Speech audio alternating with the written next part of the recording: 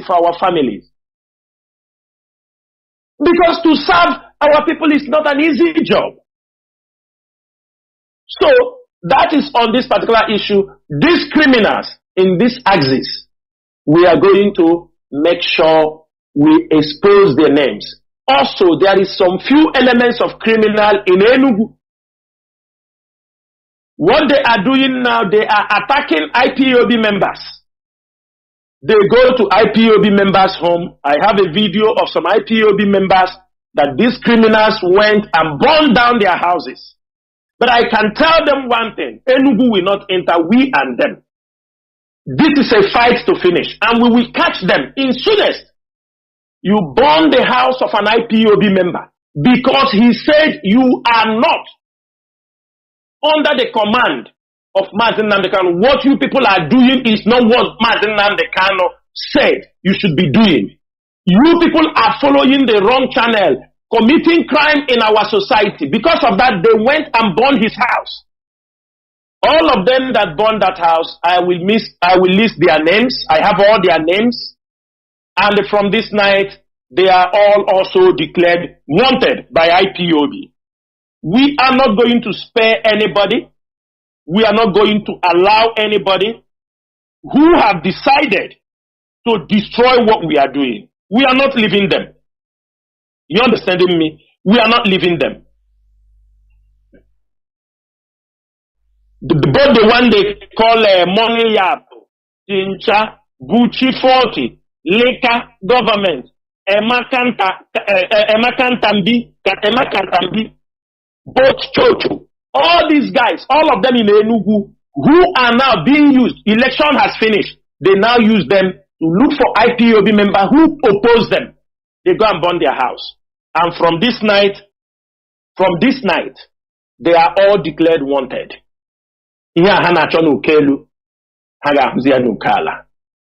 Mazi, I will move on because today is supposed not to be a very long program.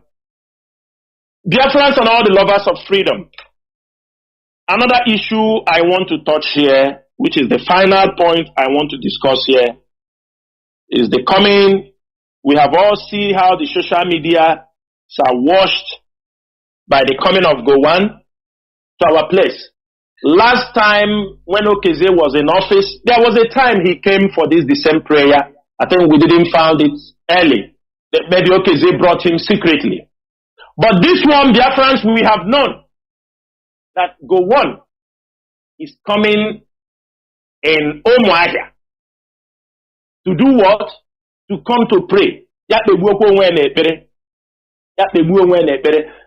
and pray in the Jos. We know, let me make this thing very clear. We know those who are organizing these things. We all knew this is not the first time Gowon is going places to pray. Let him leave Biafra land. It is a slap on the face of those, even we that are living, that the man who committed a genocide against our people, who supervised the massacring of over 5 million Biafrans, more than 2 million kids died of starvation, that the man is coming to our place. They have not, after 50-something years, they have never recognized and accepted in their wrongdoing, in the genocide they committed against Biafra. And I'm telling you, I don't know what our people are thinking. You see all these pastors, all these people collect. Everybody knew that Gowon have this pet project. I don't know what he calls it. He goes around everywhere saying he's praying. And this time around, if those who knows this Apostle Chuks Alozie is the coordinator for Yakubu Prayer Project. And this program is going to be held in Umuahia, Masters Vessel Church in Umuahia, 73 Azikiwe Road, Umuobasi, 440236, Umuahia. On April, that is on Sunday, 23rd of April, in Umuahia. Let me mention the name of the church again. The name of the church where he's coming for this is Master's Vessel Church, Umuahia, 73 Azikiwe Road, Umuobasi, 440236, Umuahia, on 23rd. And the person hosting him, the person who brought him, is Abia State Coordinator for this prayer project. He's the one, he invited OKC also. He invited also this new OT. Those who know these people, all of you, those who know OT, he have not entered into power. He should not play with IPOD. Before they will say we have come, they should not play with IPOD. This time around, we are still not happy on what happened to us on 31st March. We are not yet happy. We are still, do you understand me, going through, looking, finding the perfect ground to revenge. And this night, we are commanding every IPOB member, those ones who are normal people, you must worship in this church on that day. Those around, you must find your way to this church to get us the first hand if this man is coming there. Why the IPOB intelligence will mount around? If we miss him, there will be aftermath consequences. Anybody who know this Apostle Chusalozie, who is inviting Gowan to come and pray on top of 5 million people, the home of Aguironsi that they massacred. Apostle Chus will pay for this if we see the leg of Gowan in Omoahia. IPOB members, civilians, IPOB civilians, you are free and authorized to be in that church on that day and get us a full picture of those, if he will come.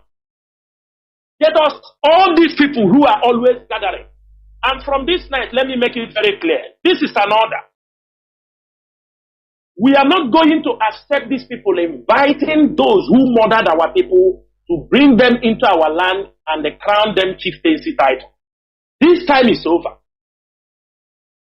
Any traditional ruler who invites or planning to invite those who participated in the killing of Biafra to offer them one chieftaincy title or not, from today, if you do it, you will have problem with IPOD in Biafra land. After you crown that, you must leave Biafra land. You crown those who murdered our people. Then you bring them to our place. If our hand cannot reach those people, if our hand cannot reach those people you brought, our hand can reach on you. Your place will not exist. I'm saying it on radio so that they will go and write it. Any traditional ruler from now, whether you are Obi or Furniture, you anybody, you invite those well-known people who murdered our people, who participated in the killing of our people. You invite them, crown them, bring them to come and talk rubbish. After that, we will have problem with you. The stage we are is not a stage where we will talk anyhow. Finally, we have seen that today they have now confirmed Emmanuel Iwanyanwu as the Ohaneze president because they said it belongs to the Imo people. We are not going to make any statement. Time has passed to make statements. But we are going to watch Emmanuel Iwanyanwu very closely. Nobody will play with the fate of this generation. We have heard here they are talking about handshake across the Niger. Handshake across. People will be killing us after you people go for handshake across the Niger. When people will molest your people, will humiliate your people, will kill your people, you will not talk. You can't even mention words after you tell us you are doing handshake across. Across the handshake. It is not by force to be friends, especially in this situation. People that They hate you. They hate you with passion. Every day you are making handshake. After 4 years, you go and make another handshake. Every day you are making handshake. They kill your people, they destroy their businesses, burn down their businesses. After you go and make handshake. I think this nonsense have to stop. Because you people are those extending our suffering in Nigeria. You people are those trying to smooth that all is well in Nigeria for the Biafran people. Those activities, those movements all of you are doing, you are trying to tell the enemies that don't worry, everything is good. Time has come. We are no more young. And I'm very happy it is moving very fast. Sooner or later, you won't be that elder you think you are. Because you will die soon. Some of us will become the elder in Biafra land. And we will see. It's better you keep a better legacy. Better you keep a big legacy.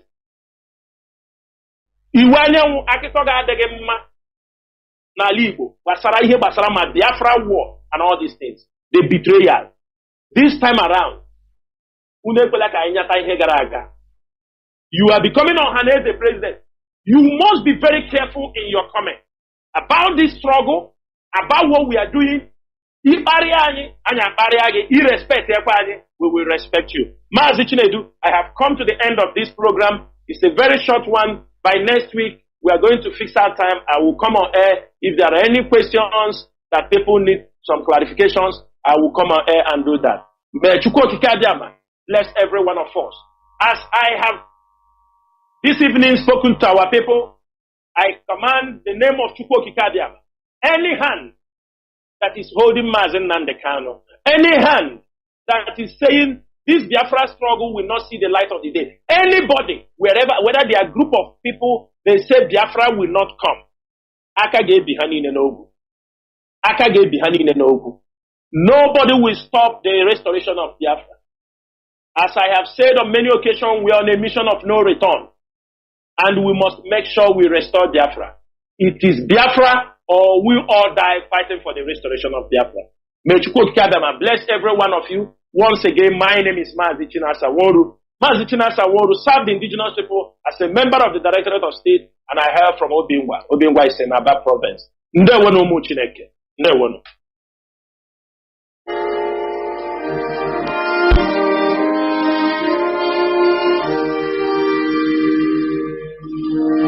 I'm even about to call you now. Good morning. Good morning. I just saw your WhatsApp message. So I'll call Mr. Ibudu, the head of admin, so that if it is for her to scan those documents, let us scan it to me, then I'll forward it to them. Then I'll obtain the date to come and start. He's a family man, he's still asleep. I was expecting, this is what I wanted us to talk yesterday, but you say you were going to call me back. Yes, I went to Ago. One of my friends, one Igbo guy. So his wife is celebrating their baby's birthday. And they say I must be there. So that was why I said, let me call you back. So you have Igbo friends? I have a lot of them now. You have a lot of them? Plenty safe. If I go to trade fair now, this is what did they call it? If I enter trade fair, I don't buy cosmetic now. And that is the dash me. I have a lot of them in Alaba too, safe. But most of my friends are. You have them like this. But yes, you just stand behind Buhari Bugidam. Because if you don't befriend an Igbo man, you are lost already. You understand? I don't understand. You say you don't befriend an Igbo man. Yes, because the secretive manuscript of mankind is in the hands of Igbo. They are born with it. So, and some of us, we came to meet the Igbos in a country called Nigeria. They are the original because they originated from the Kemet Empire. You understand? And that is why they think, because the secret of this world is in the hands of Igbos. You don't know? I don't know. Because they say make them not bring foreign rice. I bought foreign rice in fact like yesterday. So there is nothing. You say he bought foreign rice in Festac. In Festac yesterday. And they must bring it. 16,500. Whether they like it or not, there is one thing people don't understand. In this video, say make the ban motor. So don't just say they do motor. Igbos, they are the Jews, they are the black Jews. And the Jews, even then, they themselves are afraid of Igbos. That is why they refuse to claim them as Jews. Because they have the same DNA. Even the same Jews are afraid of Igbos. They are afraid of Igbos. You don't know? My younger brother, my immediate younger brother, is a major in Directorate of Military Intelligence. He is now Nigerian military attaché to Nigerian High Commission in Pakistan. They went for one intelligence gathering one time. Afghanistan bordered Pakistan bordered Afghanistan. You know that they went to a village in Peshawar. They met Igbo guys entering Afghanistan. What are they going to do? You can't ask a Jew to go to Afghanistan the way it is. So Igbos, they are like that. So the only thing is that when you befriend them, they will vomit the little things you will need to know to survive. They will vomit it to you. I'm working, the MD of my company is an Igbo man now from, what do they call it? He's than I am now. My son is the MD of my company. You understand? There was a time where we spent more than 2 years. He was still paying us salary, and we are not getting a contract. Is that not mystery? Is it? Is that than I am now. Is that not mystery? It's a mystery now. Paying salary. They're paying salary, and you are not getting any contract. And he even increased salary that period. You see? And nobody knows. There was a time even Board of Internal Revenue came to lock our office. They say this man get oil blood. He got oil well. They say he get this, he get that. If they say make he pay tax, he will pay. Even if they say make he pay 1 billion, he will pay. Is that not mystery? Is it? If there is anybody you fear on this earth, it's Igbos.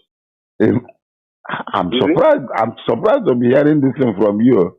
Now, Igbo, you go fear. Upon all this fight, where are the fights with you? You see, let me tell you one thing. Do you know why Babangida remain relevant in Nigeria? No. It's because he dined and wined with the Igbos. And that is why he remained relevant in Nigeria. When Babangida was head of state, if he visit any state, he don't go to government house. He sleep in an individual Igbo house. You don't know. And he's a free Nigerian. Have you ever had any assassination attempt on Babangida before? After he left power? No, I've not. You see, there is one thing people don't understand, and that is why Buhari is finding it difficult. He say dollar this, he say this. And the rate at which even people are bringing in things into Nigeria is even more than when our border is open. So, who is fully whole? That is the end of it. That is all. Do you know that in my state now, the biggest rice farmers are Igbos? They don't push our people out of farms. Now then they farm rice now in Niger State.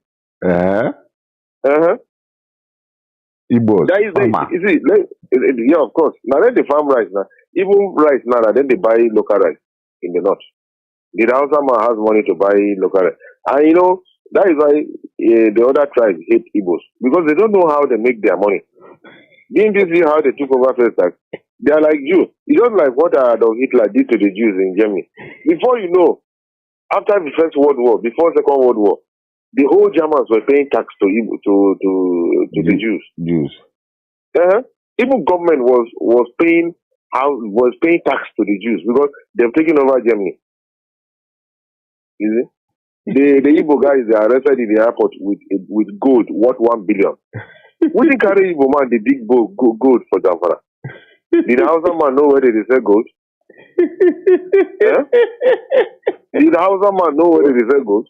But why are they relegating Igbo man? There is nothing we do. Every government policy is targeted against Igbo man. That is, see, let me tell you, the easiest way you can survive in Nigeria. You see, let me tell you, it is when you push an Igbo man, that is when you tend to survive. So when you push them, look at LG. Fuani. You know Fuani is not making money again. This man that owns LG is a distributor. Because LG now, if they are selling LG smart TV here in Fuani for 140,000, if you go to Alaba, it's 100,000. And nobody know where they are bringing it from. You see? Recently, I want to pack my fridge, my old fridge. I went to Alaba, they did the carton for me in my present. Correct one, original carton, sir. You see? And you want this kind of people to go to Asoro, I will be in trouble. They what is they call it? It's just like Arabs. Now, Arab, they are the mercy in the hands of the Jews. And Israel is a very small country. That their population is not up to 6 million. Look at as big as Saudi Arabia. Have you ever heard Saudi Arabia don't fight Israel before? Now they control Arabs now. And you want us so that if you give household of man to Igbo man, they will just turn northern Nigeria to broad daylight prison. It's not possible. What do you know our people know? They don't know anything. Our people know. I saw this you forwarded WhatsApp today. I saw what you forwarded WhatsApp today. Igbo, you see that was a mistake Buhari made when Buhari came in as president. Had it been he want Nigeria to move faster, I swear to God, he would have hold a town hall meeting in southeastern Nigeria. Tell the Igbo's religious leaders, the business leaders, and tell them that they should support his government. You understand? They will know even anywhere dollar is, they will go and bring dollar to push his government. Say he don't want to do it, he don't want to have anything to do with Igbo. Look at where we are today. It's not possible now. Because, if you are talking about criminals in the world, America is the #1 criminal country in the world. Didn't you know that? Followed by Israel. Because it is the Igbos that will teach you the sense. They'll tell you that this is what you are supposed to do to succeed. You know what I mean? Which all So you know that that the Igbos are really pushed to a tight corner in Nigeria. That the Igbos are just on the fringes of being to Biafra or Chief, we should not lie to ourselves. If you are talking about the real sector of the economy, it is Igbos that shape the economy. You don't know. Because if you go to Manilas now, you go to Alaba, you go to Ladipo, you go see person, just a young boy will count $50,000, $100,000, put inside pocket, they go China, they go bring something. If Babangida, I didn't mean Buhari has sense. That 2015 when he became, he would have called 5, 10 Igbo businessmen and tell them that we want light in Nigeria. And, and review the license where they give all these disco. By now would have gotten light. Because Igbos will go to Germany, they will go to anywhere and bring light to Nigeria. And then those importers of generators, see, we don't want generator in Nigeria. I beg, we need light. You understand? See this guy. You know there is one thing that people don't understand. There is this man they call Batunaji. Maybe you've heard of him. Batunaji, former Minister of Power. Power, yes. Do you know why they push him out? Do you know in Nigeria currently Batunaji is generating over 10,000 megawatts of electricity? But do you know that close to you there? There is a place they call he has a company. He has a company in Abia that is he has built it already. Federal government refused to buy the electricity. He's one of the best engineer in America. They brought him from America now. Batunaji. You don't know Batunaji? I know him now. Former Jonathan forced him to resign. Because he wants to give us light. And the evil who has been preventing Nigeria from getting light advised Jonathan to drive the man. Do you know that there is a company they call Geometrics? As according to you, if you go to Abia, they have one of the largest single private-owned electricity generating plants in Nigeria. Of course now. And the electricity that generating, where are they using them? He's selling it to individuals. In Abia? Yes. Not only in Abia. He transfers electricity to other places.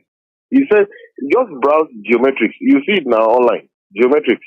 He's the owner of Geometrics. And another thing where Buhari they made mistake is that it is Igbos that have had. If you go to Saudi Arabia, you know this Saudi crown prince, most of his friends are black. When Buhari went to Saudi Arabia, the person that led that moved Saudi crown prince to Buhari is an Igbo guy now. Yeah. Now this guy, but you got a Saudi crown prince met the guy in America. You understand? Even Saudi, Saudi Arabia, they are a state oil company. They want to privatize it now. The 1% is Nigerian that want to buy that 1% of their shares, and it's an Igbo man. Yeah, I never know all these things. There is one thing is that there is one thing people don't understand. If this refinery will work, if Buhari tell Igbo people say, I want to refine, this man where they call Ibeto. Ibeto has a chemical plant in Houston, in America. My brother now is the director of DPR. He's the current head of DPR. And Ibeto came to meet him that he has capacity that he can bring people to come and build refinery bigger than that of Dangote.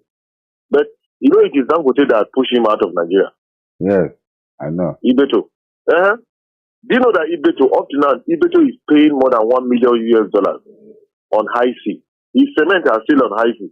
He wanted to flood Nigerian market. His cement at $1 per bag. And people don't even understand. You want Igbo, if Igbo man rule Nigeria, we don't enter trouble now. Not that as Yoruba, the first people they even deal with are Yoruba. And that is why if Yoruba would never open his allow Igbo man to become president. It's not possible, sir. So you now know that Dangote is ripping us. Yeah, of course now. all the government cement company, not being the seller to Benue Cement, Ashaka and Sokoto Cement. Now you buy them now. Wow. I'm surprised that you know all these things. Yes, every day we are fighting on social media. You see, let me tell you, if Buhari can walk up today and pick like 5 Igbo people and say, I beg, please, I want you to support my government. Nigeria will change within the people of our life. People will start shouting, where this man? You know, you don't want to have anything to do with evil. And that is why his government is going down. So you know his government is going down? He's going down now. We're not moving forward. We're not moving forward. You see, we need to tell ourselves the truth. See, let me tell you, look at this Cosmos Maduka. Do you know Cosmos Maduka? Do you know he's the only importer of what they call BMW? Yes, most of these are big cars. Yes, I know. From in the whole of Africa. Yes, I know. You know, he's a friend of King of Morocco.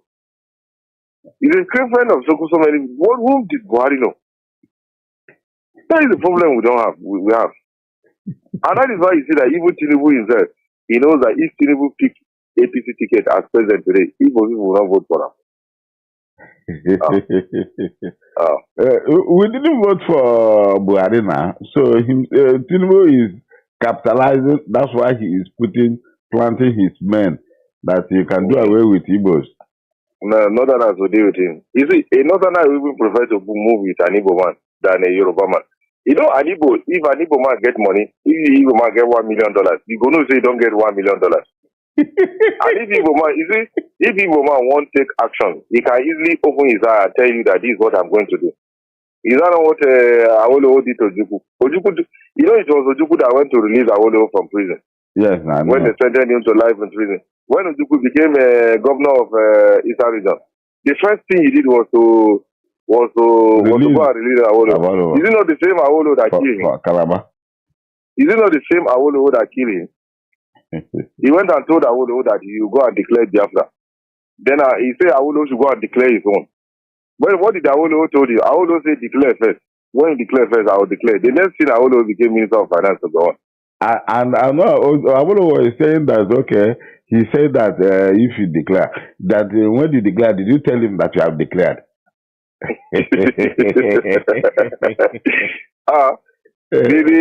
You see, Buhari made the greatest mistake of his life. I swear to God. You know why Igbos are crying? Igbos, they are not even interested to be president or only. Just create enabling environment, make them do their business. You know, they are Jews. The religion is not really their problem. Have you ever had any Igbo man fighting for religion? They are not religious. They are not religious. What they need is comfort of life. If they just get comfort. Look at Prince Eze. This man that has Oranto oil and gas. Buhari don't want to have anything to do with him. And this man, this is somebody that if Rolls Royce want to create a car today, they want to build a car today, they will contact him, whether if he's interested. He's only Nigeria now driving 2019 Rolls Royce. You don't want to have anything to do with him. Most Igbos are businessmen. If Buhari, Buhari has a problem. If I were the president of Nigeria, do you know one thing? I would select every southeastern state to have like 3 billionaires. What we say, if they want to call me, they have my number. An Igbo man just want recognition. Say, this man they call president of Nigeria to do. Everybody will rally him, and he would like to make. Nothing will happen to you. This sickness, when Buhari is sick, is he ordinary? He's not ordinary. IBB left power 1992. If not of recent that he started falling sick, he has been a relevant person. Because of his connection with Igbos. Yeah, of course. Now, IBB can come to Lagos today. He will go and sleep in Alaba. He can sleep anyhow. If any Igbo man see IBB self, and IBB can't sleep for you,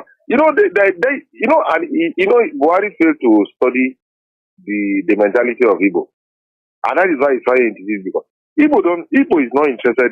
Say, I want to be president. Just create an enabling environment for them, make them do their business. That is all. But why are they not bringing people like you nearer to the seat of power? So that Buhari is a useless man. So you talk sense to some of your people. You don't get sense. The Chinese, as I'm talking to you now, if you go to this ongoing Lagos International Trade Fair, now because of Igbos, Taiwanese, all these Thailand, all these Chinese, they come for trade fair now. Who they buy Chinese franchise? Not the Igbo people.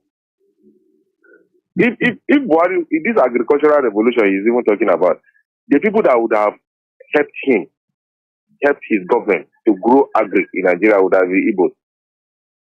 What you need to do is to tell them, make them build silos all over the country. Give them, in olden days, I'm a young boy, in olden days, during the regional, we have marketing board that market farm produce. Yes. When you build all these silos all over the country, give contract to Igbos, make them build those silos. Tell them that now you go get license, like Cosmos Maduka, all those big people, just give them license, say now go to market Nigerian food all over the world. You see that Nigeria will become an agrarian country all of a sudden. Because now they know where people they buy food. Did a booking know where they buy food? That is the problem where these people don't understand. There is one thing you don't understand. You see Louis Ojukwu. Ojukwu, late Ojukwu's father, Louis Ojukwu.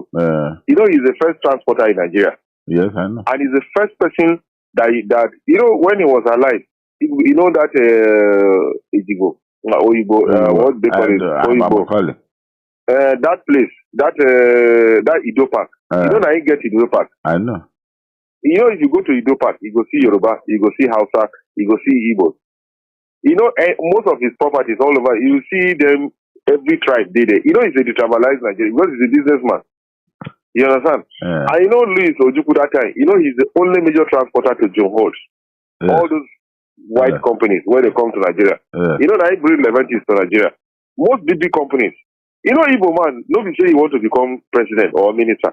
Louis Ojukwu was offered to be minister and he refused. He said he don't want to be a politician.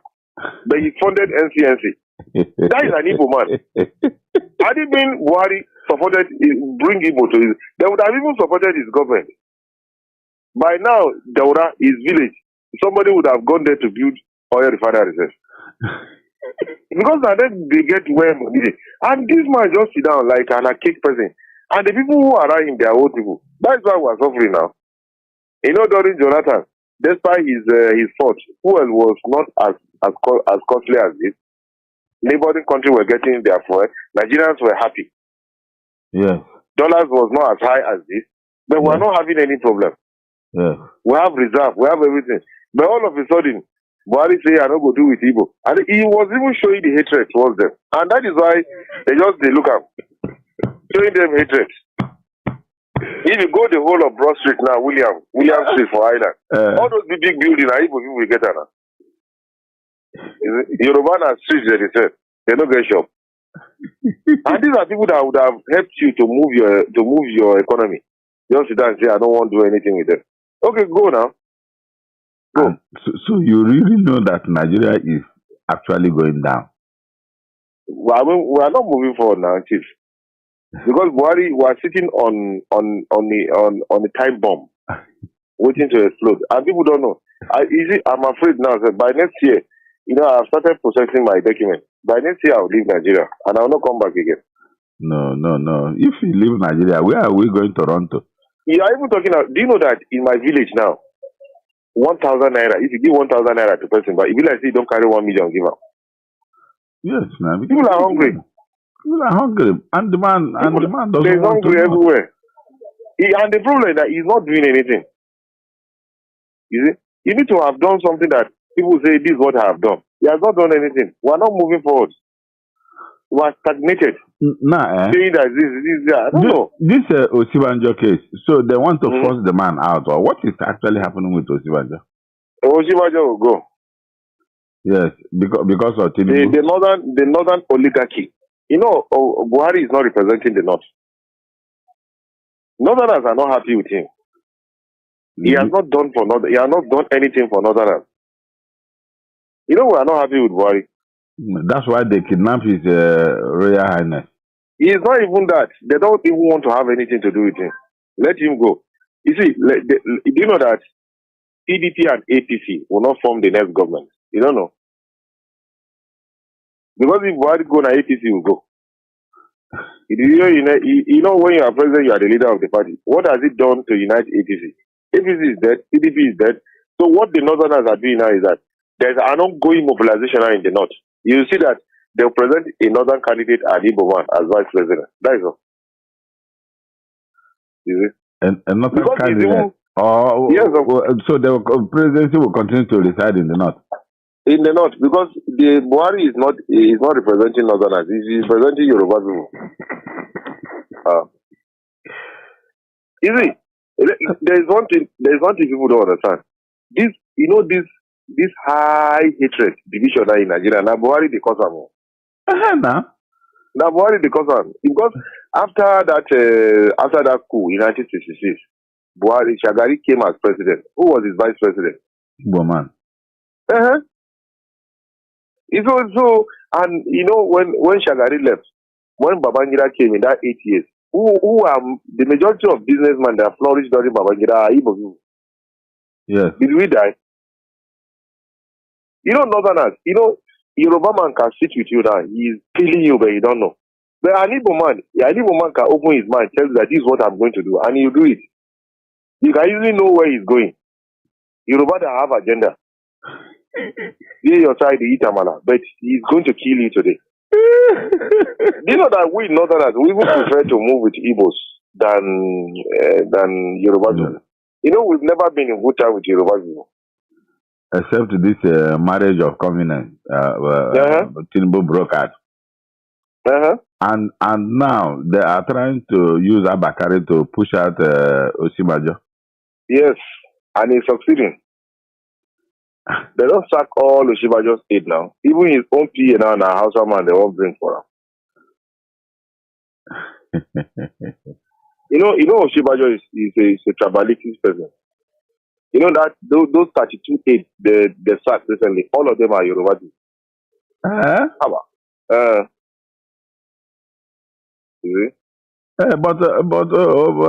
Buhari is tribalistic too. Doesn't have anything to do with Buhari. Let me tell you one thing, Chief. Buhari don't even know what is happening in his government. You don't even know, because you know that there are some ministers, you don't even know them. You don't even know how they got appointed. You understand? Just like Oyema, that Minister of Foreign Affairs. Buhari don't know him. Inugu people, where he come from, they didn't know him. Oyema was a classmate to Abakari in the UK. That was how Bakari brought him. Are you telling me they don't have APC people that voted for Bakari? Yeah? Are you telling me that there are no APC members in Enugu? George Mogalu, who contested, George Mogalu has never changed party. He has been a Buhari, ardent Buhari, He has been following Buhari since 2003. George Mogalu.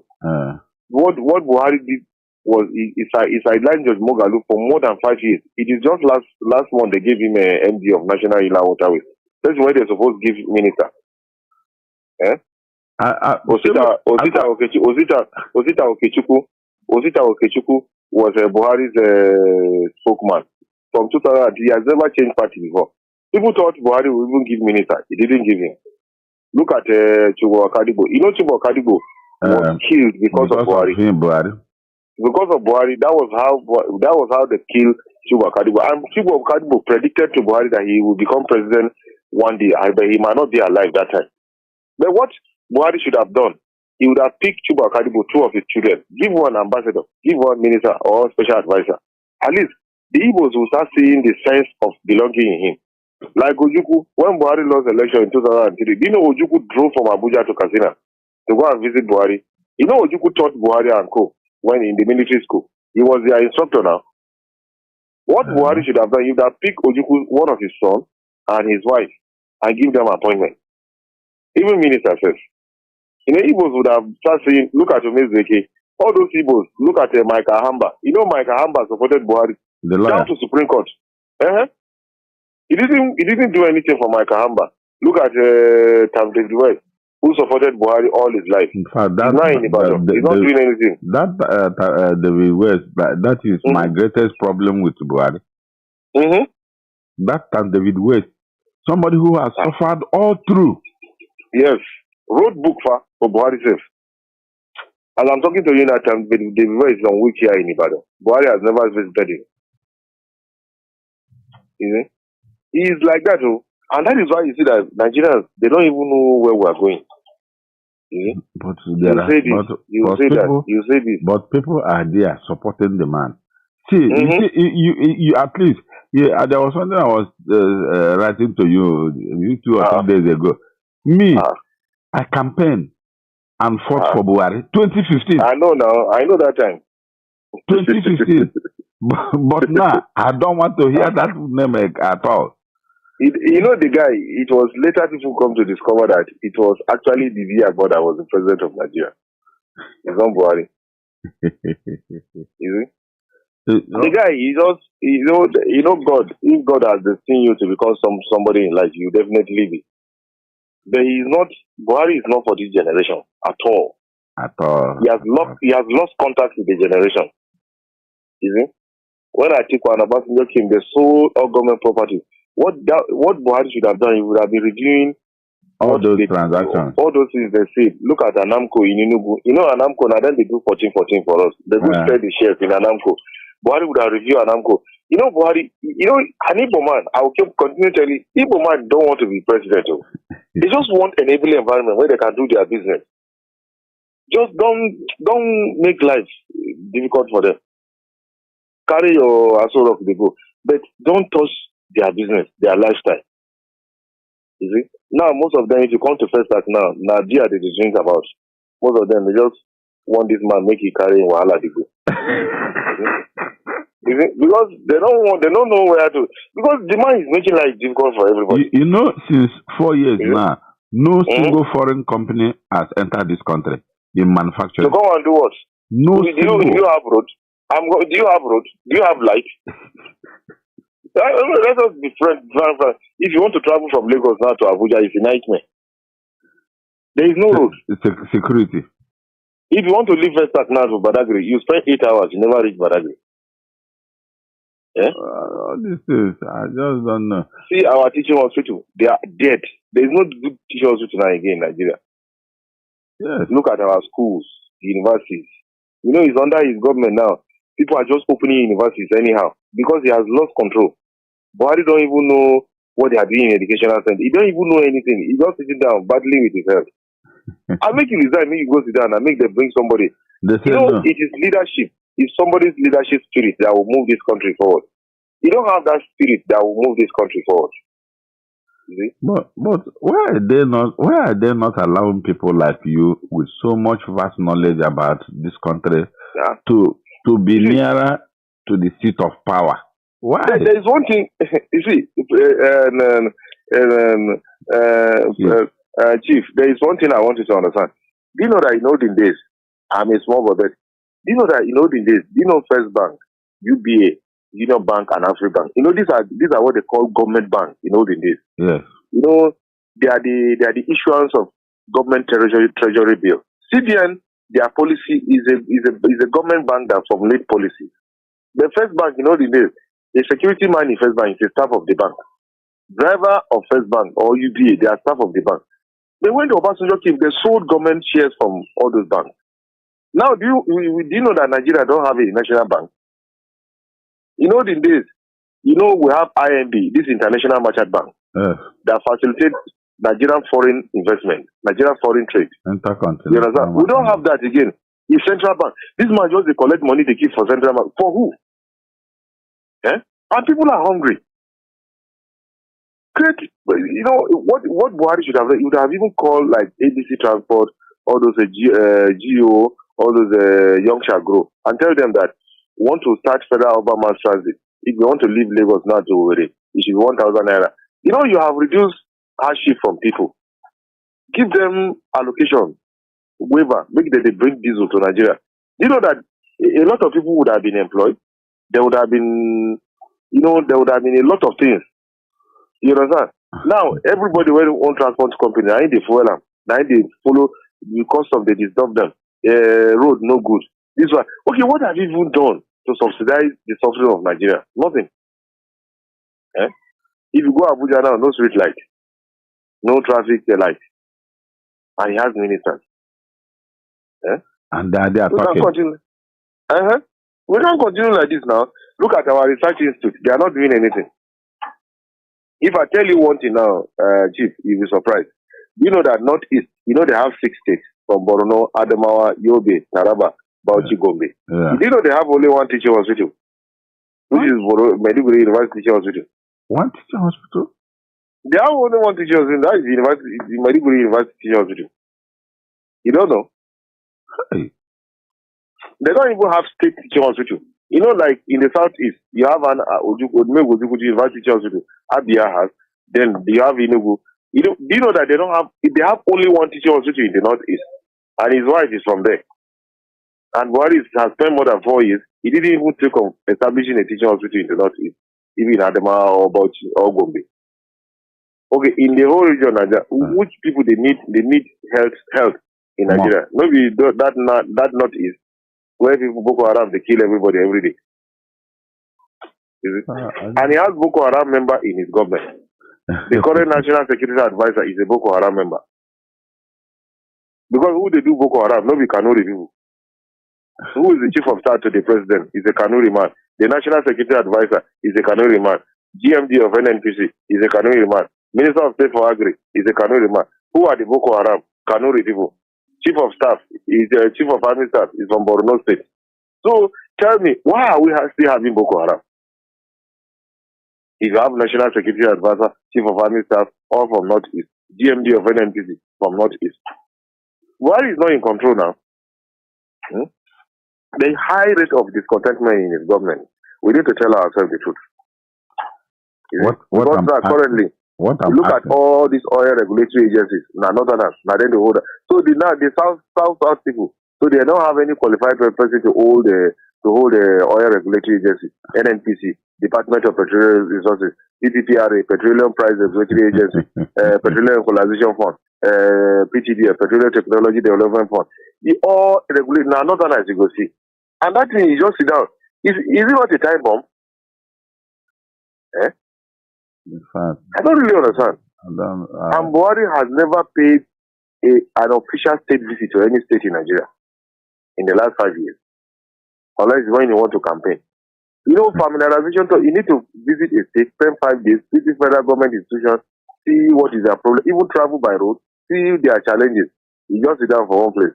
Appoint ministers, they just sit there to chop money. Fashola open his dirty mouth. Therefore, they're telling us that Nigeria road is not as bad as people are talking about. God punish him, Papa. and social media is flooded with pictures of impassable roads. Uh-huh. They even show a road now in Surulere that leads to his house. It's a federal road, very bad road. The road is not good from Orele to Bodetomo. That road don't break now, sir. People know they pass the road. And he's just sitting there. You know that his father's house is behind that road. Yeah? Hey, so you know so much like this, and you have been fighting me and threatening me with arrest all this while. You know all this. You know all this is. Eh? The man, you know the problem where Buhari gets you. That somebody had to somebody poured beer on me 2014 in the village here because of that man. Eh? No, it's really pathetic. See, as I sit here, every day the Indian companies keep calling me what is happening. I say Nigeria is in doldrum. Nothing is moving forward. Nothing is moving back. We are just going backward. Nothing since 2014 or 2015. No foreign company has entered this country. No manufacturing foreign company has entered this country. Nothing. Now you go come manufacture. What do you want to come manufacture? To buy raw materials at 360 something naira to $1. Even you reach 520 naira to $1. Sometimes. That is not the problem. That is not even the problem. An Igbo man, even if you say dollar is 1,000 naira, you get his money and get out of Nigeria. But that is not the problem. The create enabling environment. Do you know that in Festac, call your wife and ask her, for the past 1 week now, we know they get light. In Festac? No light. No light in Festac? There is no light. They brought light yesterday for 30 minutes. They took the light. Brought it back again for 30 minutes. They took the light. As I'm talking to you, we don't have light. So everybody will be burning generator. Generator. Every block of flat now is like factory. Hey. And you are the largest country in Africa. Hey. If Buhari say okay, what Buhari should have done, he would have called Igbo like first like now. Call one big man, the Igbo man, say, I want to give you, make they give light to the first time. If make they give light to maybe they pay 10,000 naira, people will pay. If that light is constant 24 hours, why wouldn't I pay? We will know the travel now. Now when people they travel. Is it? There's really one chance we enter. What is annoying me most is that there are no people around Buhari to tell him the truth. The people that are supposed to tell him the truth are praising him. If you look at Facebook or social media, since I came, I've been fighting a lot of people on social media because they keep praising this making head on. This is the way they misled Rocha Sokrocha. They misled him to start thinking that he was God and that everything in Imo revolved around his family. The same thing is happening. Every small thing they are posting. I don't know whether there are so many youths in Imo that are not doing anything. They just shove through the net. With your phone, you do anything on the net. That is what I see that is happening. So we need people we're in a big net. I'm telling you. And upon that, Chinedu is preparing. Where Abakari has he has made that comment. He has given that remark that Chinedu will not be a bad idea. You know, that is not a newcomer. So Chinedu is warming up. I doubt whether if a Yoruba man takes over mantle of rulership with this you think Northerners? We even prefer, you see, let me tell you, we prefer a South person to be president of Nigeria than a Yoruba man. No Yoruba man just kill Nigeria. See, now he destroyed this country, man. where we are today. Now Obasanjo destroy Nigeria now. But now Buhari is burying it. If Obasanjo destroyed it, Buhari is burying it. See, what Buhari should have done, he would have come back, reshape Nigeria to his bad glory. But it's not his fault because he don't even know where to start from. You see? Somebody who spent 9 months, he didn't appoint ministers. But ministers are noise makers. In the world, I've never seen, in the world, when you elect president, within 24 hours, you appoint his ministers. You see? It's only Buhari we know. No, Buhari should not be for this generation. He's not for us. It should not be for this. Somebody who was, I think in 2015 or so, he was 76 years. In 2016, he was supposed to be 80, but he's 75. See, let me tell you one thing. See, whomever you see, chief, committing crime, it's one circumstances that will lead someone to commit crime. You don't know. Yes, as it is now. They say an idle man is a devil workshop. That is what happening here in this market. If Nigeria should be a developing country where things are happening, you will not see people going to commit crime now.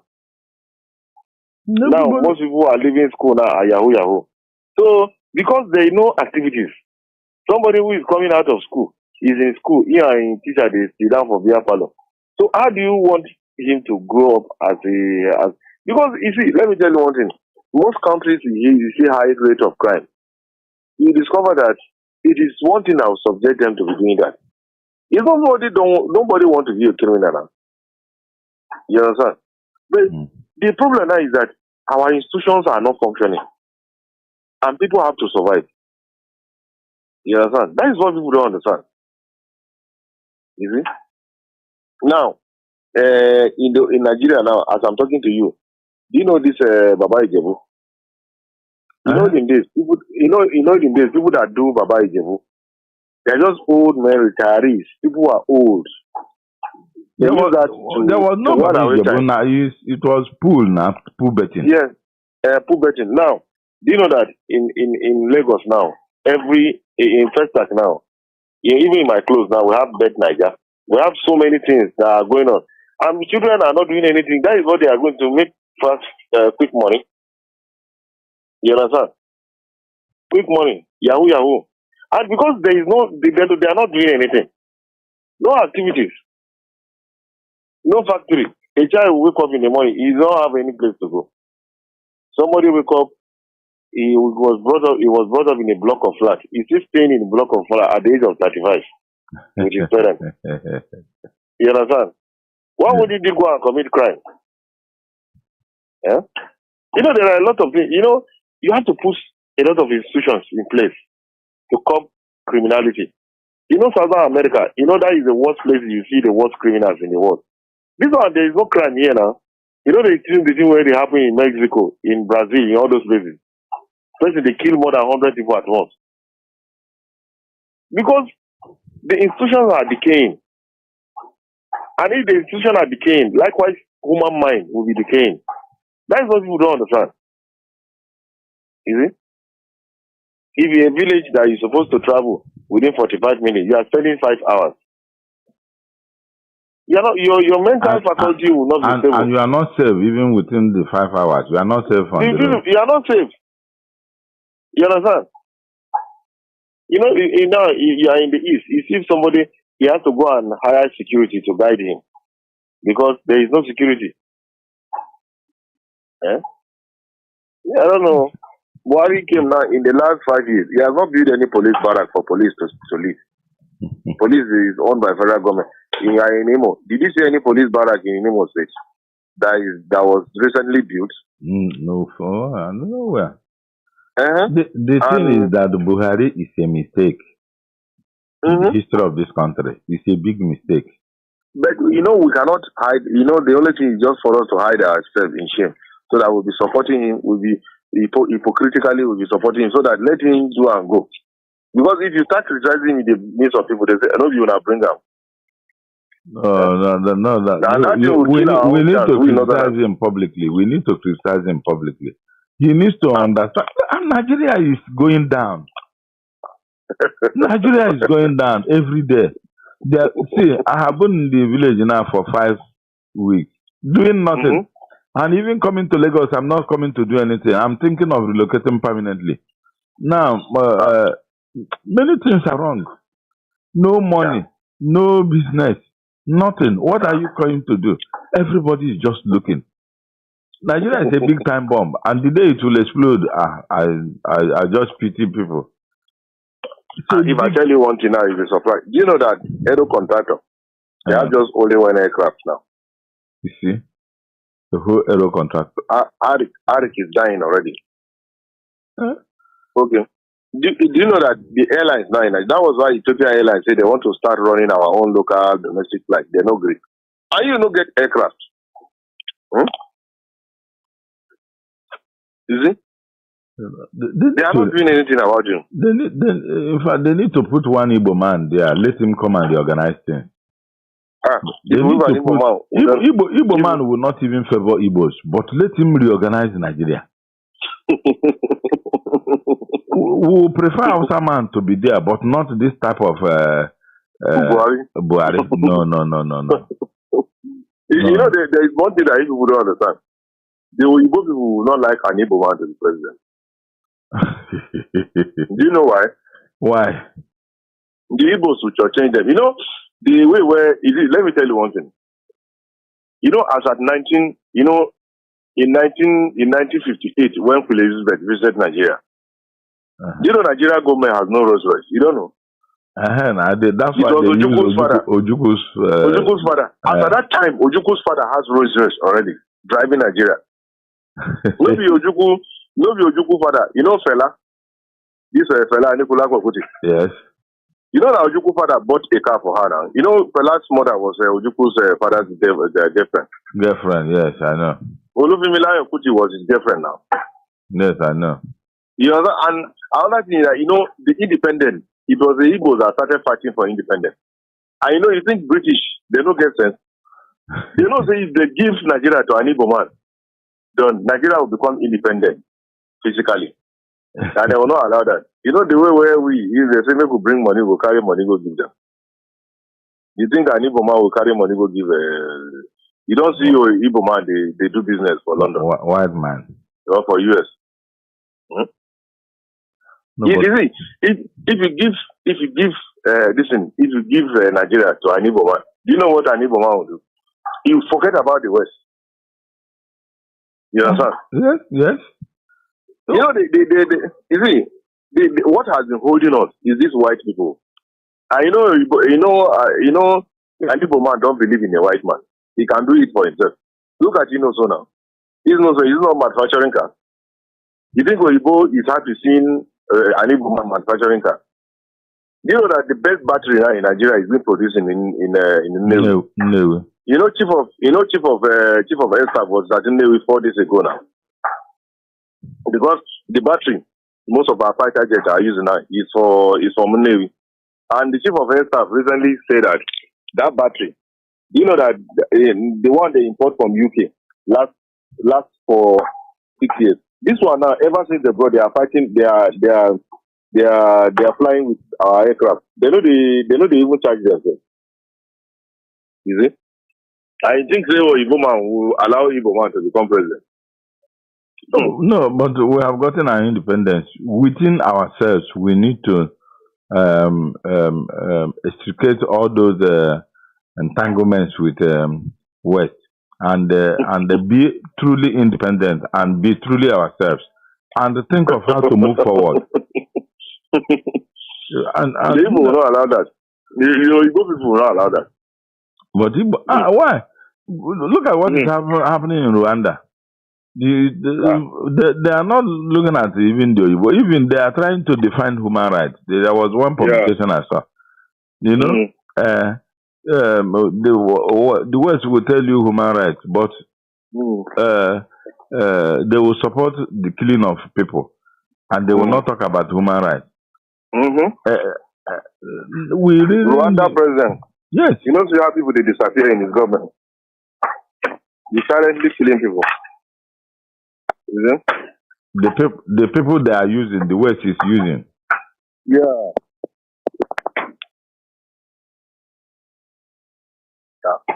Yeah, I don't know.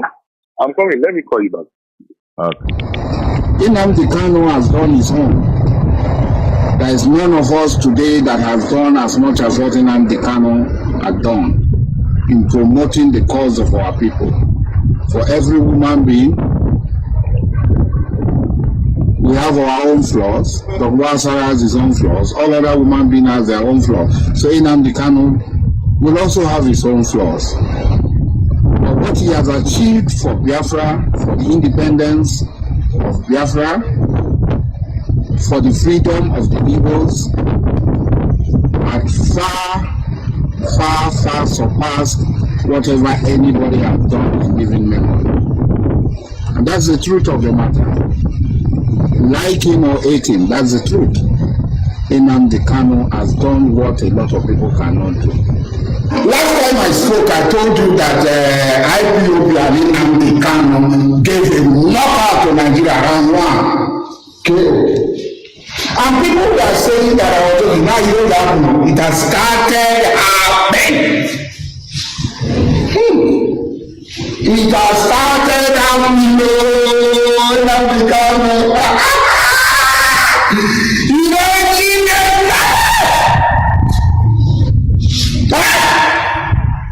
A lot of people claim that they are Niger Delta. All of them who said fighting for Niger Delta in public on Facebook today was wishing somebody happy independent anniversary. 419. The victory of Biafra is very near. Very simply. We are very close. Nnamdi Kanu are giving them. I said they are bribing, and it is a fact. About 50 billion have been put aside by the Buhari government to bribe people, especially from the Jaw Nation, young men, combatants from the Jaw Nation, not to support Biafra, not to support Nnamdi Kanu, not to shield Nnamdi Kanu. This is true. The bribe did not come to me. I was told about the bribe, and I asked how much, and I asked the person. So 50 billion is our problem. The IPOB under Nnamdi Kanu and the Radio Biafra London have been the biggest organization in the struggle for the restoration of the sovereignty of the Biafran states. There are other organizations, but presently Radio Biafra and the IPOB under Nnamdi Kanu have been in the forefront, have been the loudest in this actualization for our independence and the restoration of our suspended sovereignty, which took place in 1970. If I have the opportunity and Nnamdi Kanu confide in me that I should take him, and I know where to keep him, I will take him and keep him, because I believe that Nnamdi Kanu is one of the pillars of the struggle for the restoration of the sovereignty of the Biafran state. It will be very stupid for anybody to think that Buhari can defeat IPOB or the Biafran struggle. Very stupid. All over the world, there are demonstrations. India, Russia, Japan, Turkey, London, Paris, Switzerland, Germany, different cities of Germany. My family also participated in the demonstration in Hamburg, in Frankfurt. There are people, members of my family. So there are demonstrations for Biafra everywhere, all over the world. The United States of America, Britain, EU, and France have come out that they do not believe that IPOB, they do not accept that IPOB is a terrorist organization. That's the first victory. Nigeria, they are peeing in their pants. Buhari is peeing in his pants. is dripping. Lai Mohammed is, even his pampers can no longer hold his pill. Even Lai Mohammed pampers cannot hold his pill. They are peeling. Because they know that they have lost round one. Nnamdi Kanu has given them a knockout in this first bout. And it's a victory. And all of us must acknowledge it. Some people say, you follow Nnamdi Kanu, you are now following Nnamdi Kanu. What is wrong if I follow Nnamdi Kanu? If Nnamdi Kanu is doing better than me in actualizing Biafra, what is wrong in me following him? Should it be me? Should it be about myself? The freedom of my people is not about myself. The freedom of my people is my freedom and the freedom of all Biafrans. And if Nnamdi Kanu is doing it better than me, I should be able to acknowledge the fact that he's doing it better than me. I am not a member of Nnamdi Kanu IPOB. But if Nnamdi Kanu IPOB is doing it better than my platform, then I should be able. Because it's not about me. It's not about myself. So round one, Nigeria, Nnamdi Kanu are giving you people KO, knockout.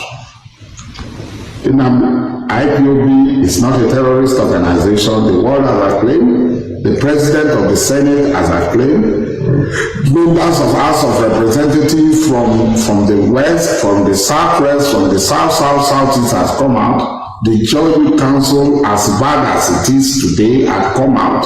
The Joint National Congress and Afenefere all are unanimous in saying IPOB is not a terrorist organization. But we thank God that as bad as it is, the world is unanimous in saying that IPOB is not a terrorist organization. People say, why did Nnamdi Kanu run away? Why did Nnamdi Kanu go into hiding? If Buhari is not afraid, why are they denying the pictures that came out? The pictures that you, their followers, shamelessly put on your wall to praise. They say, look at them. Oh, now, by only the dance, or this, that. You shamelessly put on your wall. If a man like, let him be blabbing, say all sort of things, he will do this, heaven will fall, earth will fall, this will fall. As long as his action does not meet with his intention, he has not committed a crime.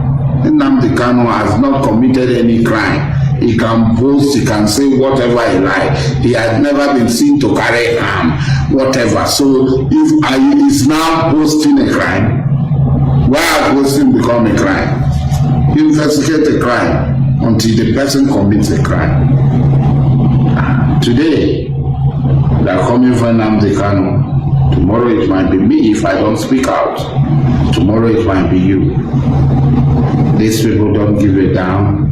They don't know whether you supported them yesterday. A lot of people are complaining that IPOB has been declared a terrorist organization. Why not? Are we not terrorizing them?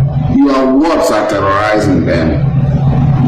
Your words are terrorizing them. Even your silence are terrorizing them. So whatever they say about you, why do you bother ahead? They call you a terrorist. They call you all sorts of names. Why do you bother ahead? That's what it ought to be. That's their way. That's a modus operandi. That's the way they operate. And if you call Nnamdi Kanu a con man, you are the con man by excellence. How is Nnamdi Kanu a con man? What Nnamdi Kanu is saying has been said over and over by several other people. And he did not make them cold men. So how does Nnamdi Kanu saying he's making a cold man? That is a question you have to answer. Chijoke, you have to answer. So if SCJ said it is not a cold man,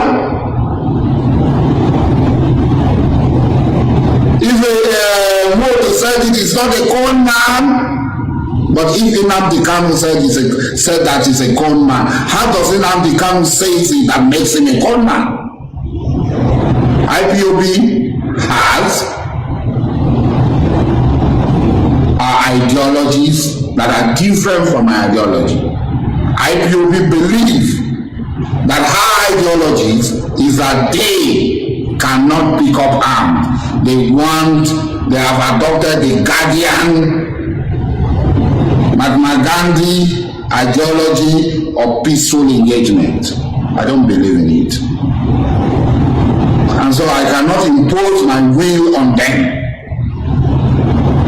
I cannot impose my will on them that they must accept my will. Oh, the younger brother, Nnamdi Kanu, Abba, we must give honor to who honor is due.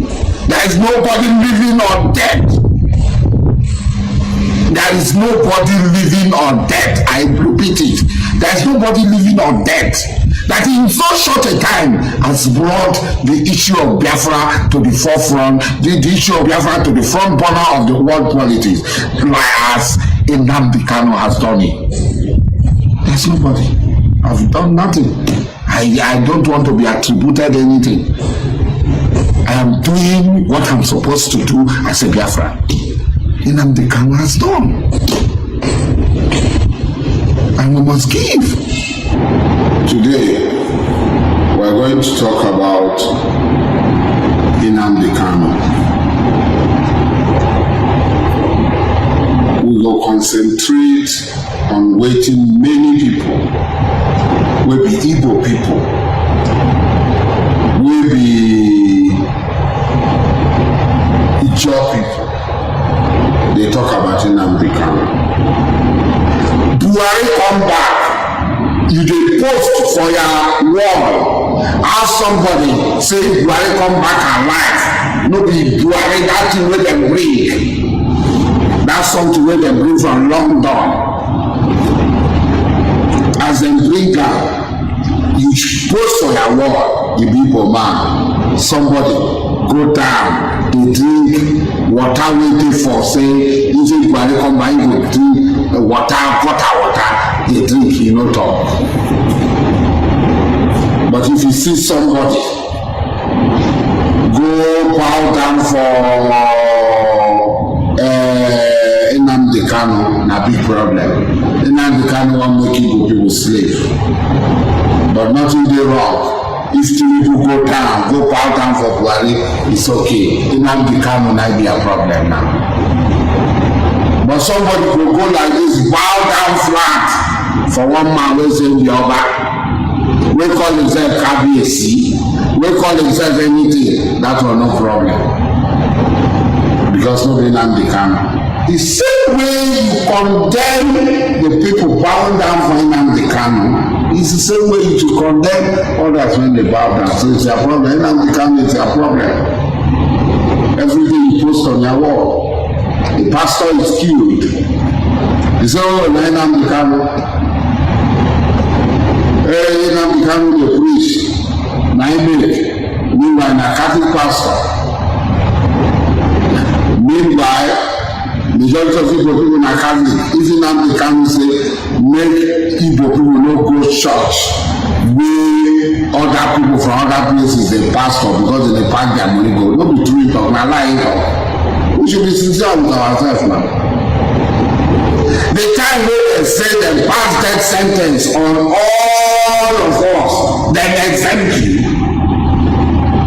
So, Nnamdi Kanu, IPOB, na make, na dem pass death sentence. You be fool.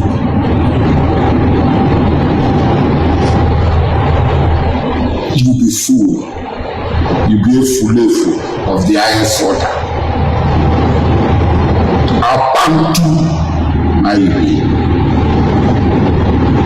You see, and it's so irritating when you see this thing. So irritating when they do it. And you think that you are not a traitor to the cause of the Igbo people. Nnamdi Kanu be a problem. Nnamdi Kanu people bow for you. Nnamdi Kanu call you to bow for now.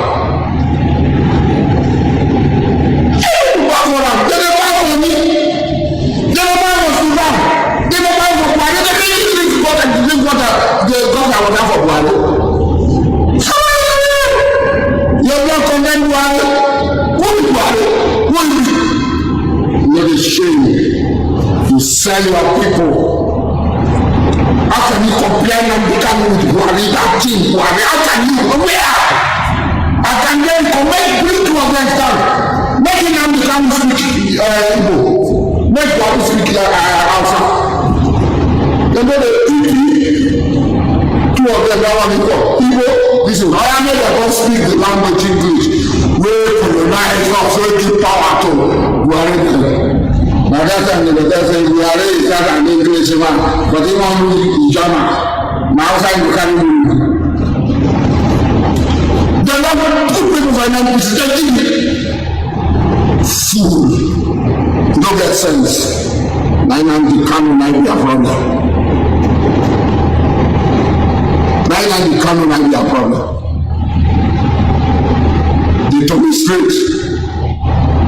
Every traitor will be paid in a million fold for stretching against his own people.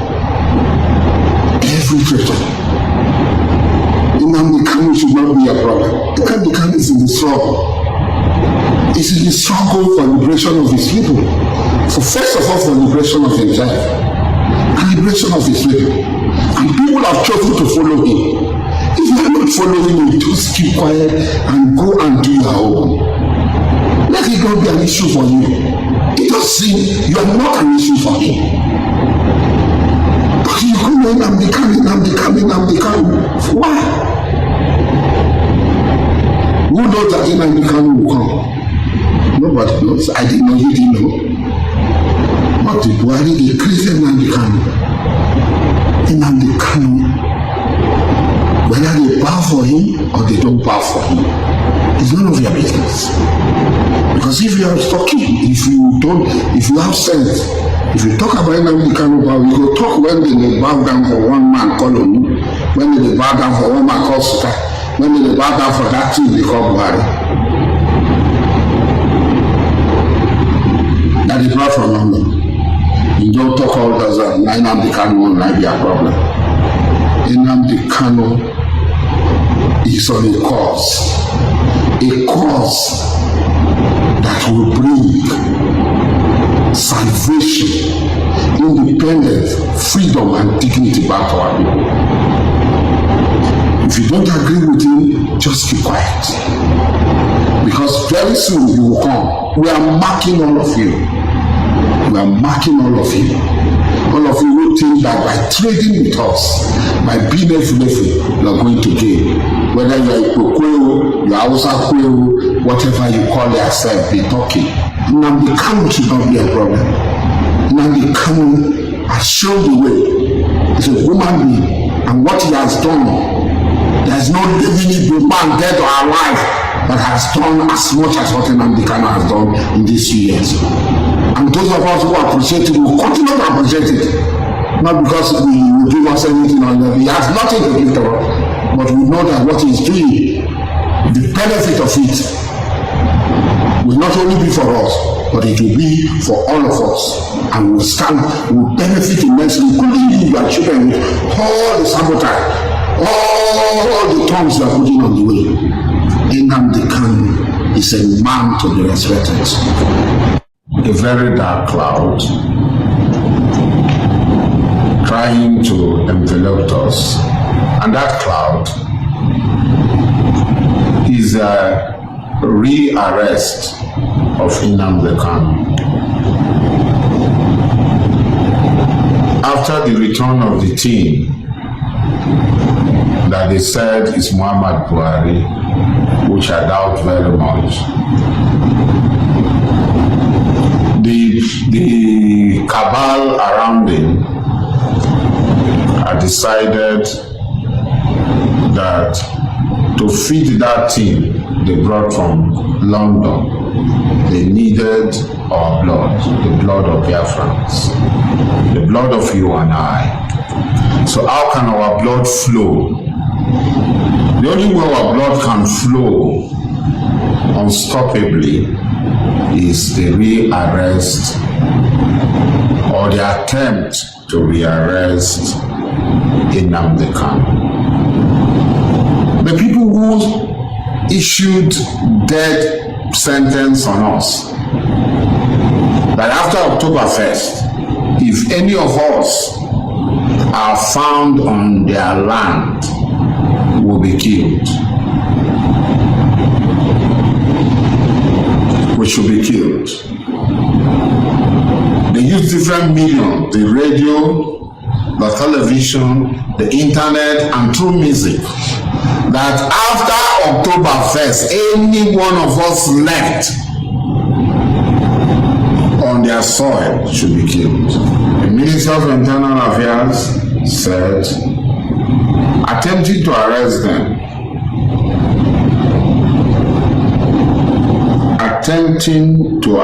them, will cause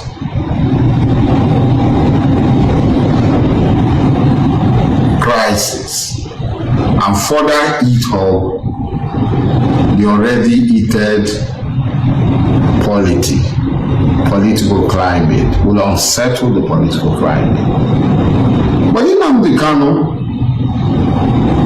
who unarguably is the greatest crowd puller in this part of the world, there's nobody that can rival him. That thing they brought from London, when they brought him, they have to go and pay people, hire people, pay them to 2,000. Niger State government, Nasarawa State government, Plateau State government, Benue State government, Abuja, they paid money to people.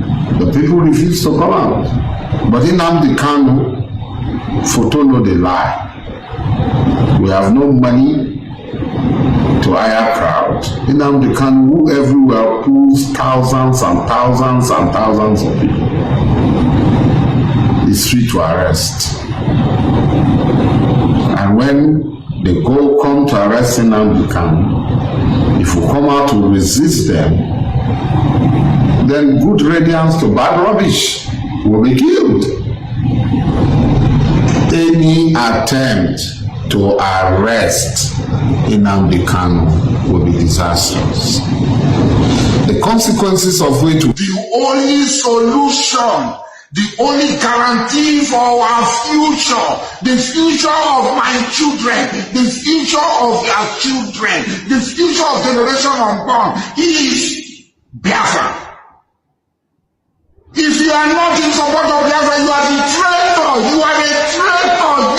You are a traitor. And the people, the generation that are coming, they will tell you if you are alive. They will spit on your face. They will urinate and defecate on their grave for betraying them. You come to talk, you are afraid. You are lily-livered. You are a coward. You don't want to stand up and fight. You want to remain where you are. I will not remain with you. Biafran army, the military of Biafra, will be the core foundation of the Biafran people. Our military, they say, if you want peace, prepare for war. Their cattle are everywhere in our communities. They want to build ranches on our land for their people. Every law must be made for them. Recently, they put cut-off mark at 1/8/400. It's not enough. They brought it down to 100 and 120, so that they will make the law to suit themselves and take their people into the university. Every law must be for their interest. What is your interest? The people who get quick notice and people say they are not going, when they kill you, you will be in their grave. I was in prison. He was so poor, I authorized for him to be given 20 million. Our men went to water. That's used league called Asari Dokobo that I gave money to from inside the prison because he has no shame. From inside the prison, I gave that idiot 20 million naira. I was in prison. He was so poor, I authorized for him to be given 20 million. Our men went to water. That same bloated pig went and called DSS to go and arrest my men in Iguacha. And he gave the money till today. But people have no shame. Did I give you money or not? I was in prison. And I organized the meeting in Cotonou. In your house in Cotonou. my men to go to Cotonou. They flew from all over the world to Cotonou to go and see you. At meeting, I asked you, how do we proceed from here? You demanded for 200 million naira. You bloated, dirty, filthy, poor pig. Did you ask me for 200 million or not? I don't talk to you, Chinedu, anymore. They are all traitors. Did you not talk to him about it? Did I not give you Chinedu authorization to give you money? How much money have you collected from me? You shameless pig. Say I'm a con artist. Nnamdi Kanu is a con artist. When you are the one that stole from me, I gave you money for us to do something kind of agreement. You went and called DSS. Yes or no? I'm asking you, true or false? And you're a freedom fighter who is in love with his oppressor. You're in a zoo. You're in a zoo. You're not ashamed of yourself. You're coming out and talking rubbish. I will ask you again. How much money did I give you? Oh, 2016. You said you will organize men. How much did I give you? How much did we give you to support Avengers? When I was in prison, which you ate. Avengers never got the money. And you're here talking rubbish, as always. Anyway, my happiness is that the John Nation know who you are. They know you're a traitor. They warned me. They say you're a traitor. And now I know you are. You see, it's called a double agent. You come again, Biafra. Everybody must do Biafra. It's a lie. You don't have the liver for it. You don't have the discipline.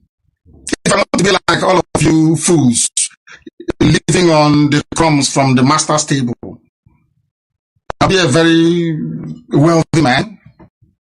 I don't have any need for it. I went to Dick Organ that some useless fools cannot find in Aba. It's called Green Street Primary School.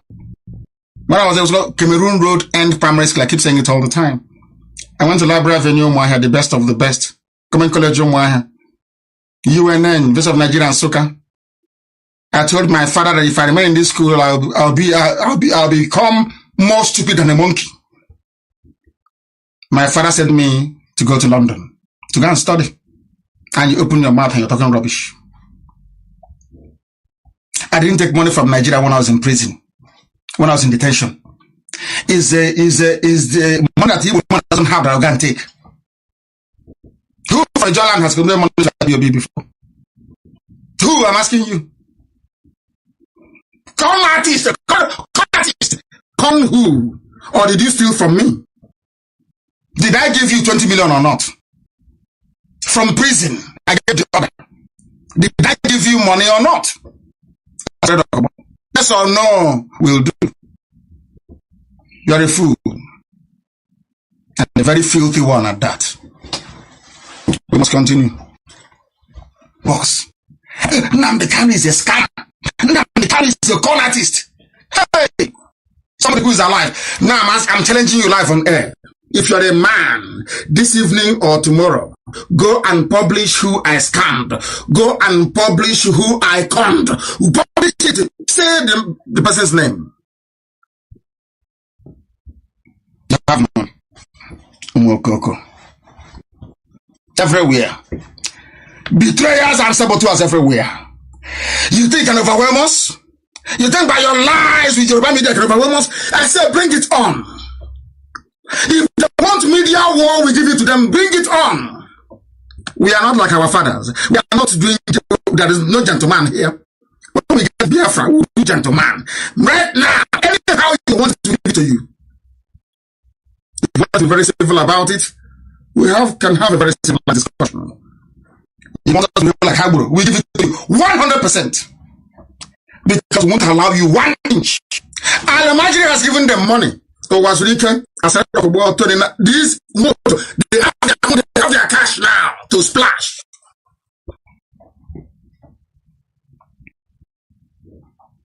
The only way nobody knew him. The only way he became relevant was because he was gossiping with my name. Without the name Nnamdi Kanu. Like they said, they are the people working with Nyangudu. And that really, I don't even know why. And that's why I don't like mentioning his name. Now they will say, you can get more money tomorrow. They say he has arrived. Now they can't mention your name. Now come and take more money. Even that pig in the creek. Sorry, they make more money tomorrow. But I am trying to let our people understand what their game is. They are not for Biafra. These are double agents. I know them. One mouth is Biafra, the other one is you. If they are fighting for Biafra, they cannot be in Biafra land. They cannot be in Nigeria. They will either be in prison, in exile, or in the grave. That's how you know a freedom fighter. Ordinary Catalonia, their leader is in exile. In Europe, that is apparently civilized. This idiot is somewhere drinking okokoro, talking nonsense, shaking his head like a possessed chicken, talking rubbish, trying to malign Nnamdi Kanu. So Igbo men in their natural stupidity will say, oh no, we can't give him money, we don't trust him, I don't know who to give money to. That's why I said go to WIC. I don't need your money, we've been surviving without it. Ask Nnamdi now, let them take over villages. Let them take it over, we'll fight our way in. It may take us years, we'll fight our way in. Because Igbo men love gossiping. Nothing entices an Igbo man like God. You see, an 80-something-year-old man was asking, oh, but they said Nnamdi can't get money. And I asked him, I said, ask the man, did I eat your money? Did you give money to IPOB? Go to your village and ask. But maybe some of you have been impressing your wives and your girlfriends that you support IPOB. Okay, I understand. So you're lying to your wives, huh? Maybe because our mothers are very social. Ask you, oh, what are you doing to support IPOB? You say, oh, I'm giving them money. I want you to come out and present yourself. There is nobody. Nobody. God, no Igbo. Let me tell you one thing. No Igbo man can. Igbo man can dip hand in his pocket and give you 50,000 naira to 50,000 naira. Say, take this one and go and do Biafra. It's not done. No Igbo man can do it. Even the billionaire can never do it. But when they go to meeting in Abuja, they are bragging. They say, IPOB is giving us a tough time. It's us now. We are with them. They are our boys. They're all liars. Ask them. Is there any, even fake a name? Tell us where, give us proof. Say, at so place, I gave IPOB, I gave Nnamdi Kanu this money to go and fight for Biafra, and that money, I don't know where it went to. I want to disgrace all of you before the whole world, because humanity is listening. When I finish this program, only on Facebook alone will be 2 million people reached. I said, I'll publish it. 2 million reached.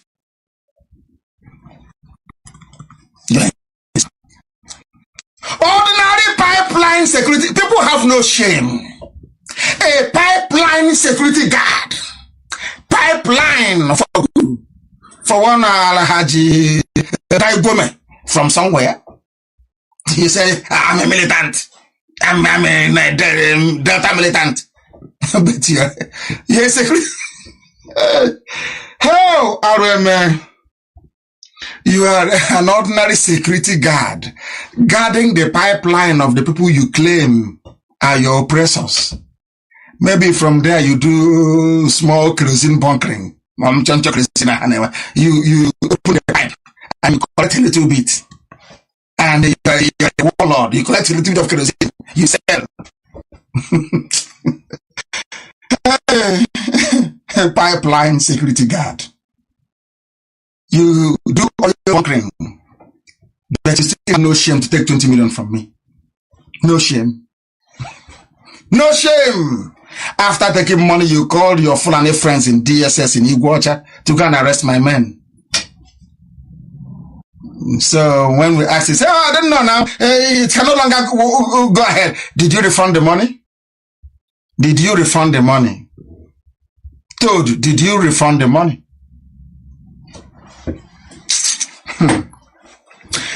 I have no money, yes. But I bought palliative for our people. Not IPOB money, from my own money. I bought palliative for our people. have built a mansion with it. I should have built, if Asari is denying that he took money from me, Uchenna Sikebu is there. He called me and I authorized it. Asari did not speak to me when I sent my money to you in Cotonou. How much did you demand from me? 200 million. Because you're a hungry tout. You're nobody. You're a hungry tout that may have lifted up AK-47 assault rifle before. That's all. You're nobody. You're a hungry tout.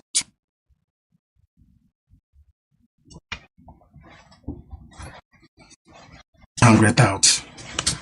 Everywhere. The brain behind what it is, it's not Henry Oka. That's the brain behind all things you're doing. Do you have brain? Are you a strategist?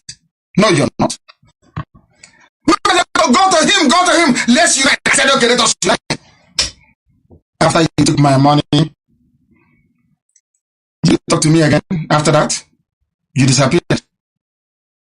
You're hungry, man. You have nothing, though. Because we're allowing them. Because they have agents like they have agents, full-time agents working for them. The same way that Nnamdi is working for them. Do you know that almost 70% of Igbo land is full of saboteurs? 70%. You don't know? 70%.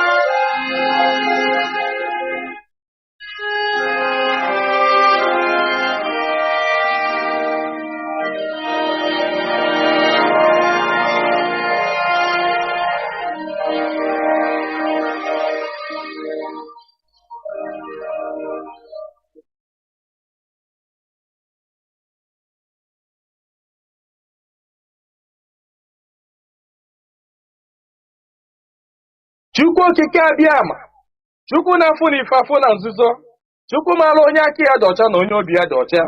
Nwoke si na ya ji ọfọ, nwaanyị si na ya ji ọfọ, mana ọfọ mara onye ji ya. Ụkpaka na-agba n'ọdọ mmiri ọchụrụ ọzụọ.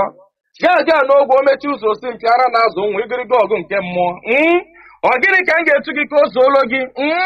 Asị m n'oge akara aka eluo ịbụ mmụọ ka mmụọ, ibe ka ibe. Chukwu okike onye obiọma sị m unu binye n'oge akara aka eluo. Mmụọ niile m na-ejere ozi asị m unu binye n'oge akara aka eluo.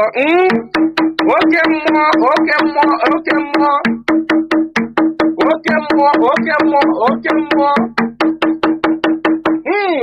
Mmụọ niile m na-ejere ozi asị m unu binye elu. Tetenụ n'ụra, tetenụ n'ụra, tetenụ n'ụra, tetenụ n'ụra.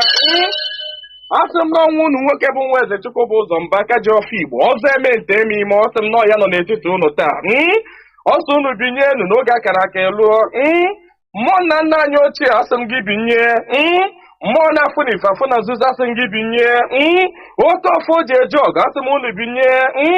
Ọfọ ndị Igbo niile asị m gị binye. Ọfọ ndị mmiri asị m gị binye. Ọfọ ndị ikuku asị m gị binye.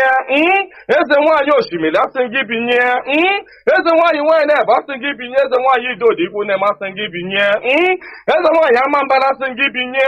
Eze nwaanyị osimiri Njaba asị m gị binye. Eze nwaanyị ala Igbo niile asị m gị binye. Eze nwaanyị ọgba asị m gị binye. Eze nwaanyị Anike Wawa asị m gị binye. Oke arụsị na Nike ojuru nwaanyị Agani asị m gị binye n'oge akara aka eluo. Igiriga ọgụ mmụọ. Asị m na gboo dike mbọsị ihe ike mere ọ ga-achọkwa nwa dike. Asị m dododo unu binye unu bịa tara ọjị na Chijireji efola. Asị m unu binye unu bịa tara ọjị na Chijireji efola. Nna nna anyị ochie, mmụọ niile nwụrụ anwụ ka anyị dị ndụ, mmụọ niile nwụrụ anwụ ka ụmụ Igbo dị ndụ, mmụọ niile nwụrụ anwụ ka Maazị Nnamdi Kanu dị ndụ, mmụọ niile nwụrụ anwụ ka ụmụ Biafra dị ndụ. Asị m unu binye n'oge akara aka ịlụọ. Asị m na gboo dike mbọsị ihe ike mere ọ ga-achọ nwa dike. Ọ sị na mberede nyiri dike na mberede ka o ji ama nwa dike. Ọ ya ka m ji akpọ unu n'isi Ọhamadike. Ọhamadike bụ Maazị Nnamdi Kanu. Ya bụ Maazị Nnamdi Kanu, otu mkpụrụ anya ji isi ụgwọ, otu ọnụ na-ekwuchitere mba niile, ụkpaka na-agba n'udu mmiri na-agba n'oge nke ya. Asị m unu binye n'isi ya, nye ogologo ndụ na-adị isi ike. Napụta ya na Eke, napụta ya na Orie, napụta ya na Afọ, napụta ya na Nkwọ. Asị m na ahịa akara aka anaghị eri nwa ngwụrọ, na ahịa akara aka agaghị eri Maazị Nnamdi Kanu. Asị m unu ga-anapụta Nnamdi Kanu na Eke, napụta ya na Orie, napụta ya na Afọ, napụta ya na Nkwọ. Asị m mee ka ọnụ niile kwụrụ njọ n'isi atụgharịa kwụ mma, ka ọnụ kọrọ ogiri ọnụ kọrọ ogere lachaa. Chukwu okike abịa ama, onye jiri mmiri siri ike kpọọ aja were aja siri ike kpọọ mmadụ. Asị m na taata bụ ụbọchị Eke n'ala Igbo. Asị m na Eke ga-eketara Nnamdi Kanu ndụ, Eke ga-eketara ya nwere onwe, Oke ga-eketara ya ndụ, Oke ga-eketara ya Biafra, Oke ga-eketara ya nwere onwe, Oke ga-ekegburu ya ndị iro, kegburu ya ajọ mmadụ na ajọ mmụọ.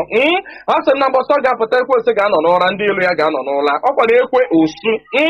Asị m gịnị bụ ekwensu? Asị m na mbọsị ọ ga-apụta, ya bụ ndị ilo ga-anọ n'ụra. Ọha bụ ndị ọha nwa bụ ekwensu.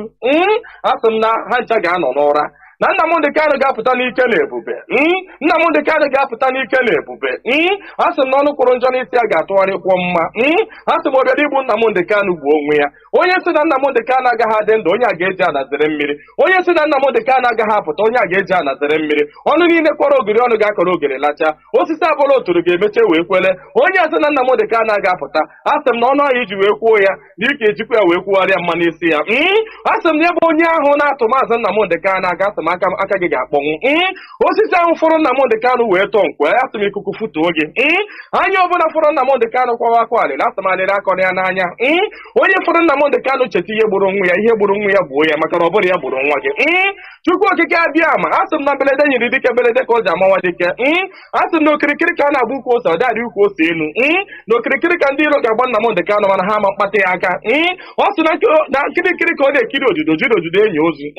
Na ọkwa na nkirikiri ka ndị iro ga na-ekiri ya mana ha ama afụ ya anya. Asị m na eje anaba isi ije. Asị na Nnamdi Kanu ga-eje na ọ ga-ana. Asị m na inye anaghị eri ọba maka na inye n'ọba bụ nwanne. Inye agaghị eri Nnamdi Kanu maka na ọ bụ nwa iyi. Asị na Nnamdi Kanu ga-adị ka echi na echi anaghị agwụ agwụ. Maka na ije ejere bụ ije mmiri, ọ bụrụ eje nkụ. Asị na ya bụ ije ga-abụ ije mmiri. Asị m na ọ ga-anata n'udo. Asị m na ọ ga-abata sirili welere. Asị m na unu ga-aga kpọnatara anyị Nnamdi Kanu. Asị m unu ga-akpọnatara anyị Nnamdi Kanu. Gaa kpọnatara anyị Nnamdi Kanu. Gaa tụnye ugo, gaa nye ya mmeri, gaa nye ya mmeri, gaa nye ya mmeri. Tụnye ugo n'elu ugo, nye ike n'elu ike, nye ya ndụ n'elu ndụ. Ọkwa na ndụ ka o ji efu na-efufe. Unu nye Nnamdi Kanu ndụ, onwe ike wee kwụrụ jinjin, onwe ike wee kwụrụ wee fuo n'ofufe. Asị na ya kara ka anaghị eri nwa ngwụrọ. Ihe mere ha ji jide Nnamdi Kanu bụ ka ha nwee ike wee megide ndị Igbo, ka ha nwee ike megide ụmụ Biafra, ka ha nwee ike wee kwuchi anyị ọnụ, ka ha nwee ike wee kachi anyị ọnụ, ka anyị ghara ikwu okwu ọzọ. Mana ama m na dododo Chukwu okike abịa ma ndị nwe ala, ndị nwe mmiri, ndị nwe ikuku, ndị nwe anyanwụ, mmụọ nna nna anyị ochie, mmụọ niile nwụrụ anwụ ka anyị dị ndụ, mmụọ niile ọ kwafọrọ ọbara ha n'ike maka ihi Biafra. Asị m unu binyenu, asị m unu dododo na ọkwa na unu bụ ihe nwe ike a, ọkwa na unu ga-eji ọgụ mmụọ a, ọkwa na unu ga-aga bụori ahịa, ọkwa na unu ga-aga napụta ya maka na ihe ọ tinyere unu n'aka anaghị ele ule. Asị m dododo igiriga ọgụ mmụọ. Eze nwaanyị niile nọ n'ala Igbo, mmụọ niile nọ n'ala Igbo, asị m unu binye, maka na onwe onye nọ n'ụwa na-anaghị aṅụ mmiri, onwe onye nọ n'ụwa na-anaghị eri nnu. Nnu bụ ihe ụtọ si na mmiri wee pụta. Onye ọbụla na-eri ihe na-eri ihe dị na mmiri. Onye na-asa arụ ji mmiri asa arụ.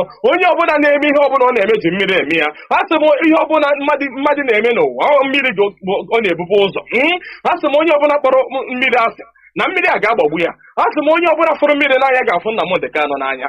Onye ọbụla fụrụ mmiri n'anya ga-afụ Nnamdi Kanu n'anya. Onye ọbụla mmiri na-awụsa n'arụ ga-afụ Nnamdi Kanu n'anya.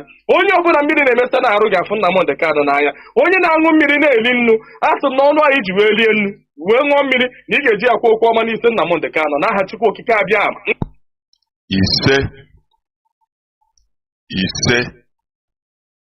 Ise. Good morning, good afternoon, good evening, and good night, great Biafrans and lovers of freedom. This is Radio Biafra HAUSA-SERVICE coming to you through Radio Biafra London. My name remains Mazi Chinedu from Olu province of Biafra land. And we are here live and direct. Today is the 25th day. Oga Obochinise, now we see, now for 2023. Today is Sunday, Obochieke. Therefore, I welcome each and every one of you to welcome your friends and well-wishers onto this broadcast of today. Because shortly, in few minutes time, I will be joined by Mazi, a member of the Directorate of States of the Indigenous People of Biafra. Therefore, as I'm talking, you will be hearing our voice direct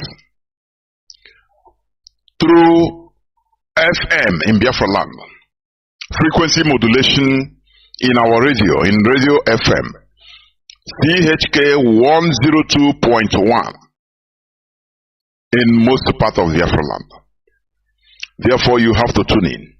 Also, you can hear us, you can get Radio Biafra through satellite, free to air satellite.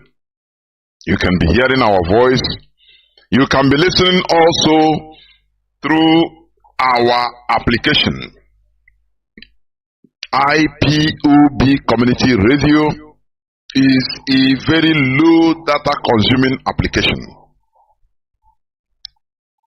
Also, you can listen to us through TuneIn Radio, Simple Radio, Radio Biafra London. On social media, mostly on Facebook, you can be listening to our voice through Biafra Television, Biafra TV, IPOB Rapture Media, the Biafra Digest, Radio Biafra HAUSA-SERVICE, myriads of them streaming our voice direct. Therefore, you have no excuse not to listen onto this hallowed platform. I once again welcome each and every one of you to today's edition, because today is a special edition where Mazi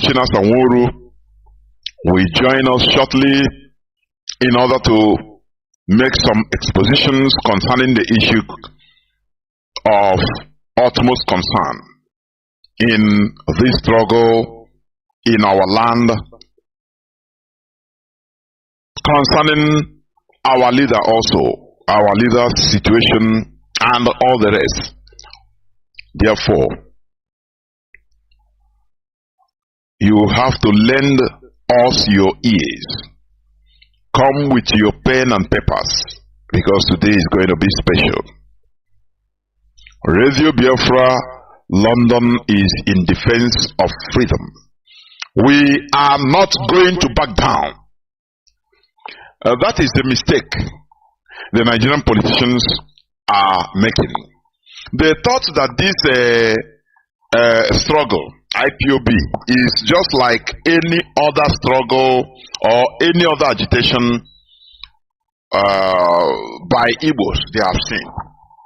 Our leaders say we continue until we wear them down. IPOB is indestructible. All these phrases, maybe you've not fully understood, but by now, I know by now, you are understanding. What we are doing is championing the restoration of Biafra. Because if Nigeria is good, or do things according to normal, there will be no such agitation. Do you understand me? If Nigeria is working, we wouldn't be in this agitation. But Nigeria is created in order to fail. Nigeria is created for these problems that are everywhere. Chaos. That is the way Nigeria is being created, because it's artificial. Foreigners created Nigeria for their purpose, for their interest and their benefit. We are not asking something very huge or extraordinary. Do you understand me? Imagine, let's come down from the foundation. Imagine in a country of 200 and something million people, the only port, the only seaport is situated in one side, Lagos. Lagos is the smallest state in Nigeria. Do you understand that? Do you know that? Lagos is the smallest state. I'm not talking about city, state in Nigeria. But in Lagos, there are 3 seaports. One international airport. Do you understand me? Now, whereas in Biafra land, we have coastal areas of Biafra land. We have water bodies, but there is nothing like a seaport, no international airport. Whereas we are more traveled, and we are engaged in more economic activities in Nigeria more than any other set of people in Nigeria. But they are punishing us. I don't know why. I don't know.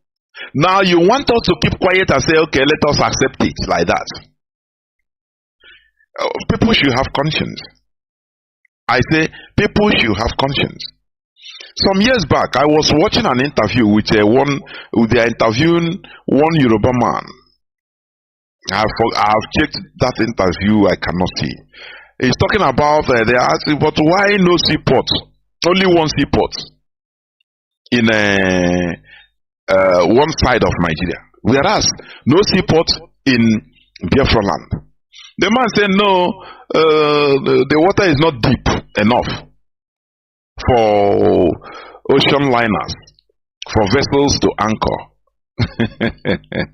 And when he was saying that, he wasn't uncomfortable. He was stuttering. I was watching the body language. He was stuttering because he wasn't he's lying. Let me tell you, Calabar Seaport was Calabar was the first capital of the amalgamated Nigeria, the first capital. And Calabar Seaport was where everything started. The Europeans started removing slaves, carrying out slaves, they anchor ships as they want in Calabar Seaport. But all of a sudden, they closed it and there is no more deep enough. Only in Lagos, they built 3 seaports. Sometimes I wonder, we have appealed to the conscience of to whom it may concern. But we saw, what I see in this world, there is no conscience.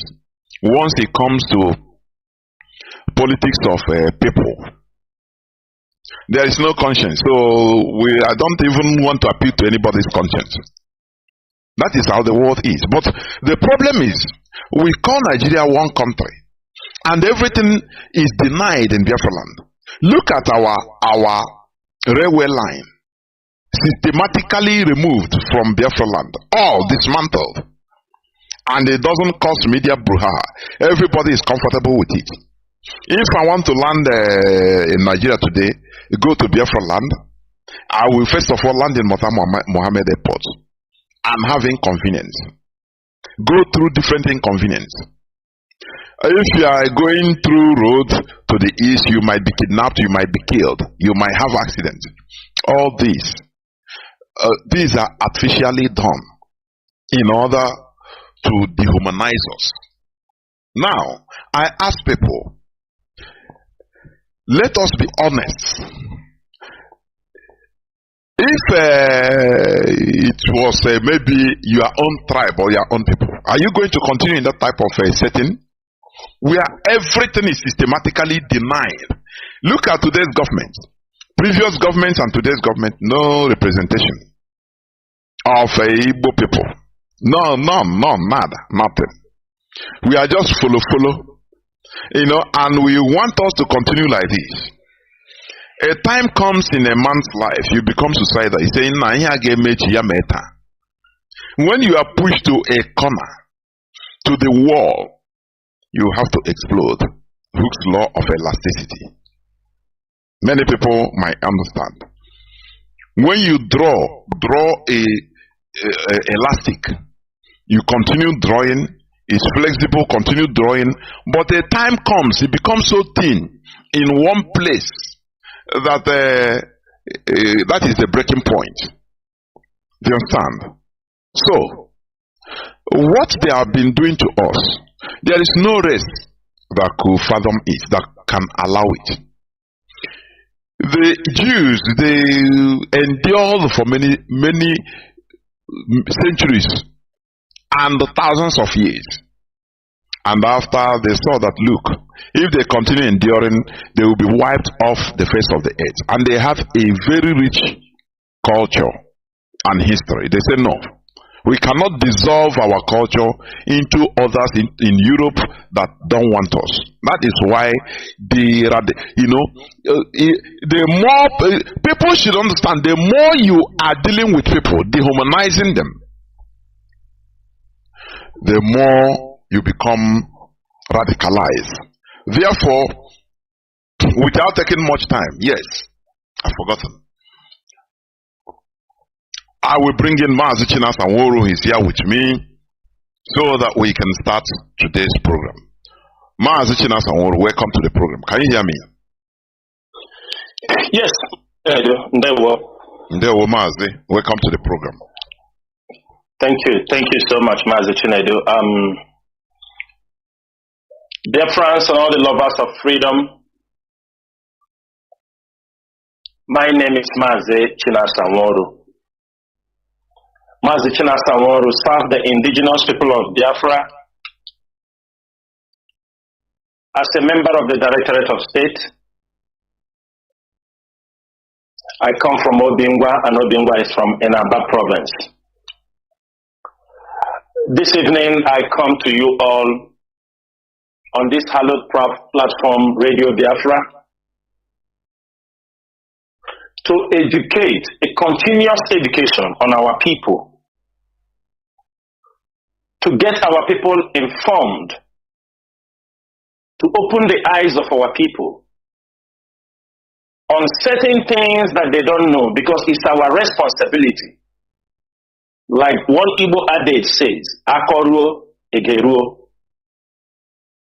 I have come this evening to also open the eyes of the Nigerian security agencies, Igbo politicians, the DSS.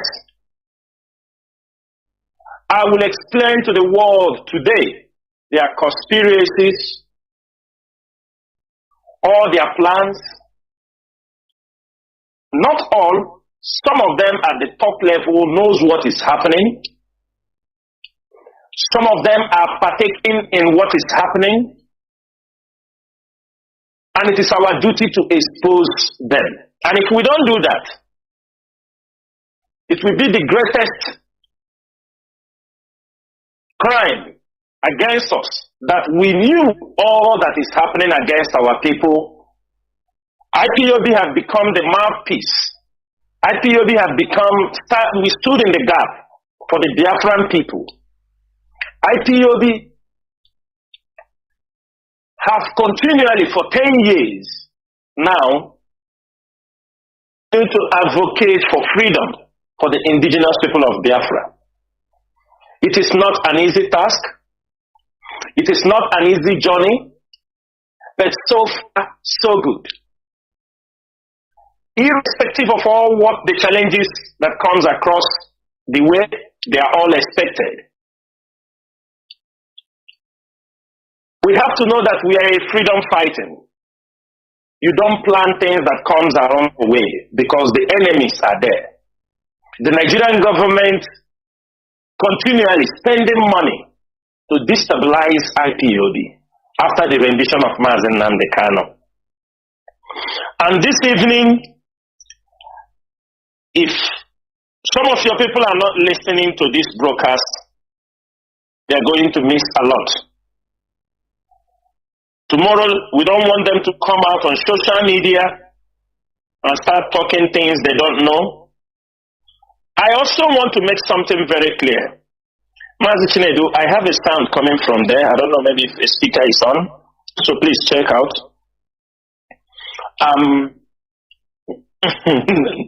Really? No sound at all. It's okay. Let's go forward. Very clear. Okay. This evening, dear friends, something I want to clarify before we go to the main topic. And what is that? I want everybody to understand, even the Nigerian security, the judiciary, all of them that are listening this evening, the police, the DSS, and the politicians. What matters in what we are doing and our source, how we disseminate information to the public, is through Radio Biafra. Radio Biafra is where official pronouncement in IPOB goes out from. We do not pronounce anything. We do not pronounce anything through a social media platform, apart from the official handles of the indigenous people of Biafra, like the Directorate of State or some principal officers in the IPOB leadership. We realize that most of the news being carried in the public. Mazi Chinedu, can you mute from your own side, from me and you? That would be better. Okay, mute your own side. Thank you. Very, very clear. What is happening? We find that most times the Nigerian media have become a tool to propagate falsehood against IPOB, propagate falsehood against the mission and the purpose of what we are doing. You found out a criminal can make a tweet, an infiltrator can make a tweet, and you found out that not all Nigerian media, some of them will go and pick it and start promoting it, knowing quite well, they know very well that this message they are promoting, this person doesn't speak for IPOB. They know the channel how IPOB communicates to the public. They know either it comes through a press release from a more powerful or through Radio Biafra platform or through the official handle of IPOB at the DOS on Twitter. The DOS is not on Facebook. The DOS officially is on Twitter. And that's where most of our official correspondence goes through. But now we realize how many people are using unverified sources to promote things. That is how you know that the Nigerian government seriously sponsoring all these agent provocateurs to make sure they discredit and tarnish the image of IPOB and makes our people to turn against this struggle. But I thank every IPOB member. I thank all of you, the IPOB media warriors, IPOB principal officers. All of you have put up a gallant fight during these 2 years Mazi Nnamdi Kanu was renditioned from Kenya to Nigeria. In 2 days' time, we are in a week that we were missing Mazi Nnamdi Kanu. We did not know what happened to him. On 19th June 2021, Mazi Nnamdi Kanu was kidnapped in Kenya.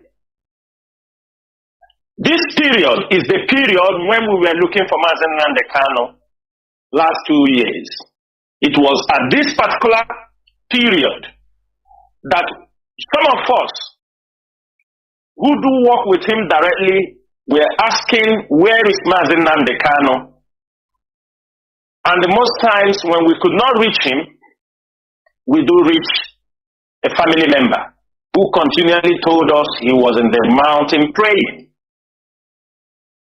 This is the week. This week is a remembrance of what happened to us last 2 years.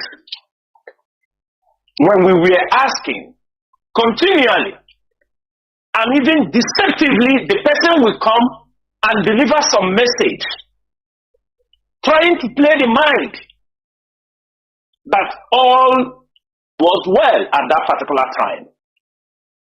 And in 2 days' time, on 28th, actually today is Sunday. I want Biafrans to remember. This is a Sunday that Mazi Nnamdi Kanu was renditioned to Nigeria. On a Sunday. It was on a Sunday when they renditioned him from Kenya to Nigeria. They brought him into Nigeria in the evening of a Sunday. But that Sunday was 27th. They brought him to court on Monday. It was 28th. He appeared in a court. In the Bintanyako's court. I want every Biafran to know that this week is a very important week in what we are doing. And for that reason, today, we are not going to take questions and answers. We are going to go straight to the point. I'm going to explain to our people, clarify our people certain things. Because we are in a stage where there are many saboteurs. I mean, high-level saboteurs. We are in a stage where all of them are manifesting very openly for people to understand that all they have done all these years, that they have failed. And since they have failed, they have no other reason than just come out and continue to make a mess of themselves. In our topic today, I decided we are going to make a general briefing on Biafran struggle and putting this cryptid called Asari Dokubo to where he belongs. One thing people fail to understand, and in Nigeria, is this attitude that people always forget very easily. People forget easily. 15 minutes, they have all forgotten everything. For some of us who have lived beyond the borders of Nigeria, we know how people behave, know how other countries, people that have developed in our presence, in this year 2000, from 2000, people that have developed their countries, understand their mindset. But our people don't want to. Sometimes I'm really, tired seeing the way our Igbo people and we Biafrans behave. It's really a difficult task to work with our people. Because tomorrow the same cryptos can come out and talk about Biafra. You will see people will be jumping, clapping, Asari Dokubo. Who is talking about Biafra? If you are talking about Biafra, what do you want the international community to see from somebody like Asari? I do all these things at the early stage, and I said about it. Those that have criminal records, whether you are a freedom fighter before, whether you are a lawyer, whether you are a doctor, whether you are a businessman, if you have a renowned criminal record, I do not say you cannot support the Biafra struggle, but you cannot come out trying to champion the struggle, because the struggle does not end only in Nigeria, where they can accommodate, they can make a drug lord a president, where anybody can be given any position irrespective of what they have done. But what of a Biafra that you want the international community to have, to support you, to see the people standing around you It must be people of men of integrity. It must be men of honor. It's not something that one thing that comes out from somewhere, he starts shouting Biafra. This is for those who don't believe in themselves. And I am happy today that most of the members of IPOB leadership, why we have not been moved, we are not being shaken, is because if you trace our history, if you trace our olden days, we are people that never participated in Nigerian politics. Somebody like me never voted in Nigeria. Even before I lived, I never casted a vote for anybody in Nigeria, whether from local government to councillor to state to chairman. I never casted a vote for anybody in Nigeria. I never belonged to any political party in Nigeria. I have never. Likewise, many of my other comrades. That means before we come this far, we have already spiritually and physically rejected anything pertaining to Nigeria. I do not mean that those, if you have gotten anything to do with Nigerian politics or before you join the struggle, we do not mean you didn't come in peace. But I'm just trying to explain. One thing people do not know, because these are the questions I have come this evening, I want our people to ask. I want Igbo politicians to think what is happening to their own flock. I want them to reason. Because at the end of the day, if IPOB is not there, if Radio Biafra is not there, they will turn everything against us.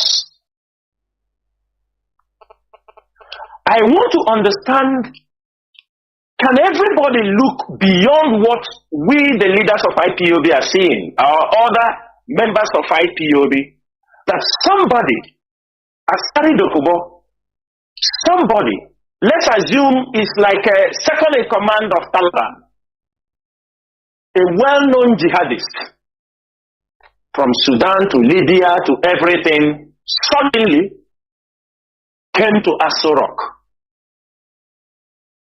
Came to Aso Rock, the same place the president, the Aso Rock press conference house, where the president, they sat down and carry out press conference. This is somebody, he came in, went straight to those chairs to deliver. The other time, the Nigerian security, the Nigerian media, all of them were talking about hate speech. Hate speech. Somebody who is well known for his hate speech against the Igbos, against other people in one time or the other, is the person that they gave the Aso Rock conference room to come and address the world. The question is this: do you think that what Asari said there, he just come out and say it? There was an in-house discussion. There was an in-house agreement between him and Tinubu and other people who were there. After they have agreed on what he's going to say, then he goes out there in the presidential conference room and make those pronouncements. And if IPOB did not raise their voice, our people will leave it as one of those things. But I'm very happy that Asari came out in those places and said, because these have also now justified all I have been saying on Radio Biafra, all I was doing on Radio Biafra, it have now justified it. Everybody should remember, there was a time, Asari Dokubo, when Mazi Nnamdi Kanu was captured, before they started coming to Imo State, before Hopozadema gave him the contract, Asari Dokubo, it is on my timeline. If you didn't see that video, go and see that video. Asari Dokubo was saying, kill every IPOB member. Kill them. He was raging that our people should be killed. That was the time I confirmed the hatred, because before that time, we have intelligence reports that Asari participated fully in the massacre of the Igbos in Obibo. When those reports came, I did not believe them very well, because we know Yesom Wike, but when it comes to something to kill the Igbos, Asari Dokubo always play a major role in that. When that video came out, because if you remember, he spoke about this NSAS in that his broadcast. And remember, it was during that NSAS that our people were massacred in Obibo. It was the NSAS issue, because Tinubu's name was mentioned, that Onyendu was encouraging Nigerian youth to take their country back. Asari was furious. And all these things he said has been there, but sometimes information comes to the leaders, we try to weigh in, because we don't want to blackmail anybody. We don't do blackmail. Whenever we are coming out to say something, we want to be very sure. When the problem of Obibo happened, somebody told us that, look, the men on ground tell us that Asari is participating fully in massacring Igbos in Obibo. But it is under coverage, it's a clandestine operation. And there is one of our brothers today, he was not even an IPOB member, but he was a sympathizer. He is still taking treatment because they took him, broke his legs, broke this thing. He is still somewhere now, getting to 2 years taking treatment. He cannot walk. They know who I am talking about if Asari is listening. What I'm saying here is, I have been coming on radio. When we started Asari Dokubo, the killings, when we started pushing that Asari Dokubo have signed a contract to come to kill Igbo people, I said it on radio when I spoke about Yesom Wike, when they were carrying our people. Hope Uzodinma entered. Yesom Wike, it's not today, forget about the APC something, Yesom Wike men. It was all planned. I want everybody to go back. Immediately in the southeast, Yesom Wike was he was close with Hope Uzodinma. Until they start fighting for the oil from oil well.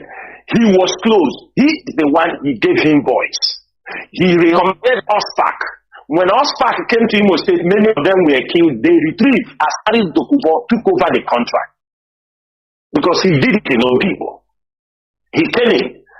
Our people in Imo State, if most of you can confirm on the social media anywhere that most of the people that comes in Imo State attacking our people, they are shouting Asawana, Asawana, Asawana.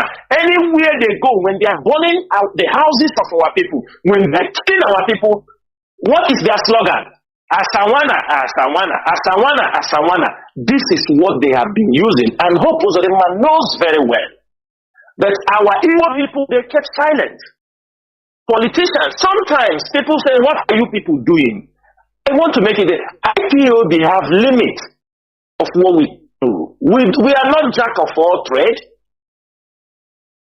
We are not jack of all trade. Anybody tell you IPOB say they are jack of all trade because sometimes people are being killed somewhere. You say you are complaining. What are you guys doing? IPOB have also limited resources. For us to come this far, you will know that sacrifices has been made. That is why Asari and Aso Rock raised the voice of NSAS, because the anger of what they did is still boiling in him. And he's still teaching to get more lovers to come to his fold. The Nigerian military, they are gradually withdrawing from killing IPOB members. The Nigerian military, we say it the way. The Nigerian military sometimes they do since we came on air and they expose the criminals. The Nigerian military are a little bit careful now. That's why it didn't go very well with Hope Uzodinma. They now import mercenaries. I want everybody to understand what Asari is looking at. Asari is targeting to create his private army in Nigeria, like the way you hear about the American Black Waters and you hear about the Wagner of Russia. Asari is taking that steps. That is why you see him coming to the Nigerian military, people he have done businesses before with on oil bunkering, because he's trying to promote a private militia that they can send him to go enter some places. Nigerian security should know this. This is exactly the plan. And as it is happening, that will be the last thing IPOB will allow it to happen. Nigerian government can form him to help him that the killing will not be in our land, because we are going to confront them head on. Irrespective of anything, even last man standing, we will confront these people. In terms of betrayal, people talk about betrayal. Asari is well-known betrayal. From day one, they recommended Asari to be part of what we are doing. Most of us objected it. Because when Nnamdi was in prison, they defrauded Nnamdi 20 million. That one is just not other ones that we are giving to them. This is one of the, why Nnamdi was in prison. And they come to think of it, who is Asari Dokubo? Asari Dokubo is a man between 1992 and 1998. Asari tried to go for councillor in his community. He didn't go. He failed. Asari Dokubo tried to go for ordinary councillor. He failed in his community. Asari himself, he tried to go for chairmanship. He failed. When he went for House of Rep election and failed, he wanted to make problem. That is one thing people don't understand, because he loves Astor Rock. But there is no way he can come there to represent his people. This is somebody, when he failed, Asari wanted to cause problem, in his area. He wanted to cause problem because he has been repeatedly rejected. That rejection makes Asari Dokubo, do you understand me? Because especially when he formed their Ejo Youth, this thing, him and some people formed, because it was after many rejection in that area. Asari Dokubo now, he wanted to foment trouble. The Kalabari people, they reminded Asari that he's a third generation slave. They reminded Asari that his descendants were Igbo slaves. That's why anytime you see him, he talk about slaves. What I'm saying now, you can go to Kalabari Kingdom and ask them. They reminded Asari that he cannot foment trouble here. But he is a third generation slave in this town, in Kalabari Kingdom. Asari realized that he could not do anything. He moved out. In Nigeria, if they fail you here, you go and form your own. If you are not getting what you want, you form your own. That was how Asari ran to form the Ejo Youth Council. From Ejo Youth Council, he formed his Niger Delta Volunteer Forces. Asari was barred from contesting any political position in Ijo land, in Kalabari Kingdom. Ask him. From there, the hatred. When he remembered his roots, he remembered that he told him that he's a third generation slave. It used to pain him.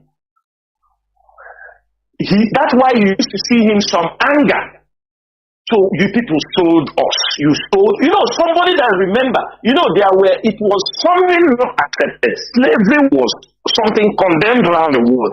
Many of our people in the River Rai area who claimed that they were sold, or people were going to capture people, sell them, and that was where the slave man were coming, the slave masters were coming in this area.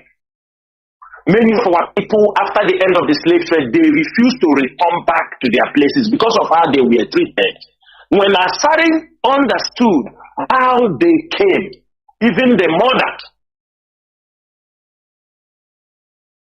Even there is a story in Uzakole. I'm trying to look, I don't know if there's a connection to that. Because there is one uncle we know, they said the sister was sold to the Riverai area during the slave trade, but when she was lucky, they did not put them in the vessel heading for the journey of no return. And after she married in that place, have children, she begged the children never to have anything to do with the Igbo people. That was also one of the disadvantages of the slave trade. Now, we talk about betrayal. Henry Oka, all of you know Henry Oka, aside deceived this man. That he will do this, the man sold his properties. Sold his properties, both in South Africa in many places, hand over to Asari Dokubo. Asari Dokubo ate the money. Today, Henry Oka is in prison in South Africa. Asari Dokubo, realizing that the son of Henry Oka can take revenge against what he did to the father. The son of Henry Oka is also in prison in Abuja. He's in prison. He also sold him out. He sold him out. And the boy is serving a prison sentence in Abuja. I'm telling you people about Asari Dokubo so that our people, not tomorrow, after we have displayed this hatred in Aso Rock Conference Hall, tomorrow some of you will come again and start clapping for this criminal. Asari Dokubo himself, everybody knew. There was a time Mama Gaddafi said Nigeria needs to be divided. That was one of the things Asari sold to the Islamic group in Libya. Asari defrauded Mama Gaddafi. Defrauded him. Huge amount of money that is going to declare a Niger Delta Islamic Republic. Asari Dokubo. When he took the money, he returned back. He never declared anything. Instead entered into more oil bunkering, pirates, kidnapping, and all these things. In Libya, they gave him person non grata. Asari cannot go for betraying the Mujahideen. This Islamic group is using them. He says it's Mujahideen. He betrayed the Mujahideens. He betrayed them. The money collected from Mama Gaddafi, that was the false hope. Asari went there to talk. Once in a time, I visited the school where people spoke about him in Maracas, Sudan, in Khartoum. He studied in Maracas, African International University in Khartoum. I met some people who spoke about him in Maracas when they were doing their Ahwan Muslimin, the Muslim Brotherhood, and Hijra wa Talfiya. These are people with the information we knew about this man. Most of us never asked his ways. It was this betrayal that Asari did. The Fulanis, Muhammad Buhari, he's the champion of Islamic because he disappointed Muhammad Buhari because these were people they're supposed to work together to Islamize Biafra land. He was the contact point for the mission to Islamize our area. That is why I don't like him. He hates him. And that leads to, you see, during that time that he hates him, Asari Dokubo now goes, start showing people all the line. This is the line for kerosene, line for gas. Because he was into oil, he knows them. He knows everything. That's why Buhari never gives him any contract. He now turns to Tompolo and hands it over to Tompolo. And that is one of the anger. And what Asari came now to do is trying to take over that contract they give to Tompolo. In the early days of this struggle, there were people, I don't need to mention, prominent people in the Riverai area who are not supporting the Biafran struggle because IPOB associated with Asari Dokubo. They told us plainly, They told us, this guy, this crypto, we know him. From the time he was born, we know him. We know who he is. They said, if you want us to support this struggle, if you have anything to do with this man, we can never come close to talk about self-determination with you people, within Nnamdi Kanu, because this man is involved.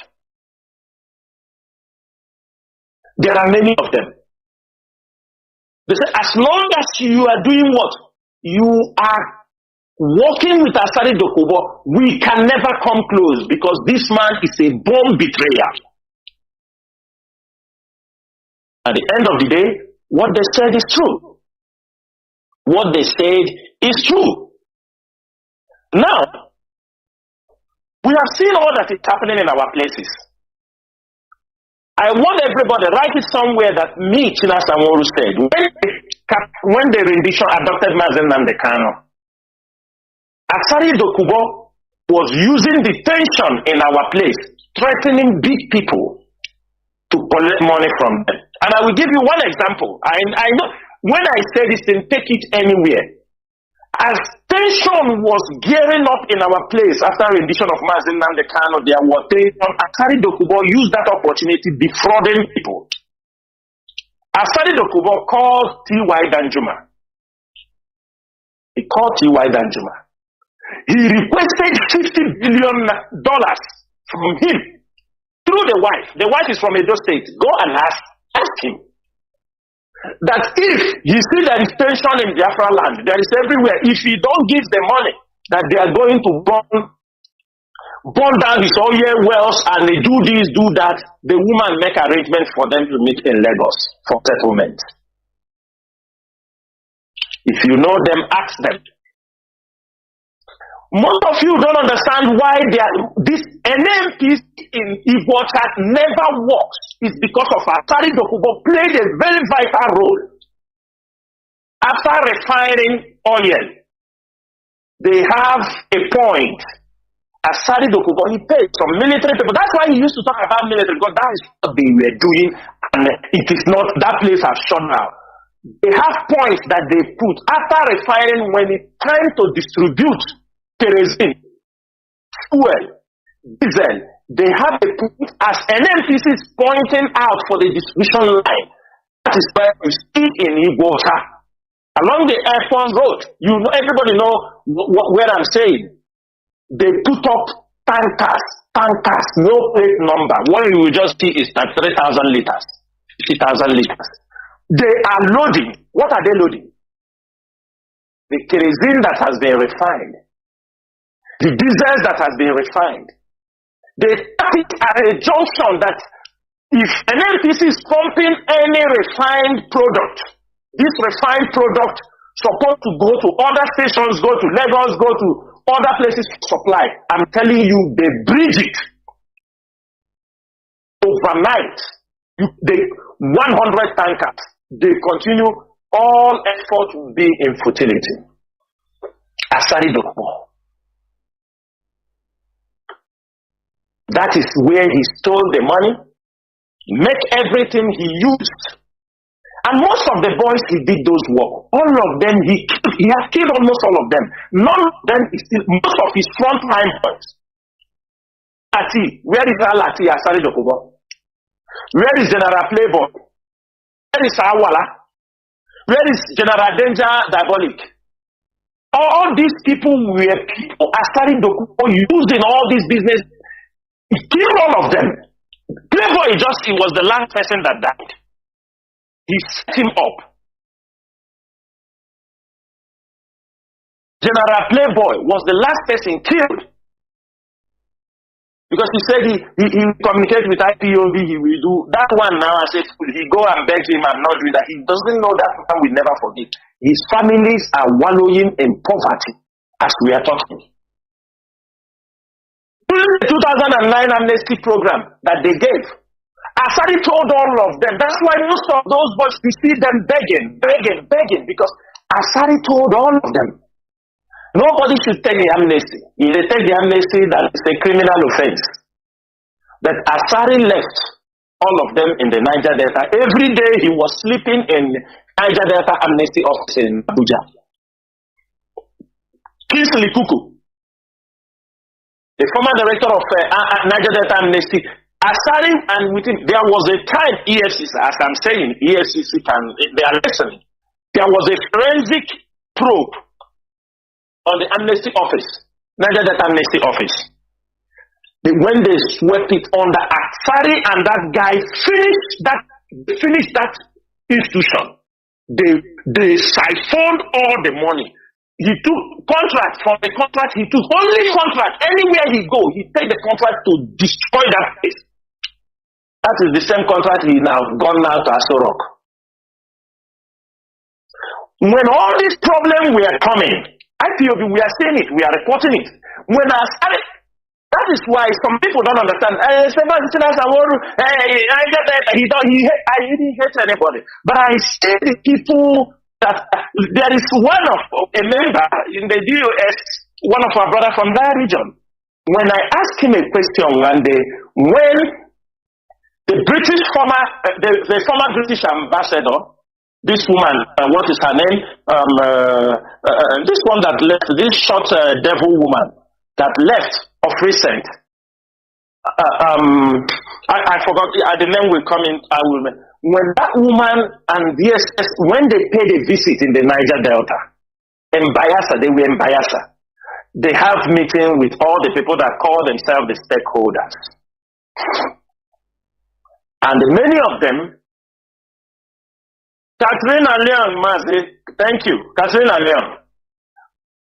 When they had a meeting in that place, I approached this our comrade. I said, you are in this place.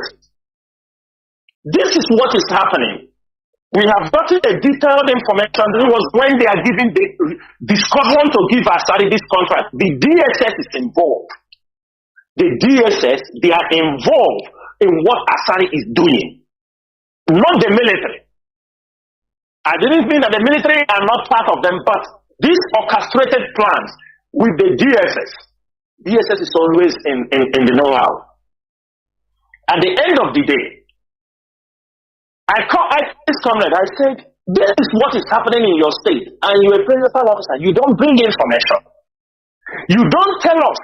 This meeting is for what? Because we want to compare the information we have from a fellow comrade. He run around. He goes. When we started to talk about Asari, he even told us, don't talk about Asari, a comrade in this struggle. Don't talk about Asari. If you want to talk, I am the one to raise the topic and the talk. That is when we know there are moles inside us. We will talk about it before Igbo people will talk about it. That time, I want to tell Biafrans what is happening. That time we were trying, Asari said they should kill us. He started coming to Imo State. We start to face Asari. Most of you can remember.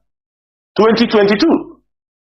The next thing, we understand. I want IPOB members, I want every of you to remember how time Asari said kill us.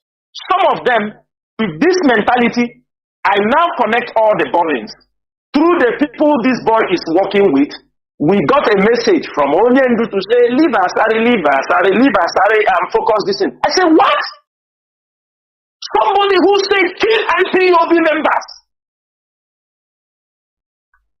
We said, okay. I said, this is a danger coming. When I started coming inside Imo State, the danger grew. If you want to talk about Asari, people will run and go and tell Onyendu. They say, leave these people. But today, everybody has seen it. Today, you have seen the catastrophe that have happened in our land because of Asari Dokubo. Moles, infiltrators in our midst. When Asari, they started killing, Ospak came to Imo State. When they were attacking, they were dealt with before they give Asari the contract. I am saying it on Radio Biafra. Asari Dokubo, hopefuls of them contracted Asari Dokubo for the assassination of Ikenga Ugochunye. Chinasa Nworu said it on Radio Biafra. Some of the people carry out that operation and fail. Some of them are also regretting when they start to understand. They were all our people from the riverine area. What you ask yourself, why is Asari Dokubo Ndibo coming from the riverine area? Somebody with a hatred mind that his people were sold, coming in the hinterland to massacre people that he hated. The full enemy. It was the Joe boys that Asari used for that operation against Ikenga Ugochunye. Hope so they gave the contract to him because he didn't want some Imo State boys to be involved so that they wouldn't link him. He gave it to Asari Dokubo. Biafra land is very small. The boys that was part of this operation, some of them are in water. They say they never knew. They just give them money, say they are going for one walk. They didn't know that this guy where they talk. Now they want me to go kill. Asari Dokubo. You see him many times he come and boast. He boasts about how he kill us in Obibo. I will get the video and post also. How he kill us in Obibo. He boasts about how he killing us in Imo State. Governors are keeping silent. Nobody is talking. Ohaneze is keeping silent. When IPOB will start, they will say we are causing problem. I'm saying it here. A criminal is threatening what he will do to us. He will kill us. Brandishing a gun, AK-47, on social media. The governors keep silent. The Igbo stakeholders keep silent. What you people are doing is you stay and watch. Our mandate is top notch. Let me say something this evening so that Biafrans will understand.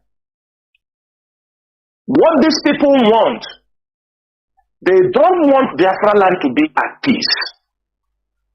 Because the moment Biafra land is not at peace, let me tell you, even if a Jofo, even if any lawyer, you speak your English, I'm telling you the national security of a country will supersede any ruling. And that is what they are doing. Some of you in the social media, you talk, they gather these informations, they harvest them, they give it to those Supreme Court judges. They are not now ruling on Mazi Nnamdi Kanu to come out, they are now handling the issue on national security. That is why all of you should be very careful. What this Eperima, his utterances, what he is saying, what baffles me, I can't believe that human can reason, that this stupid guy will go, somebody will send him a video, I mean this criminal in Finland, somebody send him a video of Nigerian soldiers killed in the north by Boko Haram. This boy will use it and give to his members. The members will be making, you see the job we are doing. We are acting Nigerian military woto. We are killing them. And I am asking every reasonable person. These videos, they have been there. These videos, they know where they happened. Most of us knows very well. You will take this video and attach a voice note because you want to collect money from people, because you want to tell people to contribute in you say them, you see the work we are doing, the Nigerian military is hearing, the video doesn't belong to you. This is a crime committed in the north by Boko Haram, where soldiers, they ambush soldiers and kill. You attach your voice note. You are claiming that this is what you did. And these things will be used against Nnamdi Kanu. Let me tell everybody one thing you don't understand. Any case, that's what gives many countries the power to detain people. When it's not IPOB that is committing the crime, IPOB is not committing any crime. But the thing is that they are using people to commit the crime. And the stupid people are coming to take glory. Both the ones criminal activities they are doing. And you think when you do all these things, I have said this thing before. The DSS compiled over 2,000 pages. First volume and second volume, most of the things these people did, both lies and truth, many lies, audio. You remember when in the High Court, when Lavarin wanted to play audios. These are collection of audios they collected both from these criminals, the things, collections. And let me tell you, any judge, based on national security, can decide not to release Mazi Nnamdi Kanu. Everybody hear this one and they know something for yourself if you want Mazi Nnamdi Kanu to come out. We have made it very clear IPOB is a non-violent movement. And by our approaches, in our own tactics, everybody knew. The only people we are confronting head-on, anytime, any day, are the Fulani herdsmen. Even I went somewhere, yes, if you ask me, I say, yes, we are confronting the Fulani herdsmen who are killing and raping and killing our people in their farmlands, destroying our farmlands. We have the ability to confront them, and we will do that, no apology. We never ask anybody, go there and kill this military man. We don't ask anybody, go there and kill this policeman. But people have done a lot of things that they took it, they go and do things, then we put it on IPOB. I have said it on here, we have strategies to put Nigeria, to unsettle Nigeria. Today, what is the position of Nigeria in the international community? Nothing. Nigeria has been relegated to the lowest of the low. Today, it's South Africa that Egypt, they are the one leading Africa in anything. It is the work of IPOB. Because when Nigeria went ahead and tagged us terrorist group, they think they are doing IPOB. They don't know they are destroying themselves. Let me tell Nigeria what they have failed to understand. People advise them to tag IPOB as a terrorist group in Nigeria.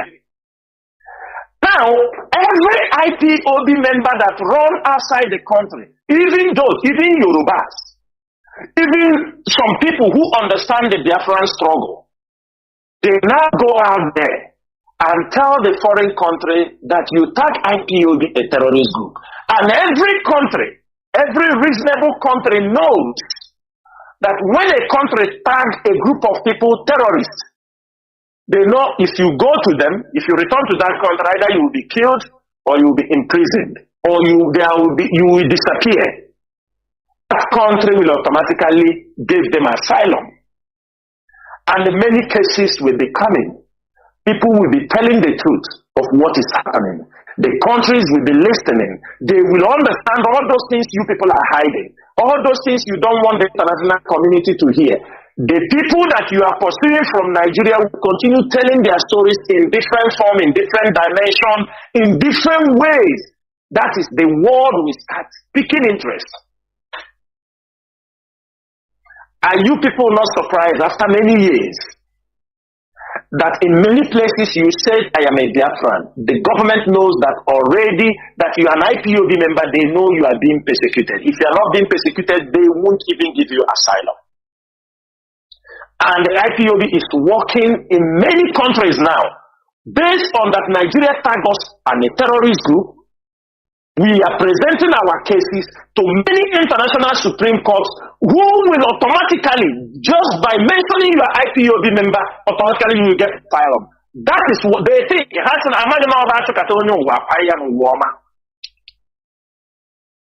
We use it and continue to tell our story to the international community. That's why we tell everybody must be resolute.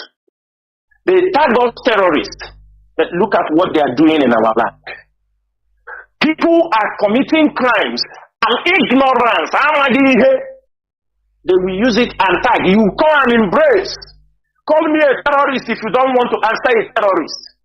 Most of you don't know, you think it is bravery. You don't know it's stupidity in the highest level. They have all gathered. They push. They want us to make statements they will use against us. They want us to use statements that they will use and make sure that Nnamdi Kanu is not released. We are smarter than them. And I'm happy that one of the governors also confirmed it. Some of them, they say these guys are smart because all their plans they are doing, it never works.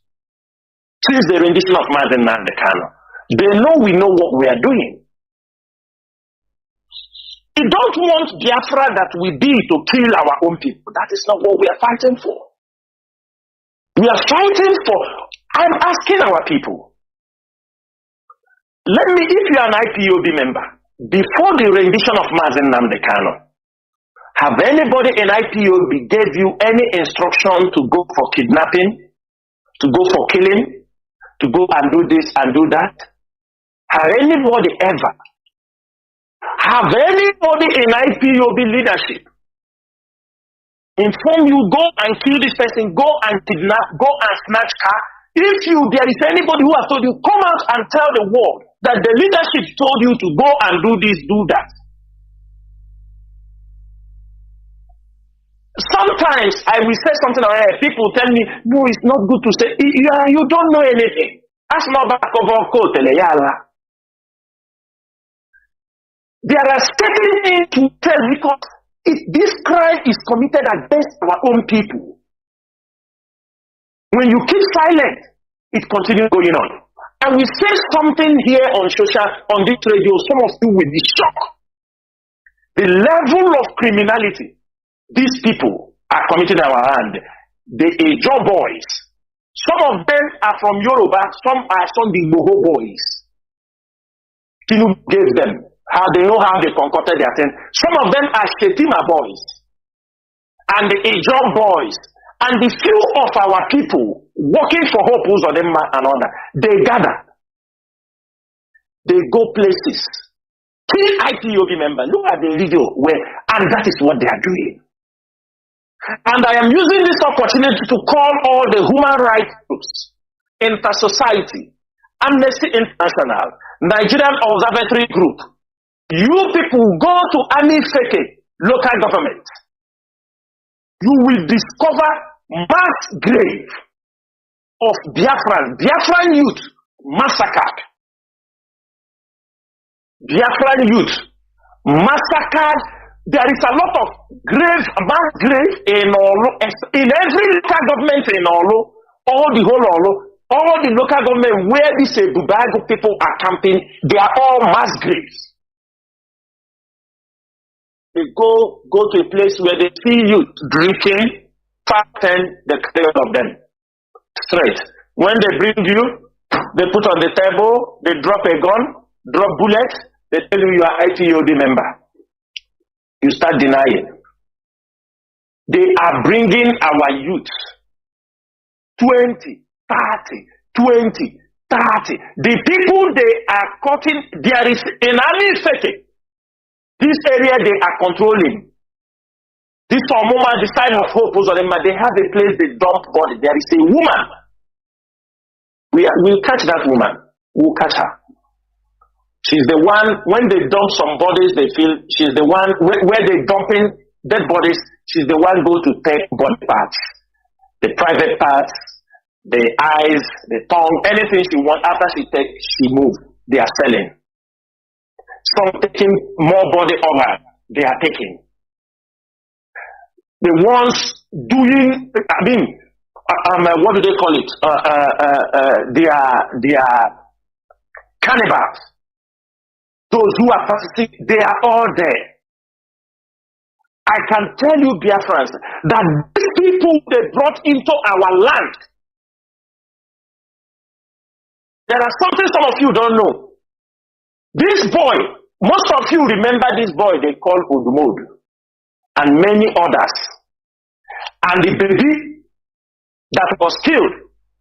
Many of these guys, you people don't know the kind of crime they were committing in our land.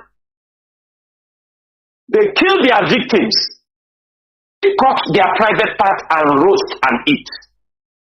That is the kind of thing happening in our land. When we come here to talk about it, some of you will not. You think we are talking nonsense. It is our people. Every day you complain your brother they kidnapped. You didn't see him. Your brother they kidnapped. You didn't see him. You don't know what happened to him. You don't know what happened to him. I am telling you what is happening in our land. Just to that IPOB. I mean, the time baby was killed,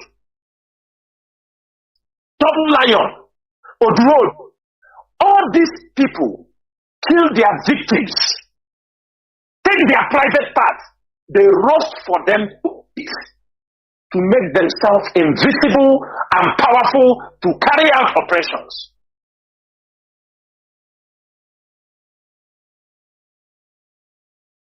And when we say it,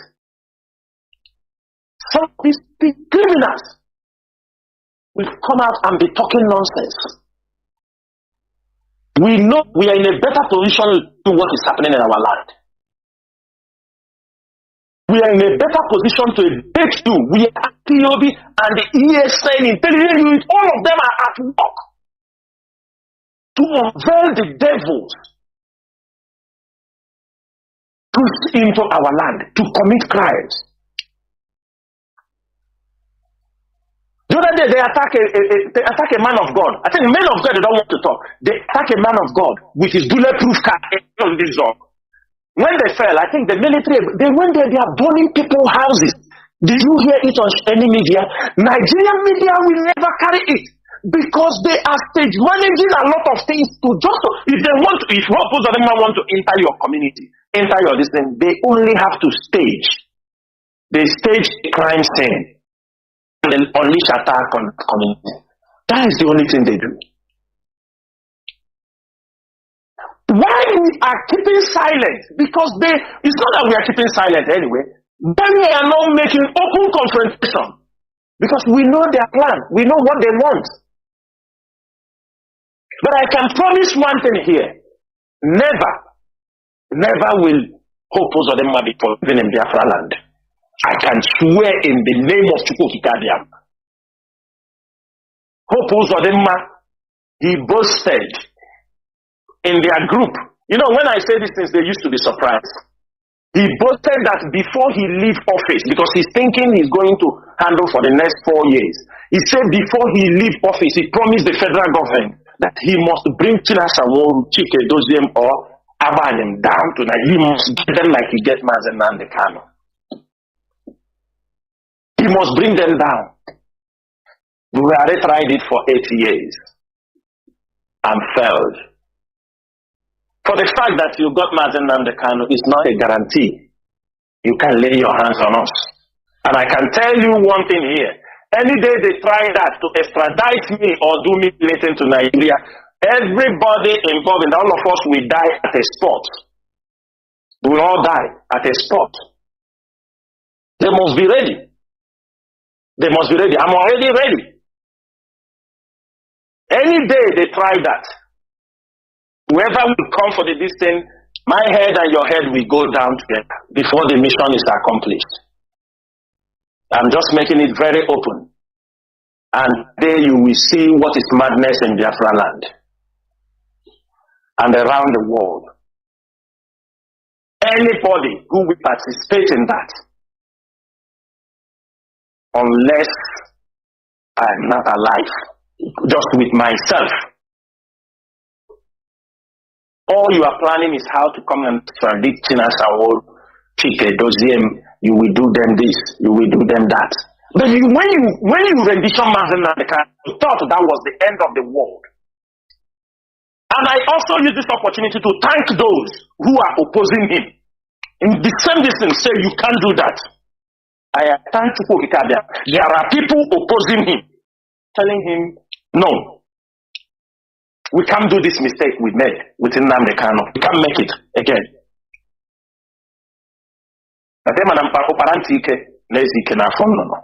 We wait for him. Everybody should know.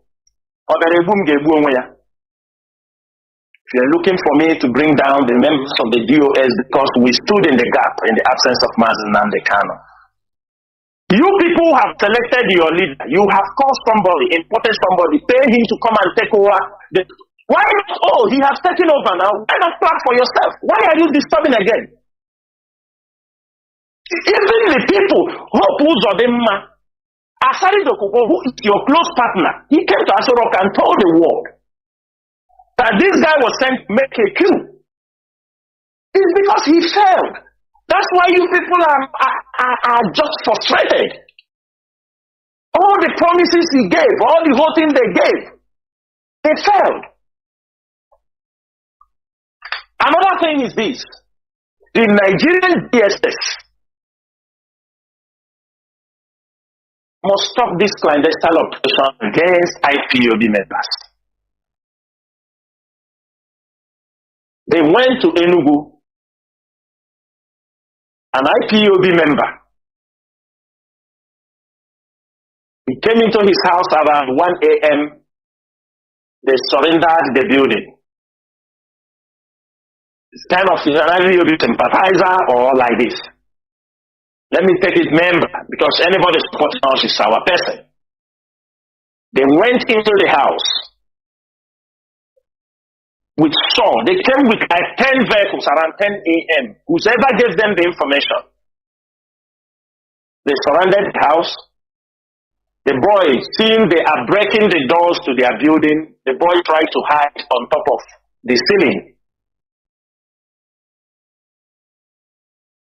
This boy they call Loco. The DSS, after they have gone to the house, they checked in the house. He was not there. They came out and asked a neighbor if he have seen this. Because they knocked the door, somebody came out to tell them, no, that the guy is not around. They asked a neighbor.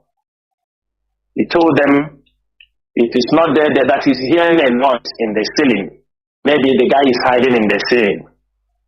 I posted it on social media. Go to my Facebook handle, you will see it. And go to my Twitter. They went into the house. They teared down the whole ceiling of the apartment, found the boy hanging on that place, trying to drag him down. The guy is shouting. They use a saw machine, and they go as they hang his hands on the plank, on the wood. They cut off his fingers. They use saw and cut off the fingers. The boy fell from on top of the building. This is the kind of things we are getting from the Nigerian government, from the USS. I want the world to listen. The boy fell from that place down. They beat him. Nobody knows if that boy is alive because before they took him away and dropped him in there, the boy was bleeding to death. When we talk here, they will say we are threatening them. But you want us to see this and we keep silent.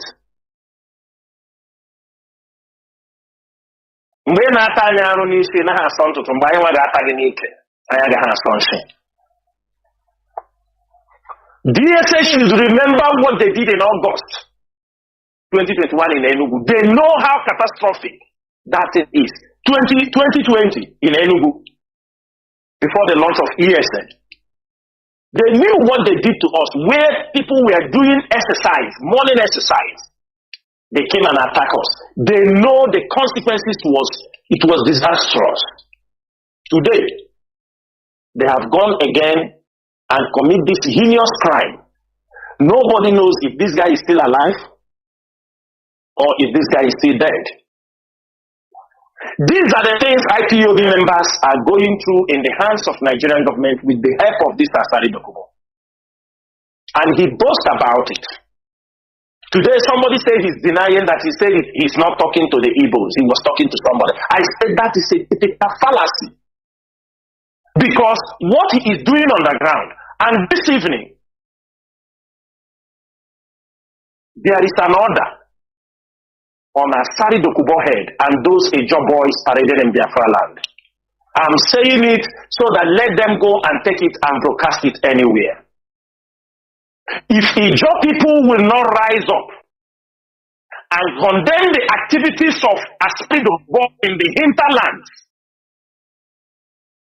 because what they are looking for is to cause problem between us and Ejo people, and Asari is whom they are using. But we are expecting Ejo people to rise up and condemn that statement Asari made, that all of them are silent about it. And for that reason, we know nobody will talk, we know nobody will revenge, we know nobody will do anything. But for IPOB, we will do something. And from this evening, a marching order has been given. It's very simple. His voice, he said, Diabali. Diabali is an animal that smells. It's an animal, one animal that smells. He's boasting Diabali. We in IPOB, we don't have titles. We are simple. Chinasa, Chika, Dozemo, Abani. This is our name. Nnamdi, Kanu. We are nobody. He said, Diabali. I am Chinasa Uku. We will be the last people. Nigerian agents, Nigerian government will intimidate. We are going to be the last generation. They will humiliate. IPOB will be the last generation. Nigerian government will kill and go free. We are going to be the last generation. Saboteurs will destroy and trying to scatter us all over. We are going to be the last generation for that. I remember years back when he talked, go and rent people. We didn't come to rent people to go and fight for anybody. We are fighting for our land. They cause criminality.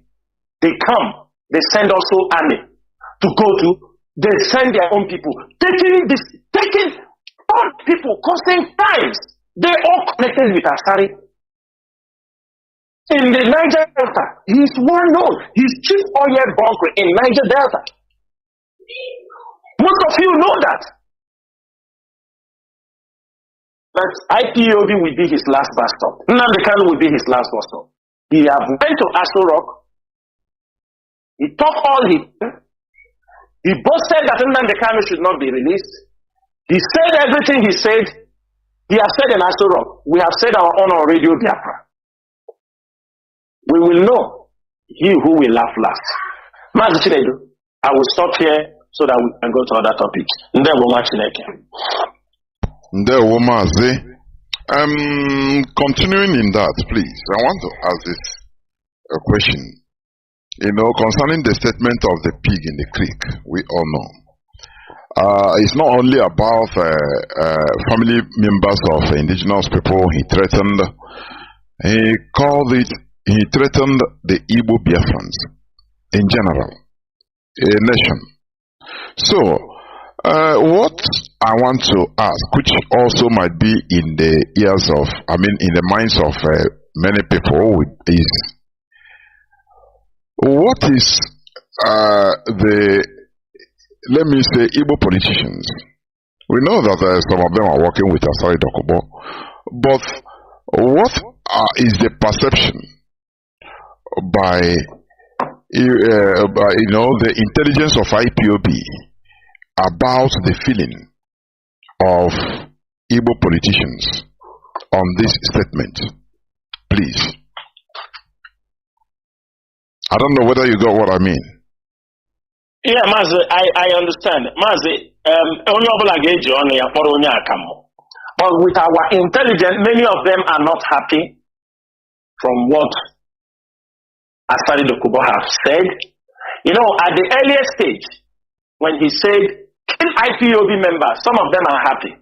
Are you understanding me? Some of them were happy. Kill IPOB members. Kill them.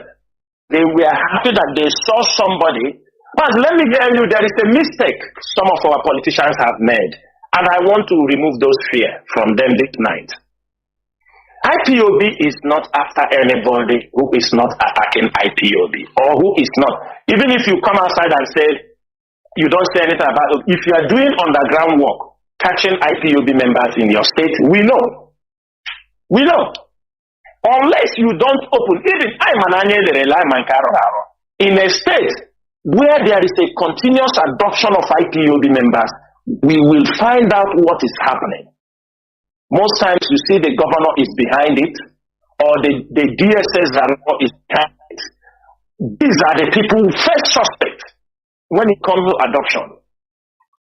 This is the first people, the governor and the DSS director. When this adoption is going on, kidnapping of IPOB members, we will go into investigation and we will know the source. When we know the source, we can make it open for everybody to know. But most of them, truly, are not in support of what Asare is saying. Because at the early stage, they are afraid of ESN. You know, our politicians are very corrupt people. They are very corrupt.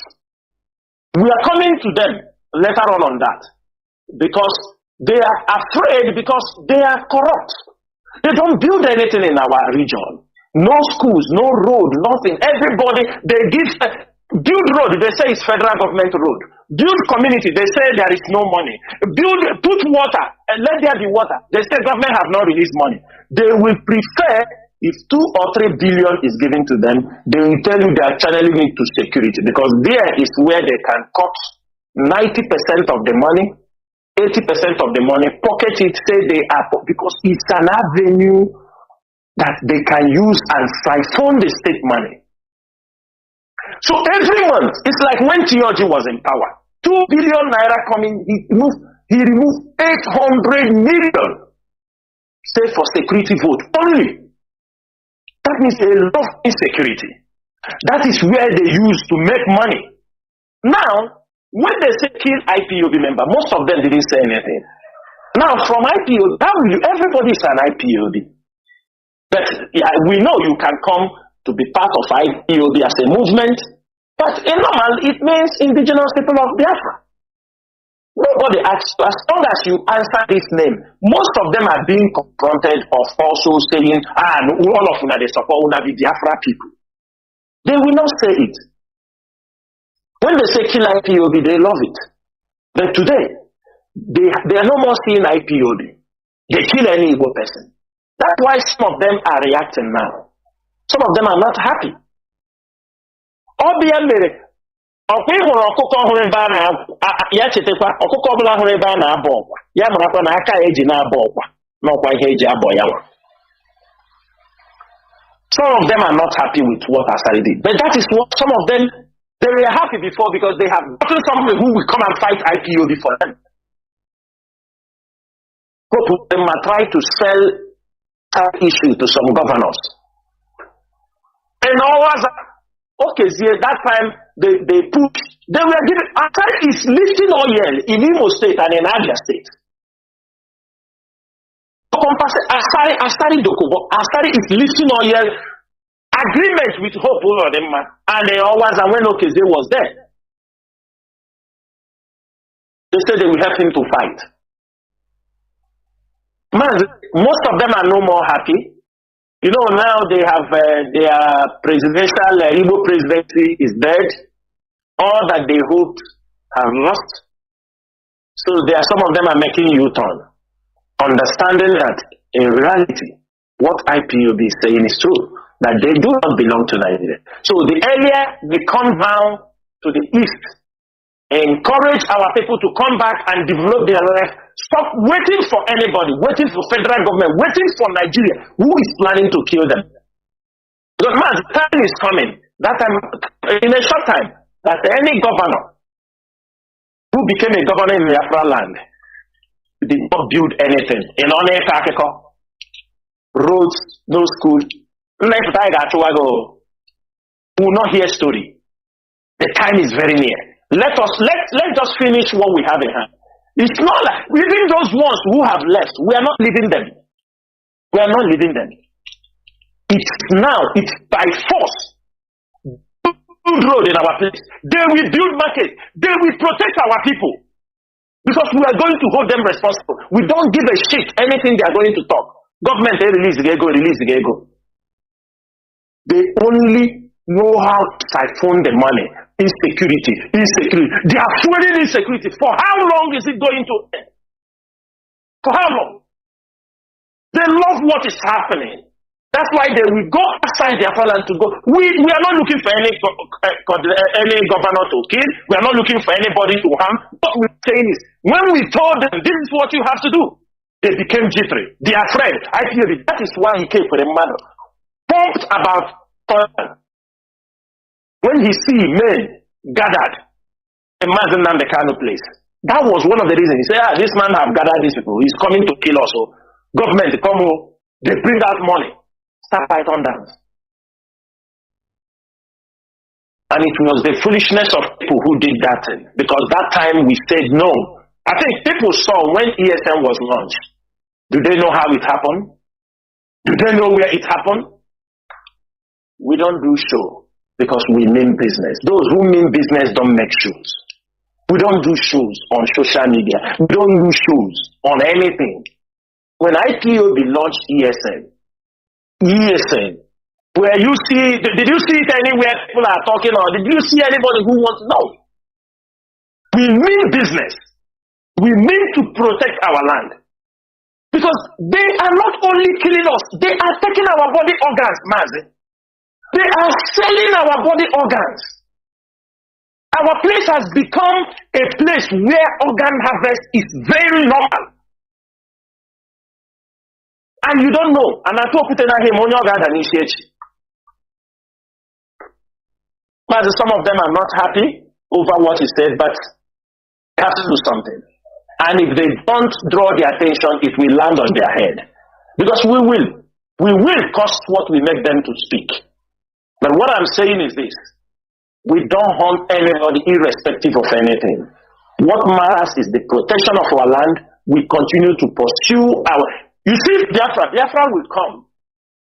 It will come. If there is a policy they did against Biafra not to come, they will never revoke it. If there is a constitution they said there will be no referendum, they will never revoke it. I'm telling you, the way other people, we're going to state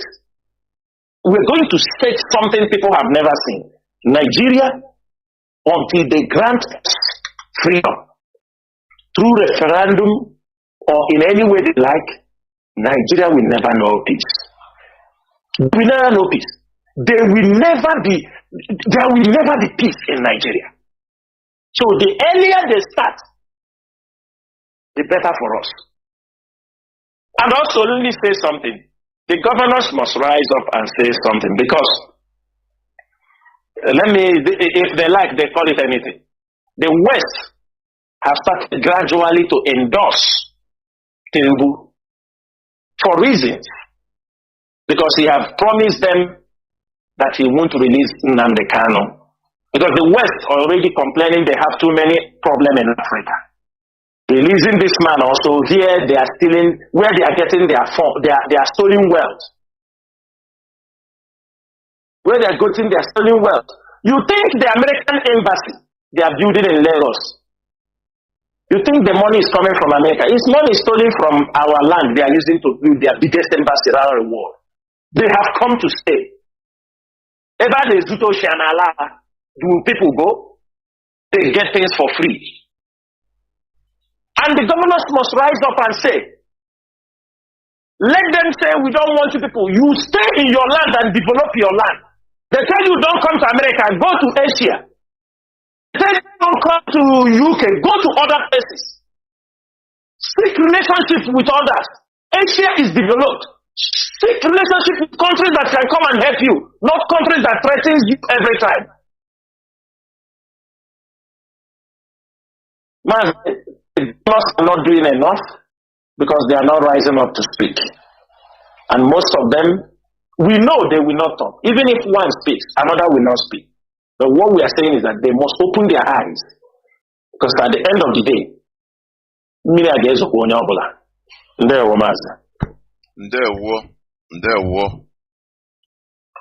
Ndewo Mazi.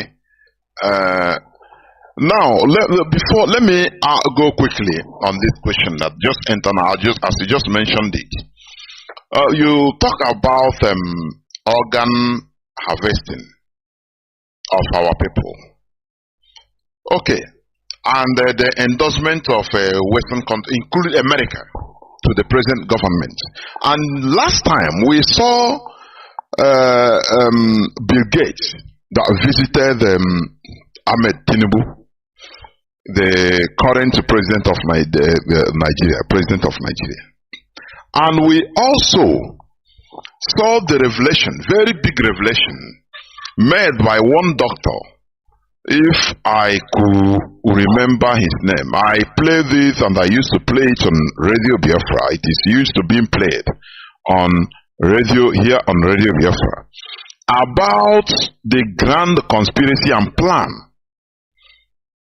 of the international organ trafficking cabal of the world, of the highest order, championed mostly according to his revelation by Bill Gates. You know, and we know that in Nigeria, where they are heading to, the organ trafficking and harvesting is mostly in Biafra land. Yes, they are doing it in other parts, yes, but mostly in Biafra land. And Bill Gates came because he paid for Nigeria organs in advance. He has paid for Nigeria organs in advance. Philip Njamanzi, the person that revealed this.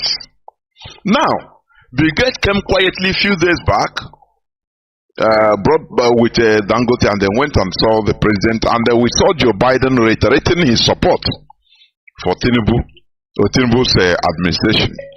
And we are all connecting all these dots. Now, what I'm asking is this.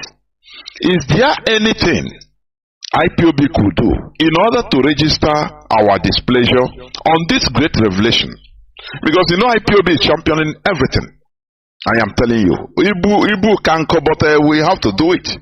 Because we are suffering it more. Our people, Biafrans, are suffering more than any other people. Now, is there any way IPOB could be organized in order to demonstrate or protest against particularly Bill Gates, to make it great awareness to people, for them to understand that yes, we know, because this is a very great revelation. And Bill Gates, what he came to sign, including other things, this organ trafficking ring that have been in place, it must be part of it, that it will continue. The other time, 7,000 plus male penis we are discovered fresh. We are discovered in containers in China, and to date nothing has happened. So what I'm asking, please, is there any way IPOB could do something to let the world know that this guy Bill Gates, he didn't mean good for us? There, Mazi. Mazi, thank you so much. Mazi, you know the issue. This organ harvesting is not only Bill Gates. They are taken to India, Asian countries, Chinese, America is taking. One thing pertaining his coming is we are still working to get a clear picture. Like the medical practitioner that said that he represented the Catholic, like what he said he have given a tip, the plan of how they wanted to take over all hospitals in Biafra land. And our people won't study medicines, all these things, they take it over. At least he has given us a tip of how the plan wants to be. What I will want is our people to focus on those things. To see maybe the hospital, because they know in the villages when they take people organ, who will talk? Mazi, they have been taking our organ. I wrote the other time, maybe from 16th century to the 28th century, they were selling us as slaves. And after they have sold us as slaves, now they are taking our organs. That's why I said this generation of IPOB, we're going to be the last people that will be treated in this dehumanizing way. That's why everybody has to rise up. Mazi, the organ harvesting. You know, I wanted to touch on this in Imo State. Presently in Nigeria, Imo State is the headquarters for organ harvesting, followed by Anambra and Abia State. These three states are the places they are harvesting. In Abia is policemen. Some Roman policemen are involved in organ harvesting. In Anambra, in Imo State. Hopefully of them, there is, let me say it and everybody know. In the government house, they have a cell, they call it the mortuary detention. You know what mortuary means? Mortuary detention. The key of this place is handled by Hopozodema. When they put you inside and lock, they hand over the key to Hopozodema. It's controlled by one Yoruba officer called Ola. He's the one in charge of that particular place.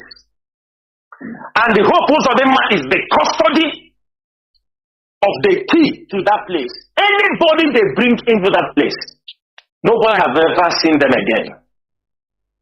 These are people, sometimes their organs are harvested. But we have people who came out, who later came out. They told us how they were harvesting our people's organs. I mean, we have witnesses. And the trauma is still disturbing them till today. Most of them, they use waterproof and tie their head because they want them to suffocate. They don't just do them like this and take. They will first cover their head with polythene bag, a waterproof. So while they suffocate, the breathing, you know, no oxygen, it keeps the organ alive. They tear them. One of our members who came out, he said, when they tear them finish, when they tear their body, remove the, you see that they have teared their belly, reaching down. When they come out, they will just come and tell them to carry them and throw inside a van and going to use them to dump. You will see they have already died. They will tear. You see all of them, you see waterproof, they tied on their faces. This is to suffocate, to make sure the organs are alive when they are harvesting the organ. Mazi, of recent, we saw women that were killed, cut from up and down the legs. Who is butchering people in this way? In the bushes. They cut them from neck, you see from their hips down, you see, they tear them. These are people, this is how they are harvesting our people's organ. So it is not only that Bill Gates is coming, or they want this organ. They are already harvesting our organ, but only they want to make it official. They want to cut out all the middlemen, all the boys that are catching people, so they want to professionally know that marrow, people's marrow, bone marrow, they are selling as high as $30,000 for sickle people. And imagine millionaires, people that have money, that can cure their people. You say it's $1 million, they pay to transplant marrow, bone marrow. Our place has become a place. And our people are not seeing anything. The danger inside.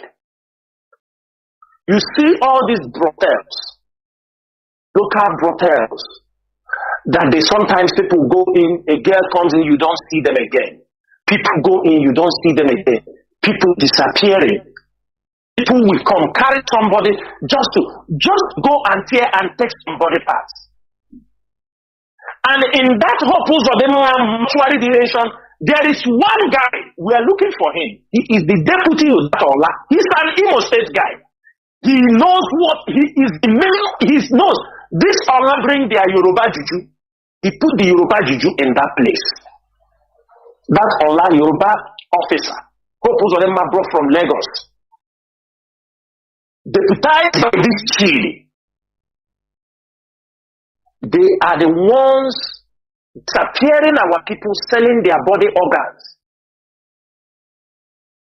Other people, you know, our people used to abuse things. Why you see this organ harvesting is getting out of hand? You know, our people like to abuse something. As no charger naga, the only one has wire charger. It's not Oroko naga here. Everybody has wire Oroko. Some of them have everybody knows wire. Some of them have realized dating people they are selling. Mazi, another people is these stupid people that call themselves Okite. We are calling them. All these ones that are coming, with a Ijanya, with a, you understanding me, with a Opara, all these people, they are all criminal gangs. Of course. Deceiving the society. Criminal gangs. We are going to hunt down these people, we are going to visit them and deal with them because these are evil. Another group of people. All of them, they are shouting, we are doing Okite, we are doing Okite, they are doing. Show me, some of them have traveled abroad. I think all those guys say they make Okite. Some of them go to abroad. I see how many people they see, they put pot. As they are gathering pot, human blood, put everything. Do you understand me?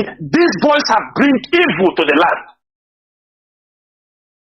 And nobody is talking. They will run on social media. I got Parahata soon. Very soon.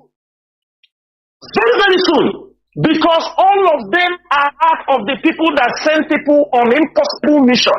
When they start defrauding you, they send you on mission, thinking you cannot do it. They tell you go and bring on the heart of a newborn baby. People, because of desperation, boom. Just to discharge them, thinking they will not. To discharge you. Mazi, just to discharge you. Mazi, there is somebody making this Okite. There is one guy, he carried him after eating his money, defrauding him in Biafra land. He brought him to Dubai. He told him, and that man traveled with his son to Dubai. He told him that for this work now to do this thing, they need the heart of his baby. Because the man was desperate. The man go and kill. When the guy saw the man went and bring the heart of his baby, the guy left him and ran away.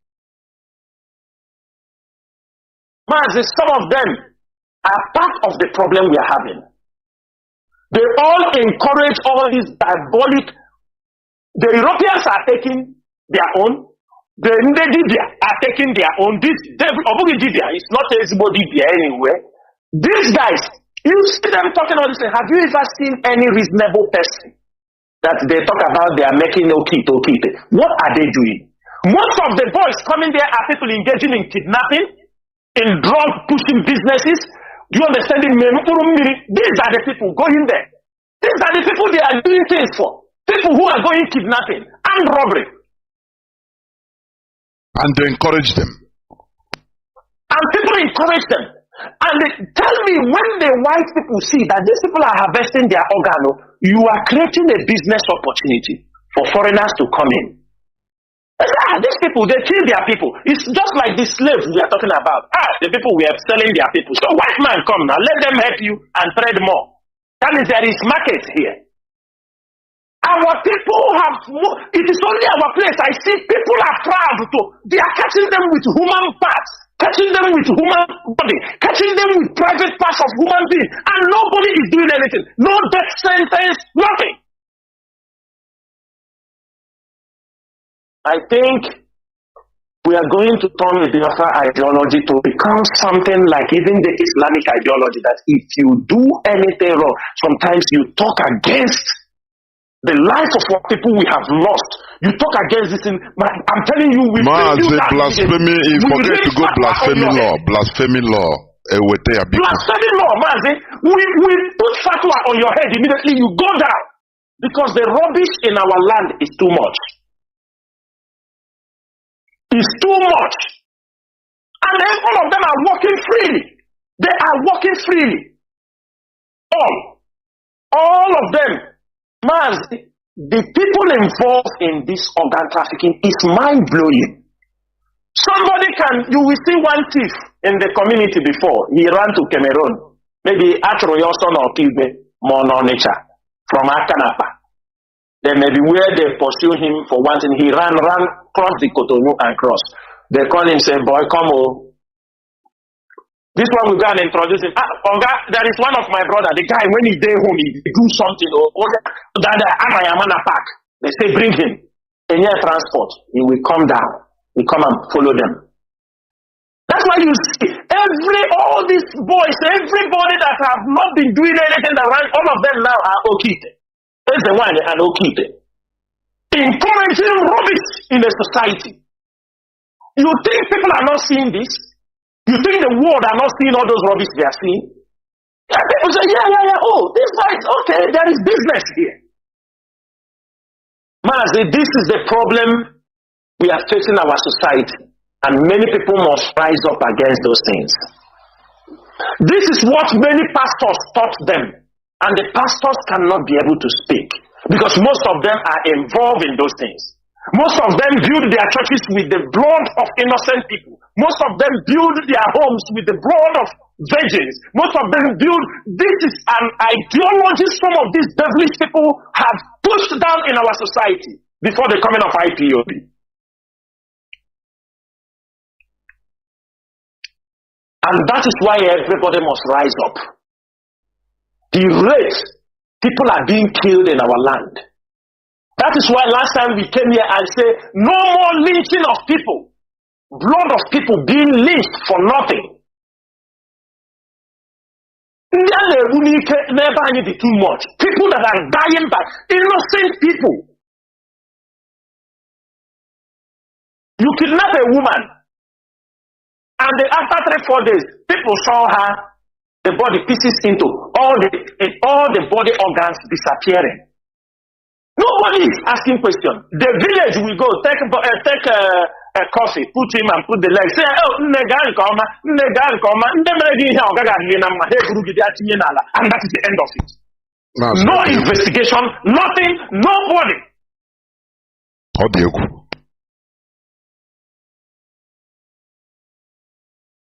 They kill people, they adopt your son, they slaughter him, they cut off his head, take his private part, they take the dead body and give to you, instead of you to stand up, instead of the community to stand up to query what is happening. They buy this and say, and they want to celebrate you. People want to come and drink, and they make merriment when they are burying you. What kind of people are this? What kind of human beings are this?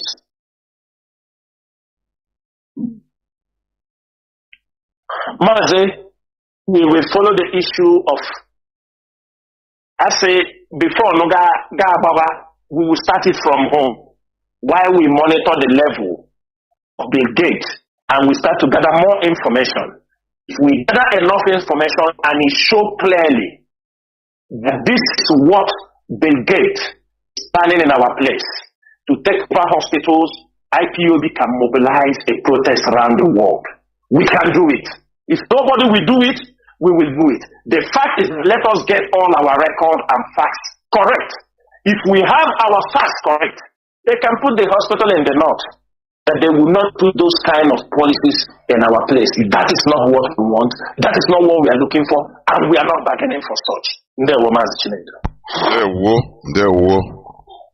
Mazi.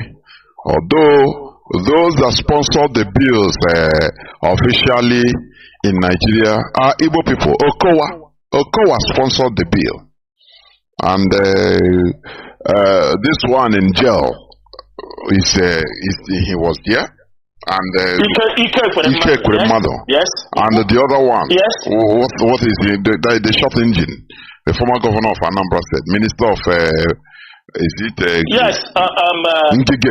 Ngige was there. You see that it is they are Igbo people, so. Mazi, sometimes in your mind, that is the miserable, honestly. Because it's our people, I don't know. But we must continue. We must continue.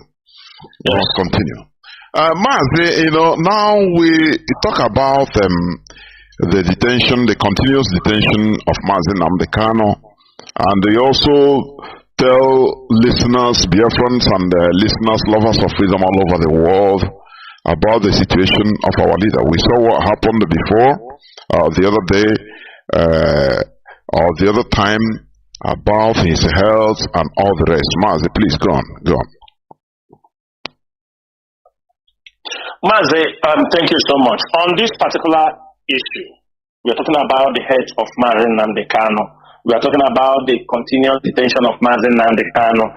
We are talking about many things surrounding his solitary confinement in the DSS headquarters. One thing is this, and this message is for Nigerian government, the DOS, the DSS, whatever we are doing, we make sure in the international community we follow the rules of engagement. This is the most important thing. Anybody who talks IPOB have done very well these 2 years, the person is just lying for himself. Because there are fools who thought is by boasting. I will give you a secret how these enemies and infiltrators are doing things. And if in any way anybody says that what I'm saying is, let me tell you, people coming out to threaten the Nigerian government, threatening them by mouth, it is what they ask them to do. Because these are things they are collecting to say, you see, they are threatening us. You don't threaten a government. If you want to do something, you do it. Because your actions will be more clear than threatening them. Mazi, is for example, if you say now, if you don't release Mazi Nnamdi Kanu after 1 week, we will do this and do that and do that. If Nigerian government tells us, IPOB, if you don't stop this struggle in 5 days, 10 days, we will do this and do that. We will tell them, do your worst. Mazi, am I right or wrong? Am I saying the right thing or wrong? If Nigerian government, of course, you're right. The military, yes, tell us, in 1 month, we give you 1 month to stop the Biafra agitation. If not, we will kill everybody. We will tell them, do your worst. The same thing implies when some fools come on social media. Nigeria, it gives you 1 week. If you don't release Mazi Nnamdi Kanu, we will do this and that. The Nigerian government will say, do your worst. They will even want you to talk more because they use it to keep Mazi Nnamdi Kanu down. That is what they want you to be doing. But if you say there are something you can do, you will press your buttons and they will be hearing from you. They will be confused. You will strategically do your work and the hit will be coming. Calls will be coming from everywhere. They will be calling in here. How do we do these things? You now table your situation, table your conditions. Mazi, we know that Nigerian government recruited, you understand me, the agent provocateurs and told them to do. What they are doing is not something new. They have done it before. They have done it in 2015. They did it also when Mazi Nnamdi Kanu was attacked in 2017. For 1 year, they did it also. They provide leaders. You know, they are graduating. This time around, they have gone to the people who takes over this person become prime minister. They know. The question is this. If those things are working, they wouldn't have kept Mazi Nnamdi Kanu till now. If those things have worked, they would have released him. They know he's in danger. But what they are trying to do, they want to keep him, make sure that these criminals breed like what Asare is doing. They want to breed more private army that they will keep in our place, so that when you are talking, they will say it's not Nigerian army. And the one thing is this: Nigerian police and Nigerian army, the Nigerian police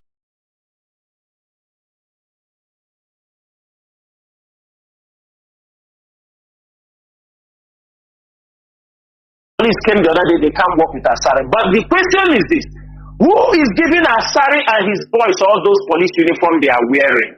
They are using military uniforms. You see them, are you people not the ones giving them those military uniforms? Are you not the ones giving them those police uniforms they are using? Going to intimidate people. If you don't give them uniform, who are those ones wearing police uniform? Who are those ones carrying the police vehicle to go to burn houses in Izombe, in Oguta, in Idiasebe, in the whole of Olo? Who are they?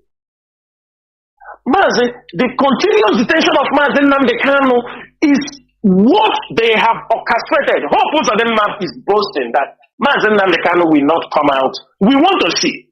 We want to say, till he finish. That is what some people are working on. Till he's become re-elected and they continue. He's trying to lobby other people to keep his zone in a unsecured, insecurity everywhere for his own benefit. This is so opposed to them. Everybody knew him. They knew him as a highway robber, a criminal. They are the ones that started this 419. If they eat your money, you come, they kill you. It didn't start today. All this man know about is a politics of killing. You see him now, the new chief. I think you see him with his wife and wife, Kando Lumba, gallivanting, trying every police commissioner. You see him, he's there. Because he's trying to build a relationship. He's trying to build, because if you watch, you found out the new police IG, he was there. He's the one who went to Crown. Everywhere, because he's running around trying to build relationship with these new officers that we are appointed, so he can continue his criminal activities. So that when he asks them, send me soldiers, they send him. Send me this, they send him. So that even if his men are killing people, nobody will say anything. All these things is just to make sure that Mazi Nnamdi Kanu is not being released. All these things is to make sure he causes more insecurity, that we see Mazi Nnamdi Kanu continuously detained based on national security. IPOB is a movement, a peaceful movement all around the world. We are not violent. We are not killing anybody for anything. We believe we can challenge you in anything you are talking. If anybody say that this is what IPOB do, come, let us talk it. Come to Radio Biafra. Bring your point. Prove to us. Call us anywhere. Come and show evidence that IPOB is responsible for this and responsible for that. If you say IPOB, ESN is attacking Fulani herdsmen, yes, we do that. We do that because we are protecting our ancestral land. We do that because we are protecting our women. We do that because we are protecting our farmers. We do that because we are protecting our ladies. They are being raped. They are being killed. We do that. But one thing is this, Mazi, all they are doing is just to make sure that they destroy anything positive that will, or anything that will exonerate Mazi Nnamdi Kanu. The Nigerian government knows that the criminal in Finland is behind most of the criminal activities in Biafra land. They knew. They know very well. But have you ever seen where they call his name? Instead, it is me. Chinasaworu, they will bring people. Chinasaworu is Chinasaworu that. Chinasaworu this, Chinasaworu that. Hope of them are instigating insecurity in Biafra land. Insecurity in Biafra land. He's instigating insecurity in Biafra land. Reasons are to make sure Mazi Nnamdi Kanu is not released, and he's working it. He's working it with other people. He's working with other people, many people, to make sure that Biafra land is having always a problem, because he's benefiting from security fund he's getting from Abuja. You know he was a 419 person. So he has turned insecurity to a lucrative business. He has turned it to a lucrative business, just to make sure he keep Mazi Nnamdi Kanu down. Keep Mazi Nnamdi Kanu to make his money, and he finish from there. He know in the next, if he enter another time, soon you people will forget him. You will forget him. When he finish, you will forget him. Because he knew that Mazi Nnamdi Kanu knows what he is doing. That's why he is fighting to make sure he's ready to put more money. He's ready to recruit more people, distract IPO. The people say, nobody is distracting us. We will give you 1 week. We finish with you. We go to another one. You can't distract us. You cannot distract us. And let me use this opportunity this is a reminder, because of this distraction issue. Fellow Biafrans and fellow comrades, it has come to our notice that of recent we have seen, nobody is saying don't wish anybody birthday. We are not saying that. Nobody is saying don't wish your fellow comrades birthday. But please, all these birthday wishes, take them away from official IPOB platforms. Wish people their birthdays in their private inbox. Because if we continue wishing birthday, every day there is somebody whose birthday is there. And every day we continue, we will lose. So that is distraction. That will distract us, but not when we are battling with our enemies. When we are battling with our enemies, it can never be distraction. But that is the enemy that pop up at a particular moment. And it is our duty to make sure we deal with that enemy. Like I started, this period, we must finish the issue of Asare. It is very simple. I think they said, even the Hausa people, they say, everything has time. The time has come when we will sort it out with Asare. And that is what we are in now. With all of them, this week is the week the rendition Mazi Nnamdi Kanu and all those enemies, they have all popped up because they have been reminded that this is 2 years old, you didn't finish IPOB. You could not do IPOB anything. You see them popping up. I want everybody to check the time. The time Asari came to the Aso Rock, it was a kind of an anniversary for keeping Mazi Nnamdi Kanu inside. They came out and started talking. But one thing I learned the APUB leadership, people distracted us, not only distracted, they fought us for 1 year to 6 months. All of you knew what we went through, but I'm happy today. Our diplomatic moves is now yielding fruits because we tried our best. We were deprived of everything that is needed to launch the kind of diplomatic attack we want against Nigeria. We could not have it because saboteurs were everywhere. They were going up and down. But today, moves have been made. Nigeria have done their own. They have earned their money.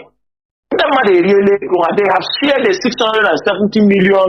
It have gone. But we will use our own little words and we will secure results and they will see it by their eyes. People sometimes say people are talking. No. We must create that awareness.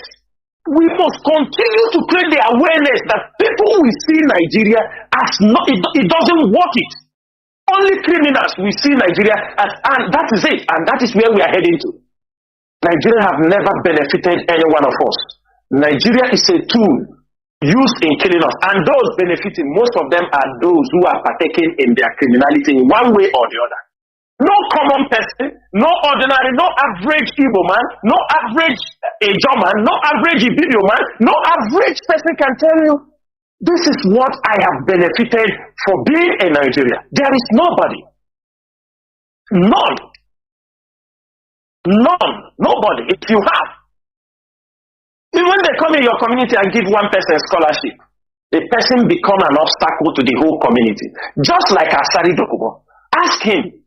What I think everybody knew what he said. If you have forgotten, let me read out what Asari, the reason why he's doing what he's doing for Tinubu, the reason why he is supporting everything that Tinubu is doing. Let me read it out for most of you so that if you have forgotten, that you don't come in a community or a town and they supported help one person, because of that person, everybody now must support. Asari said this thing on June 10, 2022. He said, when I was in prison, Tinubu was so kind to me. He paid my children's school fees. He gave me a house at VGC. He gave my wife a house at Oba.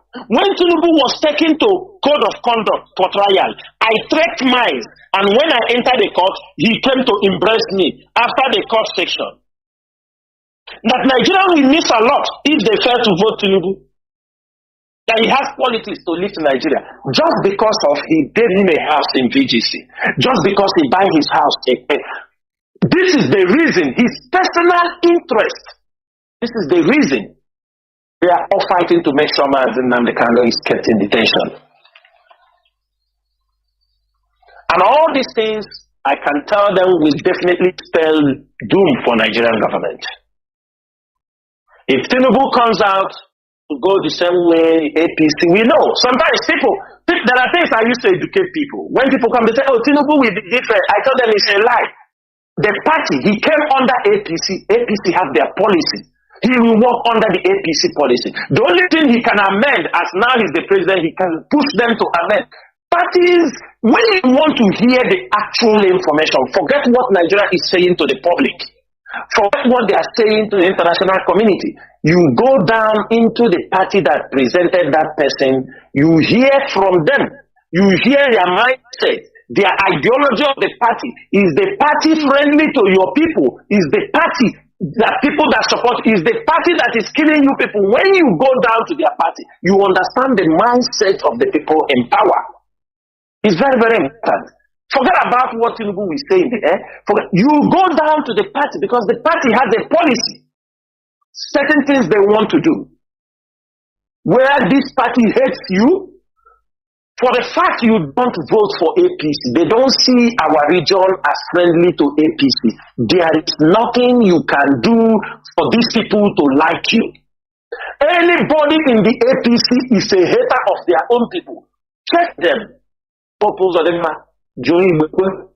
of them, count all of them that are in that APC. Check who are in front line. Only some, after they have finished, they are make sure. That is how it has been. And I'm telling them, they can continue detaining Nnamdi Kanu. But by the time, the longer they keep Nnamdi Kanu, the faster the Biafra is coming. Because it will make us, every day we try to implement, we try to carry out new assignments, new strategies that will, we know Nigeria is already down. We know. Nigeria no. He knows that when Nnamdi Kanu comes out tomorrow, all these criminals will disappear. They can no more be there. It's not because of Nnamdi Kanu. They can no more be there. Say because Nnamdi Kanu send us. Because all of them are using Nnamdi Kanus. Police will catch you. This, I'm also giving this message to the Nigerian military and police. Go to Colombia and know what happened in Colombia. When Colombia deceived the world, they deceived the government. I think one of the army generals came out of recent, he was begging for forgiveness. Because he deceived the government that he was fighting the drug law. For 10 years, they massacred the innocent. They take you, they say you are doing drugs, they kill. You are doing drugs, they kill. They kill thousands of their own citizens. They were not fighting the drug law. They were only killing innocent people, giving impression to the society, giving impression to people that they are fighting for drug war. At the end of the day, I think they slaughtered over 78,000 or 80,000 of their own people. And he came out of recent apologizing. That is what is happening in the Nigerian security agencies. In the pretense that they are fighting IPOB. They are massacring innocent people. But IPOB remains. They continue to massacre even people that believe in their Nigeria. They continue to massacre people. They bring people that hate you. Bring from a Joe axis. Bring them from Yoruba, because not every Yoruba, they pick those ones that they know, they hate you. They told them, let's take the war to the evils because of Nnamdi Kanu. They come in massacring innocent people, even people that doesn't believe in the struggle. There are people that will only say, nah, why are you killing these people now? They didn't do anything. Even though I don't believe in Biafra struggle, they told you are one of them. You are IPOB. They kill you. The Nigerian security agencies, they have killed many people that are not IPOB members. And the number they have killed, that the IPOB members they have killed. The number they have killed non-IPOB members, as number the IPOB members they have killed. Out of the hate. Because they want to implicate Nnamdi Kanu. The 2,000 copies of evidence DSS have is not enough to persecute him. So now they're moving to cause a national security. That is the only way they can use to root him down. Mazi Chinedu, I will stop here. But our people should know, and Nigerian government should know, that the continuous detention of Mazi Nnamdi Kanu will definitely spell doom against them in the international community, both local. It will deepen the division in Biafra land and in Nigeria. It will deepen the division between the religious bodies. It will deepen the division among businesses. It will. Definitely it will. Just to implicate Nnamdi Kanu, just to do. We have people today whom some of them, hopeful of them, asked to take some IPOB members, some fools, to send them to Lagos to go to fight, so that they will be caught. Some of them ate the money. They sent them, they intentionally recruited them during the election, tell them they are killing Igbo people in Lagos. We have said it, we are not going to Lagos to fight for anybody. If you want, you come back home. They come and pay some of them, some 500,000. They take some stupid IPOB people who say they don't know where they belong to Lagos. They didn't know it was a trap. They were lucky. They were not caught. Because the plan was when they come there, they will catch them. When they come out to say they are doing elections, they will catch them and say these IPOB members have come from the east, coming to cause problem in Lagos. Some of them took the money, they didn't go. So they will televise them that IPOB sent people because they wanted to prove to people that IPOB was supporting P2B. I can tell you some people receive up to 500,000 naira. Personally, transport from IPOB, from Anambra, from Iguacha, transport them to Lagos, they pay hotels for them. So they will come out. When they come out, they will round them up and say that IPOB members came to fight for P2B, they catch them. This is, they are writing it down. They will use, those things will not work. Those who are doing those kind of business, it won't work. It is not going to work. Not today, not tomorrow. Because IPOB is everywhere. We have our code of conduct. We know how we operate. And all the IPOB principal officers knows where to confirm anything that is happening. That is why we're still here. And that is why we will continue to be here until Mazi Kanu regains his freedom and Biafra restored. Mazi Chinedu Ndewo. Mazi, what about Mazi Nnamdi Kanu's operation of proposed operation on sickness and the condition? Because many people will love to know about it, please. Mazi. You know, I will say something. I will say something about that now, but I won't go very deep. You understanding me? I'm not going to go very deep. Mazi, you know we have treated the number 3 topic with the number 1 together. You know that, and the number 2, yeah, you know. Yes. So we are going like towards the ending here. You know the question you asked. Of course, many of our people will like to hear. We like to hear this. But I'm not going to go deep, and I don't want people to take it out of context. But what have happened, or what is surrendering the health of Mazi Nnamdi Kanu, is something very funny. When I came on radio, when I raised the alarm that Mazi Nnamdi Kanu should not be handling operation, that is our own solid opinion, and we are not changing that. Mazi Nnamdi Kanu is sick. They should make sure Mazi Nnamdi Kanu go for treatment. Ordinary ear infection. Buhari was always flown abroad.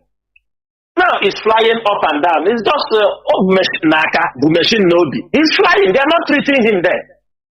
This is our leader. After the court case, they went the other day that Ozekome came out and granted an interview. Because before Zekome come and said that, there is one of our comrades who now came, because you know sometimes our people want to believe what the criminals are saying. And that comrade, he's hearing me now. I called him because people were throwing that question. Mazi, they said Ozekome is running away from Onyendu. He doesn't go to see Onyendu on 11th, since 11th of May. He doesn't go to see Onyendu. I told the person is lie. When the questions come too much, I called one of our media person. I said, thing that is coming. Look at these two. The person said that Ozekome have never gone to see Onyendu. He's running away from him since 11th. The same person also said on 3rd June that Ozekome went and they met Onyendu and discussed the Ifeanyi Ejiofor. Ejiofor censored the message and gave Chinas Oru. They understand me. You know, they said. But I thank God that after the court, Ozekome made a press conference. Whatever Ozekome said, I think that was what I have already told our people. How the case, the issue of the health of Onyendu, does that even send any message? What I said, did it contradict from what Ozekome said? No. I said that Ozekome, when they invited Ozekome, Onyendu went for the operation.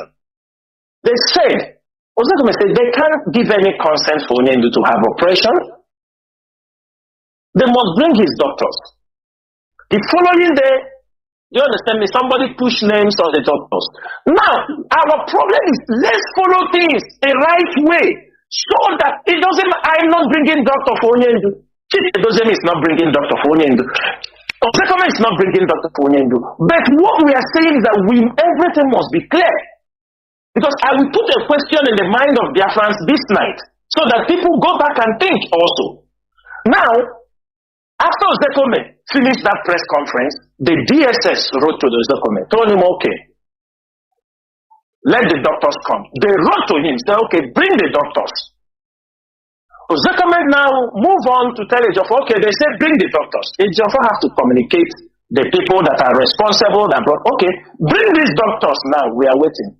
On Wednesday, there was an appointment, 11 a.m. They never showed up. They didn't bring the doctors again. On Thursday, they rebooked another appointment with Onyendu. They told them, bring the doctors. As long as I know, by 12 in the afternoon, when I spoke with Ejiofor, he said he's rushing down to the DSS because the doctors are expected to be there by 1 p.m. That was on Thursday. And on the same Thursday also, they refused to bring the doctors. And they have been contacted. They want to make it a problem. They start talking. They don't want to bring the doctors again. And the question is this. We expected Thursday, they didn't bring the doctor. Wednesday, they failed to bring them. Thursday, they failed to bring them. Friday, they failed. Saturday, have gone. We don't know what is their plan. Have you seen till today now? They don't want to bring the doctors again. The doctors you are talking, we want things to go in the right way. So that anything that happened to Mazi Nnamdi Kanu, we will have something in our hand. The people must be around. He is inside the DSS dungeon. This is not something you are doing it as if this is a leader of over 75 million people. The question is this.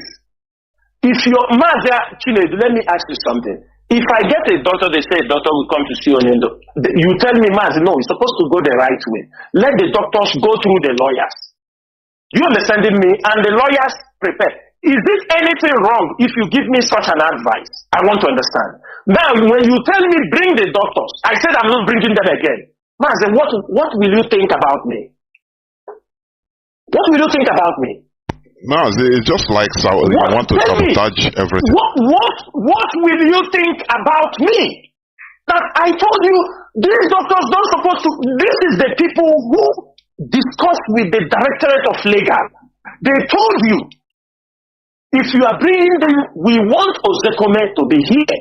We want this person to be here. Now, they wrote to Ozekome, said, bring the doctors. Now, Ozekome asked them, said, bring the doctors. Wednesday, they didn't want to bring them. Thursday, they failed to bring them.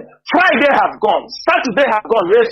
Instead, one of them was talking very harsh, telling them why they didn't have the numbers of the doctors before they will say bring them, that they should stop disturbing them.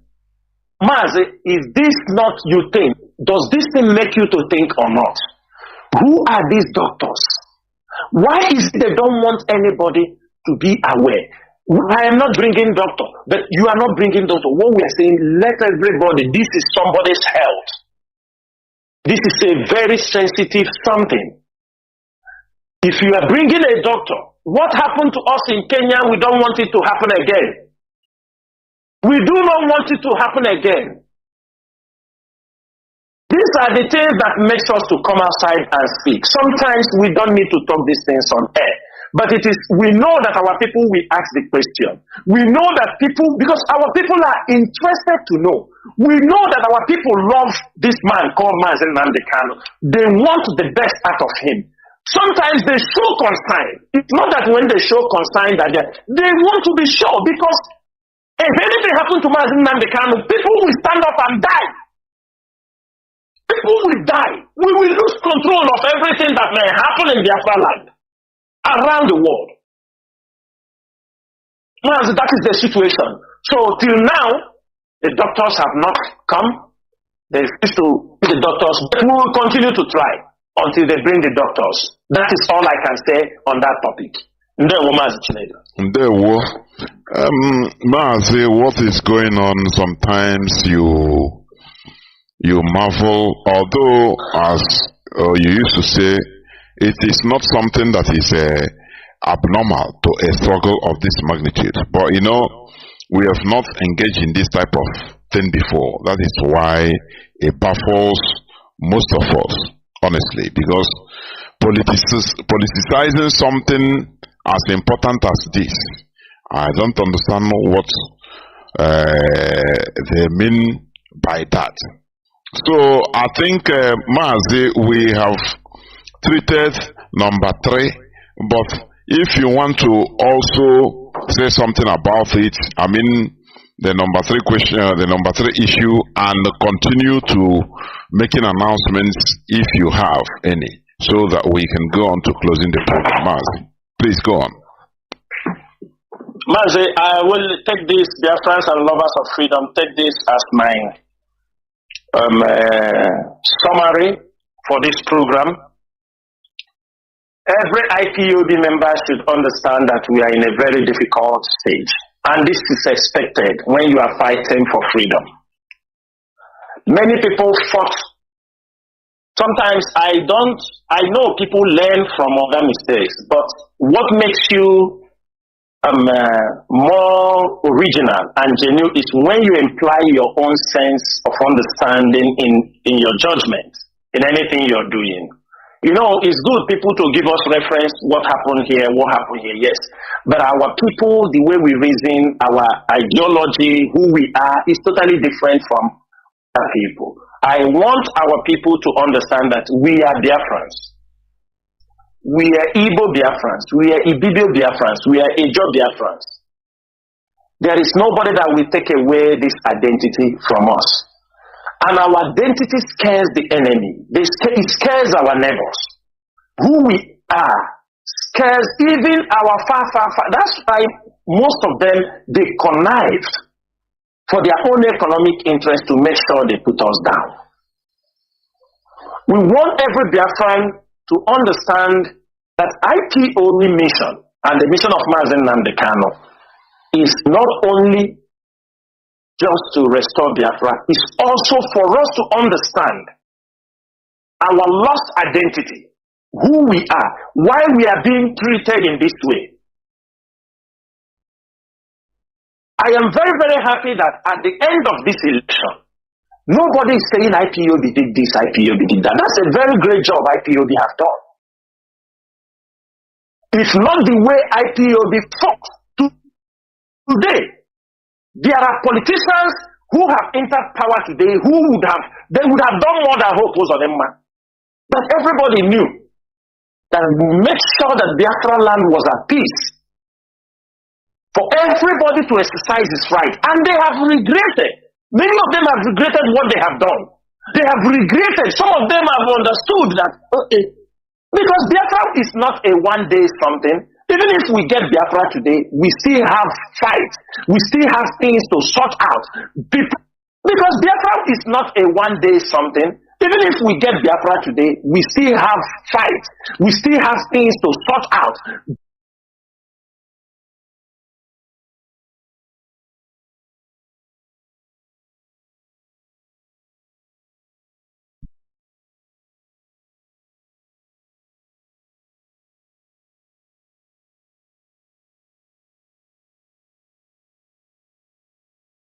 Fight. so that they will be caught. Some of them ate the money. They sent them, they intentionally recruited them during the election. Tell them they are killing Igbo people in Lagos. We have said it. We are not going to Lagos to fight for anybody. If you want, you come back home. They come and pay some of them, some 500,000. They take some stupid IPOB people who say they don't know where they belong to Lagos. They didn't know it was a trap. They were lucky. They were not caught. Because the plan was when they come there, they will catch them. When they come out to say,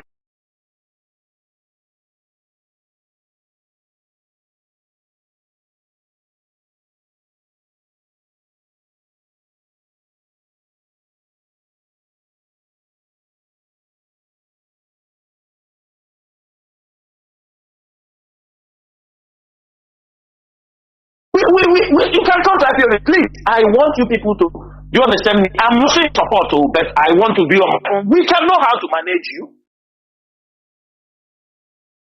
But it's not when you come out, you talk, because you don't know what IPOB is doing. You are not in touch with what is happening internationally. You are not in touch what is happening in the Aso Rock about you. You are not in touch. You are based on hearsay. People have used the IPOB, used the Biafra struggle, and become content creators. Many people they don't seek information. They only imaginary fictions. They come on social, how they think it will be, how they feel this is how it will be. They blackmail, they do all sorts of things, they give you hope. They will go to catch Biden by hand. They will bring warship. They will bring, when they bring, some people love this kind of, stories. They will bring entertainment. They will, it's easy, talk, kick. No strategy, nothing. I want Biafrans to become more critical in their reasoning. I want us to be more critical. There is a work for all of you. It is still, evangelism is not only when you are going or waiting for IPOB leadership to come on radio to talk. Whatever you learn here, you can transform this information to people in the market. Have a debate, make an understanding, educate people. It is your work. Educate them the importance. Because some of our people don't know. They claim to know, but they don't know. So I urge every IPOB member that it is unfortunate that we found ourselves in this state, but this is what's expected when you're fighting for freedom. If not that IPOB is very strategic, by now, we have done unimaginable things in the hands in the good President Nnamdi Kanu in detention. I used to tell people these things. Anytime they capture a leader of a movement, if you are not careful, if that leader is killed, that movement hardly survives. Or when they have the leader in their custody, in most cases, that movement don't survive. But IPOB have been exceptional. For 2 years, we have contained the excesses of the Nigerian government, the Nigerian DSS, Indian provocateurs, their fifth columnists, and the Nigerian army, and the Nigerian intelligence director of intelligence. We have managed to curtail their excesses, their propaganda, their blackmail. We have managed, and today we have defeated them. All the money spent is all in vain. All the effort they have done from Nnamdi Kanu, his voice to be heard. The world is hearing his voice. Everything they are doing in our land, let me make it very clear. They are doing it to make sure that the Nigerian government will hold Mazi Nnamdi Kanu based on national security. And let me tell you, go to the Supreme Court. If you allow them to hold these things, the national security of a country will supersede everything judgment you are bringing on the table. That's why we must make sure for the world to understand, for the judges to understand that all these criminals, all these crimes being committed have nothing to do with IPOB. It is better they go and face the criminals. It is better they go and face all these people causing insecurity. Who's responsible for the insecurity in the state? Hold him responsible for any crimes he has committed with Asari Dokubo and his gang. Let me tell you, all those people you see wearing Nigerian special forces, Nigerian badge, special forces in Biafra land, these are the people recruited by Asari Dokubo. They call themselves special forces. These are the people recruited by this guy. And our people must be on alert. Sometimes now they are wearing red and black, so that people may think it is IPOB that came to carry some people. That is what also they are doing. We must be very vigilant in Biafra land. We must be very, very vigilant. Everybody, you must be your brother's keeper. Know where your brother is going. Inform people where you move, because presently there is a movement of the Fulani down Enugu in military uniforms. Kidnapping is going in very high level, and they are coming in numbers. They are trying to engage us from all fronts. They are trying to make sure that Biafra land cannot be peaceful, because we are calling our people to return back. As they are dealing with them in Lagos, in other places, they know that if our place is peaceful, our people will return back home. But they don't want our people to return. They want let our people be on their knees when they are destroying their properties, their businesses, as they are destroying Allah. Some of them are not coming home. Some of them are looking for another place. If you ask them, you say, Southeast is not peaceful. Where will they come? That is the stupidity. That is what they want them to do. We will continue. It is not a journey. It is not an assignment. It is not something you can do. It is not magic. It is conviction. And I want everybody to be part. Every IPOB member must be part of this gospel. To make sure that we restore Biafra, our place must be at peace. The battle is with the foreigners. Our battle is not internal. Yes, we have saboteurs inside. But the battle for the restoration of Biafra, we need to cut off the hands of the foreign agents who are sucking and feeding from Biafra land. We need to attack their foreign policies that nurture all the things that they are doing against Biafrans in Nigeria. That is what we have to do. It is not our people that are at home. It is not the woman in the village. It is not the woman going to farm to find something to eat. She or he is not your problem. If you are a politician, we will come against you if you are part of those making sure our people are being adopted or being killed or being in prison. We will come against you. We owe no apology. If you are a governor, we will confront you. If you are a senator, we will confront you. Whoever you are, you are a security agent, we will confront you. But we won't touch anybody who have never come against IPOB. We won't confront anybody who have never in one way tried to kill our own people. Or there is room. I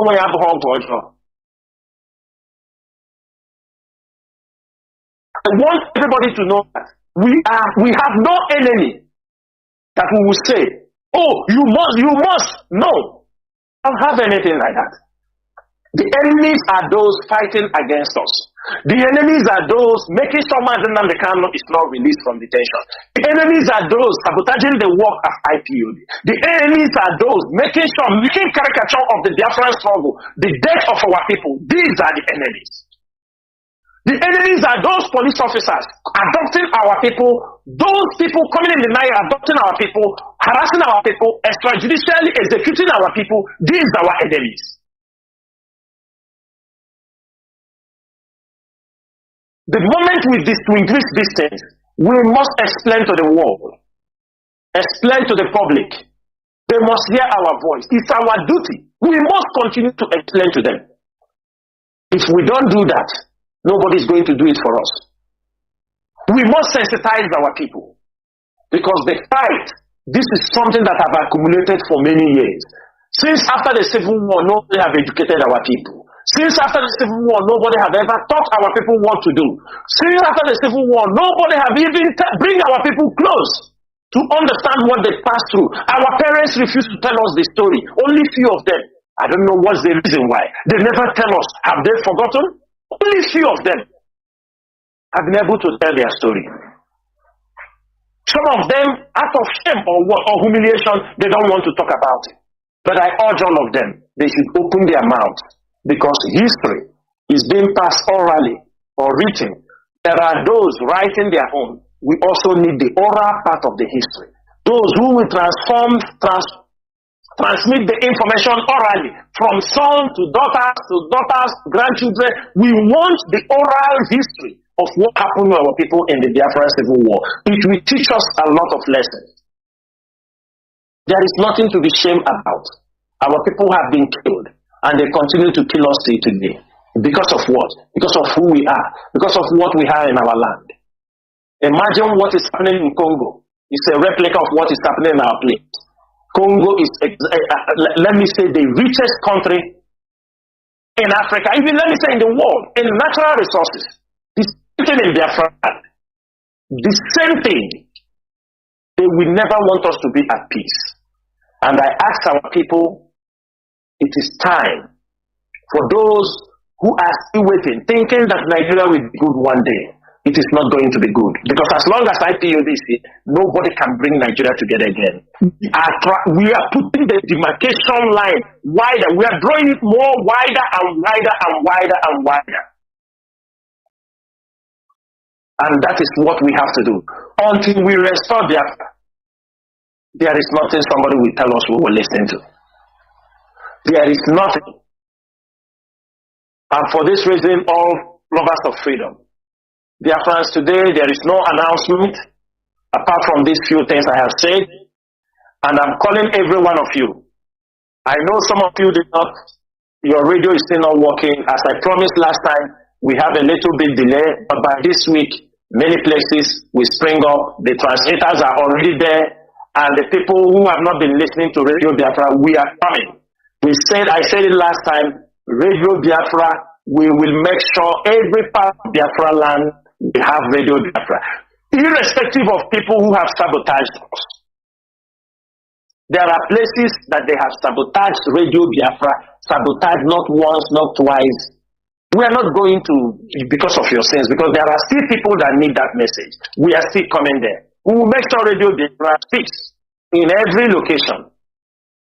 And I can promise you, since the transmitters are down, the technicians are on duty, and they will make sure that everywhere we speak. I will stop here, Mazi Chinedu. But once again, Biafrans and all the lovers of freedom, bless every one of you. Once again, my name is Mazi Chinedu. Chinedu served the indigenous people of Biafra as a member of the Directorate of State as in Kachifo Nomu Chineke. There were Mazi. Thank you very much for the exposition. And we must continue, Biafrans and lovers of freedom. You've had it all. We continue. We go nowhere. We must continue being consistently consistent in what we are doing. We are not doing it because it is easy. We are not doing it because it is very simple. As Mazi Chinedu said, we are not content creators, whereby we come to make people happy and people say, nah, no. We must continue being objective, focused, and consistent, and we will get there. Thank you for listening. From me, Mazi Jonathan Chinedu, together with Mazi Chinedu, it is simply good evening.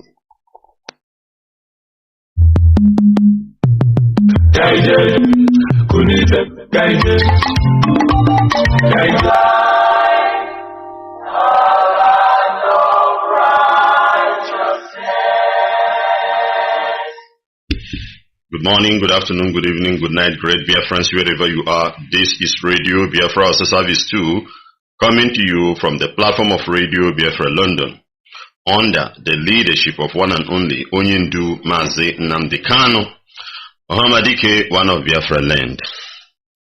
Mazi Nnamdi Kanu is the only incorruptible leader of the indigenous people of Biafra. He's the director of Radio Biafra and her television, the commander of the armies of Biafra and the greatest man living on this planet Earth. And this broadcast is coming to you from me, a servant of the Most High, a servant of the indigenous people of Biafra, the firstborn of Mazi Nnamdi Kanu, and a proud disciple of our leader in the person of Chineke. Once again, I say good morning, good afternoon, good evening, good night, great Biafrans, friends of Biafrans. Even the enemies of Biafrans, you are highly welcome. As we know, one thing is for us to press on for the disintegration of this British demonic abominable contraption called Zoological Republic of Nigeria, and for the restoration of the kingdom of God here on earth, which is Biafra. Our land is longitude 0, latitude 0, the center of the universe. We are the original children of God. We are the people of the book, and that is why all attacks from left and right are coming to us. You must understand that. Nobody is being hated like you and I. Nobody is being rejected like you and I. Nobody is being killed like you and I in this present generation. It's just because of the mark. You may not see the mark. You may not see the mark, but those in the spirit will understand the mark. That's why we are being rejected. But we are here to do what? To regain, to restore the mandate. Whether they want it or not, we will restore the mandate. The only place we will have peace in this world is under the sovereignty of Biafra. The sovereign state of Biafra is the only place we will have peace, because that is what will cover us. That is what can protect us. When Elohim sent his people out of Egypt, he makes sure that they own a particular land, that they will be governed by themselves, so that you won't say these people make this policy against us or this, that. We will be the one that will design, write our constitution by ourselves, implement it by ourselves, punish and praise ourselves whenever it happens. If we do good, we praise ourselves. If we do bad, we punish ourselves. That is the only time you will see us will be free. And the glory of God will be shining like the sparkling stars you see on the cloud in the night upon us from year to year. And people will admire to be like us. The whole world will admire to be like we Biafrans. I tell you the gospel truth. Your children that will be on earth then, the whole world will be admiring to be like them. Then you will see changes in the continent of Africa. Other African countries who have been struggling to get the light, they will now see the light. They will come to land of Biafra. They will learn one or two things. They will return back to their land and put it, and you see the changes. Then that is the awakening of Africa. It will only come from Biafra. No any other place. No any other place. It's quite unfortunate that it's very difficult for people to understand this. Because if other African countries, other brothers and sisters we are talking about can understand, they would have helped us right now. Forget about any other thing they are doing. Put every necessary effort for Biafra to be restored. But it's not like that, because it's very difficult, it's very hard for you to understand it. Even some of us that are pushing the struggle, some of us have not really got this revelation, download it and understand it, to see it. So that is why you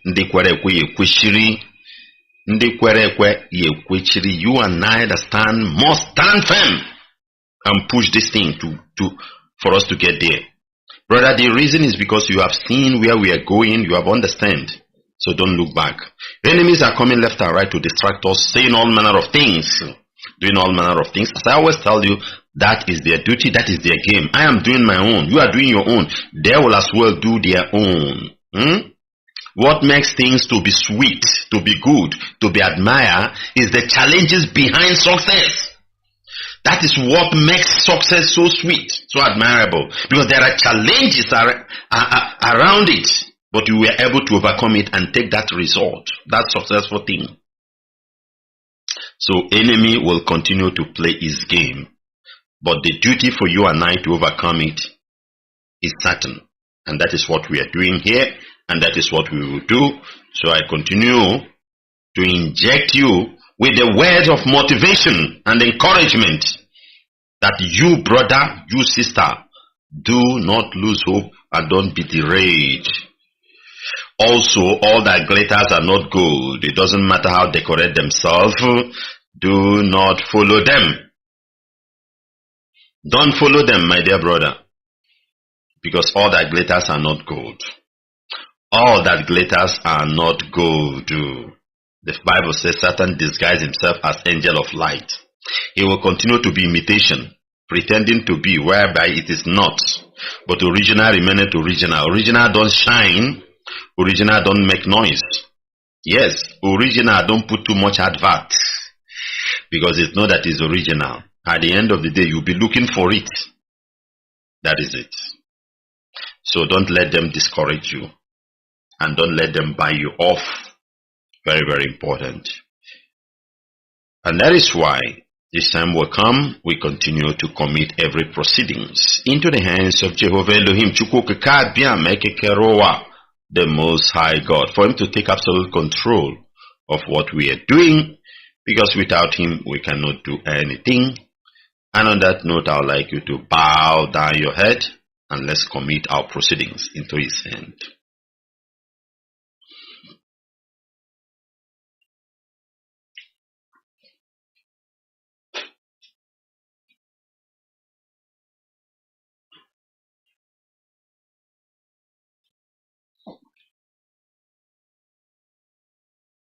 The righteous King of glory, ancient of ancient, you are the beginning, you are the end, you are the Alpha, you are the Omega, you are the Jehovah Nissi, Jehovah Jireh. We give you praise, Lord. We worship you, Abba Father. We adore thee, we glorify your name. Take glory, Almighty God. Take glory, Jehovah Nissi. Take glory, Jehovah Jireh. Lord God Jehovah, we your children have come before you once again. O Lord God Jehovah, will continue to call upon thy holy name. We continue to ask you for intervention. Oh Lord, we continue to give you praise. We continue to worship, to adore thee, to glorify your name. We cry unto thee. We bring our petition before thee, O Lord, because there is none like thee. Father, we worship you, we adore thee. We bless your holy name because you are Jehovah. You are Elohim, you are Adonai, you are Chukwu Okikabia Mekekerowa, the Most High God. You are the God of Abraham, Isaac, and Jacob, the God of Mazi, Nnamdi, Kanu, the God of our ancestors. We bless your holy name at this moment. Daddy, we give you praise. We worship you. We roll on the floor, Lord God Jehovah, to give you praise at all times. We say, hallowed be thy name, O Lord. Hallowed be thy name, Abba Father. Hallowed be thy name, Ancient of Ancient. Blessed be your holy name, O Lord God Jehovah. May you arise, O Lord, and take the glory, O Lord. Arise in the midst of your people and accept your praises. Jehovah Nissi, the Bible says you inhabited in the praises of thy people. May you arise, O Lord, at this moment. Accept these praises to the glory of your name. Because we, your children, O Lord God Jehovah, will never bow down to stone, to wood, to idol of any kind. We will never bow down to them, O Lord God Jehovah. We will never worship them. Neither shall we worship demons in the modern ways or ancient way. Nor shall we give your praises to human being. Never, O Lord God Jehovah. Only you shall we praise. Neither shall we worship the dead, the spirit of the dead. Neither shall we. Only you, Ekekerowa, shall we glorify all the days of our life. We say, therefore, accept these praises to the glory of your name. Take glory, Almighty God. Take glory, Jehovah Nissi. Take glory, Ekekerowa. Be thou exalted, Lord. Father, in your presence there is fullness of joy. In your presence, anointing breaks the yoke. In your presence, O Lord God Jehovah, Abba, Father Jehovah, Ancient of Ancient, there is liberation. There is liberation, Lord, in your presence. Anointing breaks every yoke. There is deliverance. There are prayer answered. Everything is possible in your presence. And we thank you, Lord God Jehovah, for opening the heaven, for your presence to be seen, for your power to be made manifest, O Lord, at this moment. We say, hallowed be thy name. Agent of ancient, we lift your servant, our leader at this moment, O Lord. We continue to pray for your mercy, for your intervention, for your power, for your healing hand, O Lord, upon him, for your deliverance, O Lord. Father, that finally you bring him out of the solitary confinement. Jehovah Nissi, you will hand him over the flag of Biafra, O Lord. Biafra will be restored, O Lord. Abba, Father Jehovah, because this is an agreement you made with him, O Lord, even before he was conceived in the mother's womb.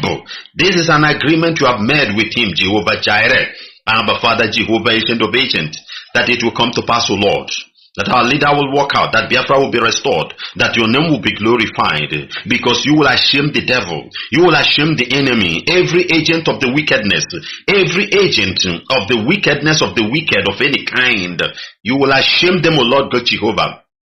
My Lord and my God, Abba Father Jehovah, you will shame them with their evil plan. Whatever they have in hand, O Lord, whatever they have at stock, O Lord God Jehovah, against your servant, you will shame them, O Lord, as you bring your servant out of that place, O Lord, as you restore Biafra to the glory of your name. Lord, we believe you, Lord, that soon as, O Lord, you will perform this miracle and your name will be glorified. Father, the same way, O Lord, we'll leave the Eastern Security Network. We continue to pray, Ancient of Ancients, Jehovah Nissi, that indeed, O Lord, you will possess our people, O Lord, with the spirit of archangels, the spirit of David of the old, immortal Redeemer. They will engage into battles, oh Lord God Jehovah. They will bring the enemies of the children of God down. Those who are encroaching, approaching, smuggling themselves, crawling into our land. Those who are hiding somewhere to take over the land or to attack us, to rape our mothers, our wife, our children, our daughters in the farmland. Oh Lord God Jehovah, you will use the little we have, the ESN, oh Lord, to bring to an end to this evil. Ancient of Ancient, Father, you will use them, O Lord. Enemy will not succeed in taking our land. As we don't dare to take anybody's land, Jehovah Nissi, nobody will take our land. Strengthen the ESN more and more. Whatever needed, whatever they want, O Lord, anything at all they need, Abba Father, for this job to be done, Father, let it be supplied. We pray that your archangel will go ahead of them, Jehovah Nissi. Soften the way for them, O Lord, making the enemy to be weak, confusing the enemy, Abba Father, and we will dismantle them to the glory of your name. Blessed Redeemer, Agent of Ancient, Jehovah Nissi, we leave the DOS, O Lord, we continue to pray, Abba Father, your wisdom, your knowledge, your understanding upon them, O Lord. Father, you will pour it upon them, O Lord. You will shower it with them, Jehovah Jireh. You will put it in them, O Lord, like clothes they wear, Abba Father, that they will be able to overcome everything that are popping out, every characters, every whatever your people are displaying. Lord, you know that we, your children, are very difficult, O Lord. We are very stubborn. Give them the ability to continue to push. Give them the wisdom, the understanding that they will be able to do this, O Lord God Jehovah, and they will not fall into any traps of the enemy. My Lord and my God, Abba Father, strengthen them. Bless the good works of their hand, O Lord. Anything needed, the enemy will use, O Lord, to attract them, to attack them. But I pray you supply, you give them that thing in abundance. May they have it, O Lord, to the glory of your name, Jehovah Jireh. I lift IPOB all over the world. Your children scattered all over the world, O Lord. I lift IPOB working assiduously for the restoration of Biafra in every condition they are, in any situation. Father, we pray for your upliftment, O Lord. We pray for your mercy. We pray for your help. We pray for your intervention at this moment. Your intervention is needed. Your intervention is needed, Jehovah Jireh. Your intervention is needed, O Lord. Situation may not be friendly. Situation, condition, environment, O Lord, may be so rough to your children, O Lord, my Lord and my God. But I always remember what you did, O Lord, in the land of Goshen. I remember, O Lord God Jehovah, that you are that God that will shower your grace upon your people. That indeed nothing will happen. Nothing will harm them, O Lord. Father, let your grace, let your power, let your presence, O Lord, subdue every challenge an IPOB is facing. From the North Pole to the South Pole, O Lord, Jehovah Nissi, every challenge, O Lord, I pray, Abba Father Jehovah, that it shall melt down. People cry, O Lord, people come out in the day, nobody to even share their problems, O Lord. Father, they hold it with them, still pushing for the struggle, still pushing for Biafra to be restored. Abba Father Jehovah, who will she explain to? Who will he explain to? Father, that is why we'll bring this, O Lord, in this altar at this moment, asking you for intervention. You know it, each and every one of us. You know it, our heart desire. My Father, my Maker, and you are that God that say we should call upon you in the days of trouble, and you will answer. You say, call upon me, and I will answer you and show you great and mighty things, secret things you do not know, according to Jeremiah 33:3, O Lord. Immortal Redeemer. May that man, that woman, that boy, that girl, that IPOB member, that mother, that father, oh Lord God Jehovah, in the North Pole, in the Equator, in the South Pole, wherever was scattered, Jehovah Ninsi, I pray that your angels will locate us. Locate us, O Lord, and solve this problem. That garnishing of the teeth in the night, O Lord, that thinking, that counting of the ceiling at all time. Agent of Asian, let it come to an end, O Lord. Let there be visitation of your angels, O Lord. You will remember, you will visit. You will remember, you will visit, O Lord. Let that tears, unending tears that flows from his eyes, from her eyes, O Lord, be wiped off, Jehovah, by your angels. Father, remember that your name will be glorified. No man will take this glory. Nobody will say it's because of me, it's because of this, it's because of that. Abba, Father, only you will take this glory to the glory of your name. Blessed Redeemer, we remember those in prison, those that in deportation camp, those in detentions of any kind all over the world. Father, these are your children. These are your children. Condition has made them, O Lord God Jehovah, to fall into all these things. Immortal Redeemer, we ask for intervention, O Lord, that the prison gate will open, that there will be mercy, O Lord, that they will bring them out, O Lord God Jehovah, that man, that woman that is facing deportation, O Lord God Jehovah, that you will intervene instantly, O Lord, by your powerful angelic beings, Abba Father, and cancel and change the scenario, and change the information, and change everything, O Lord.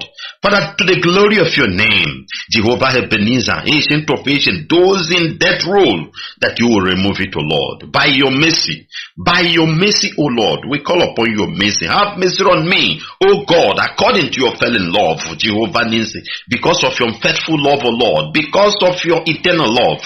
Have mercy upon us, O Lord. Remember, it's because of your mercy that we are not consumed, Jehovah Nissi. We also commit those that are sick. Many are sick in our midst, O Lord. Some of us are with sickness, hereditary. Some are, their own is waiting for a time to develop. Some already in it, some it have been eaten. Father, all the sickness, O Lord God Jehovah, we present it before you because we know what you can do, Lord God, Abba Father. There is nothing impossible before you, Jehovah Ninsi. The Bible says you sent forth thy word and healed them and delivered them from the grave, O Lord. Is this sickness destined to kill this man, to kill this woman? Lord, we pray that your word in Psalm 102 verse 20, O Lord God Jehovah, will stand firm upon his life, and this sickness will be taken away completely. Jehovah Jireh, Father, is in the hospital, we pray that the body will respond to the medical treatment. Father, you will do it, O Lord. You will do it, O Lord. And the whole world will know that indeed you are the one who did it, and you did it because these are your covenanted children, O Lord. Father, let sickness be disappeared. Those crying, waiting for someone to help them, to take them to hospital. Lord, we pray, Abba Father Jehovah, we pray, O Lord God Jehovah, that Simeon of Cyrene, as it stated in the Bible, will come and help, O Lord. We pray for the Simon of Cyrene to assist that man, that woman, O Lord God Jehovah, for hospital bill, to the glory of your name. Blessed Redeemer, Abba Father Jehovah, will give you praise, we glorify your name, that we thank thee, we adore thee, we bless your holy name, because you are worthy. Father, we remember the widow. You are their husband, O Lord, as the Bible stated. Jehovah Ninsi, the orphan, you are their father, you are their mother. Jehovah Ninsi, the disabled, O Lord, the poor, the needy, the rejected ones, O Lord, the one they casted out. We present all these people before you, asking for your intervention over these issues, O Lord. May food never dry in the cupboard of that widow, Jehovah Ninsi. May you be her husband that cries every night, O Lord God Jehovah, that want to engage into evil because the husband is not there. Heavenly Father, may you intervene, O Lord. Abba Father, provide for her. Comfort her, O Lord. The children, O Lord God Jehovah, let food be there. Those orphans, Jehovah Ninsi, my Lord and my God, may they never lack anything, O Lord. I pray that your angels will be their friend, following them even visible, Jehovah Ninsi, that men will know that you are able to do undo to the glory of your name. May that man that labored day and night, O Lord, he move out, he came back toiling, situations are very difficult. Lord, I pray at this moment, O Lord, that he will come back home with food in the table. Yes, Lord, because you promise us of our daily bread. Our daily bread, O Lord, may it never dry in the hands of these poor ones, O Lord.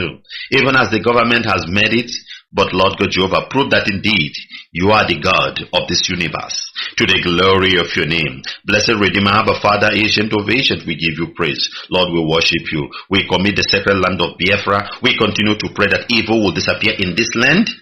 Father, evil will get away from the sacred land of Biafra, and your name will be praised. We pray, O Lord God Jehovah, that those who are bringing this evil in order to feed their demonic powers, the occultic world, their shrines of any kind, O Lord, because of that they are activating demons in the sacred land of Biafra, and the blood of the innocent, blood of the youth are being shed on daily basis.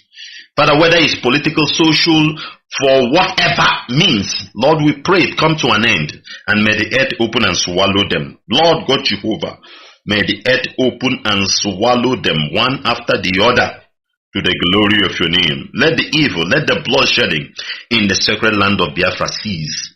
Father, let the land regain its sacredness, O Lord.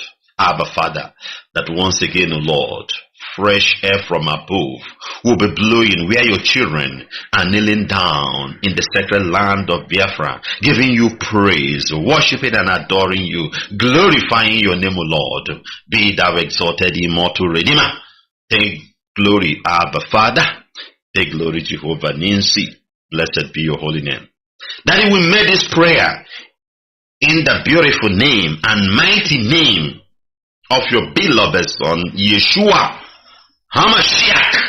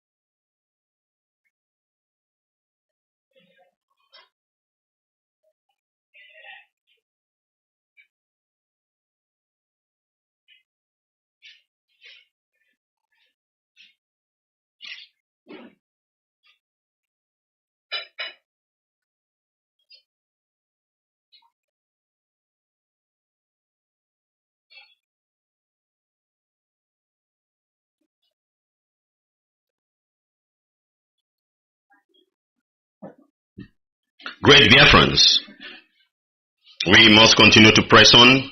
We are not going to relent, and we are here to do the needful. And I hope from your own end you are doing what you're supposed to do. Don't look back and don't count. You'll only count when you see Biafra being restored. Any other thing you are counting now, I do this, I do that, I am this, I am that, whereby we are still slavery in the Zoological Republic. We are still under slavery in Zoological Republic. It's just the West. If you don't want to add more, so you don't need to count. All you need is just to continue to do your work for Biafra restoration until the day our national anthem will be sung, our flag will be lifted up in Biafra land. That is the only day you start counting, if you may. Let's take this news from here. Let's start with our press release. Our press release yesterday is very, very important. So we must pay attention to understand some certain things that are going on. We are not part of Biafra government in exile or printing Biafra currency, IPOB. You must heard it. These are the games of Wazirike in those days. Remember, Wazirike even give identity card, national identity card, all these things. ID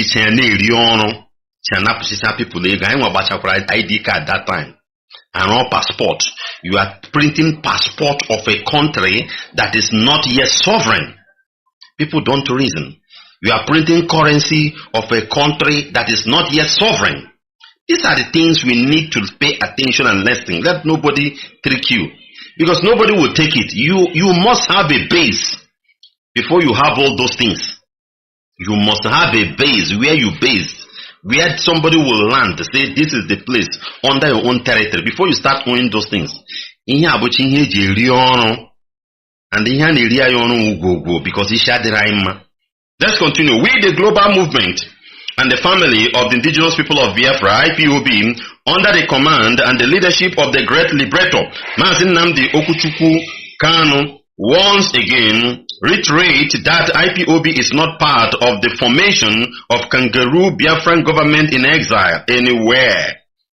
Also, there are no faction whatsoever in IPOB. We do not have any link with the Ndara or Idiota groups. Any group operating in whatever name or disguise outside IPOB under the leadership of Mazi Nnamdi Kanu and the Directorate of State, the DOS, is on their own. Is on their own. They are not part of us. We want all the sundries to cease and desist from using the name of IPOB, ESN, M Branch, or Mazi Nnamdi Kanu in their name or in any operation that they carry out. All others must answer their own name and carry out their own operation for their own objectives. Very, very important. Anything government in exile is another avenue. Because most of us don't pay attention. Everywhere, in a church, in menala, in politics, everywhere in in Yoruba land, everywhere on your platform, because he share the because you will go there now and say exile, and then I get go tige. Onya hureko na top, ne rufu beya, na willing tell. These are the things that are going on. These are criminal acts. These people are criminal. If you are not a criminal, why can't you be submissive? What makes you not to be submissive is because you are a criminal. You have element of criminality. You want to be where you are not supposed to be. That's all. That's what brings disobedience. If not, you obey is a rule. You obey, you follow it. But the moment you have the elements of criminality, you always try to disobey. We are making this thing very clear. Anything exile, printing of currency, passport, ID card, these things are fraud. These things are fraud. They started with fake ESN. They have been raising money and all those things, and now katakata is there. They will push you now, move you to another level. Before election, they give you some number of days that in so days they are going to restore Biafra. We are still here. We are still here. Still a marife. That one has gone. They asked you to use it $10,000. Then they asked you, Nagibutregi ship. I was wondering which coast would this ship be. They would have said helicopter or jet. That one would have convinced me because it can hovering in the atmosphere and do something. But the ship, up till today, we done nothing. And some of us can push, and all those things. You pay attention to them. It is your attention that makes them to grow. If you don't know, the attention you are giving to them is what is making them to do what? To grow, to continue with this criminality. There is nothing like Biafran in exile. If it is needed, Onyendu would have formed it. But he has seen the merit and the demerits of all these things, and he makes sure he brings it to an end. Now they are using the advantage of his arrest, his kidnapping, his detention in DSS. They are using all this to grow their wings and tails. But we are here to tell you, we are humble servants. We don't need anything. We don't ask for anything. You cannot find anything in our cupboard regarding IPOB, whatever. We stand with honesty and we stand with obedience in everything. So if you have brain, you pay attention to us. Not people who are criminals collecting money from you, making money out of blood that have shed. Their words are very sweet. They would like to tell you lies and all those things. But those who stand firm, who are afraid of the things, who obey the law, they may not talk the way you want them to talk because they know what is inside them. Pay attention to what we are telling you. Anything Biafra in exile is a fraud. Very, very important. It's another avenue because it's like funding ESN and all those things is going down. Those fake ESNs they have opened because we can see katakata in their midst. Because if an definitely it will bust somewhere. Now they may push this exile or tell you Biafran currency in a medical currency cashless. Cashless. Don't you see the problem with the CBDC? Central bank for digital and whatever and all those things, and some banks are closing. Somebody is telling you currency whatever. Do you know whether it's the Biafra comes now? Do you know whether it's that area we will go? These are the things experts in economics have already sat down and discussed.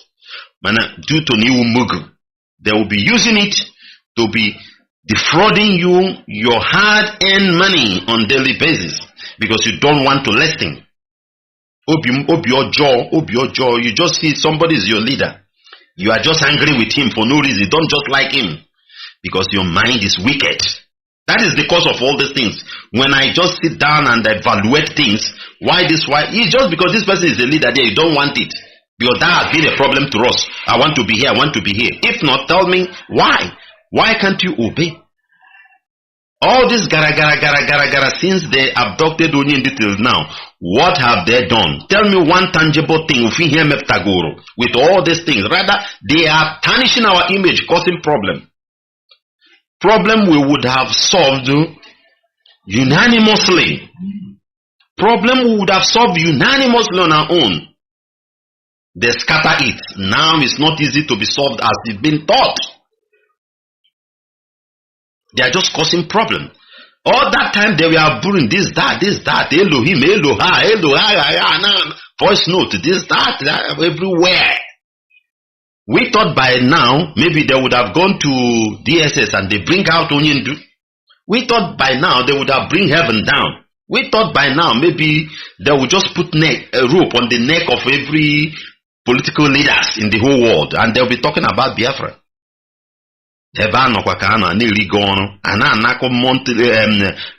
Fundraising every time.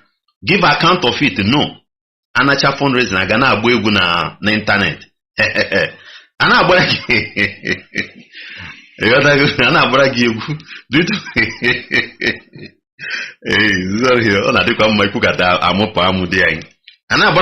Online. Because you be mugu. You are contributing money where you are not supposed to put. And all those things. So we are making it very clear. The press release here is letting you know. Anything these people are forming is fraud. It's not part of us. The people behind the shambolic Radio Biafra government in exile in the USA are not IPOB members. And they should stop linking themselves to IPOB. We have often...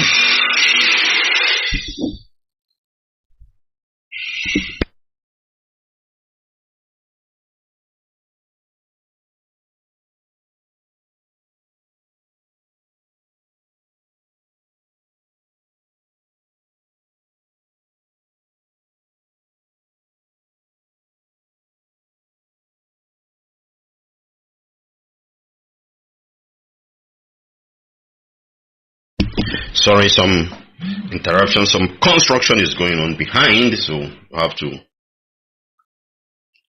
have to manage it right now.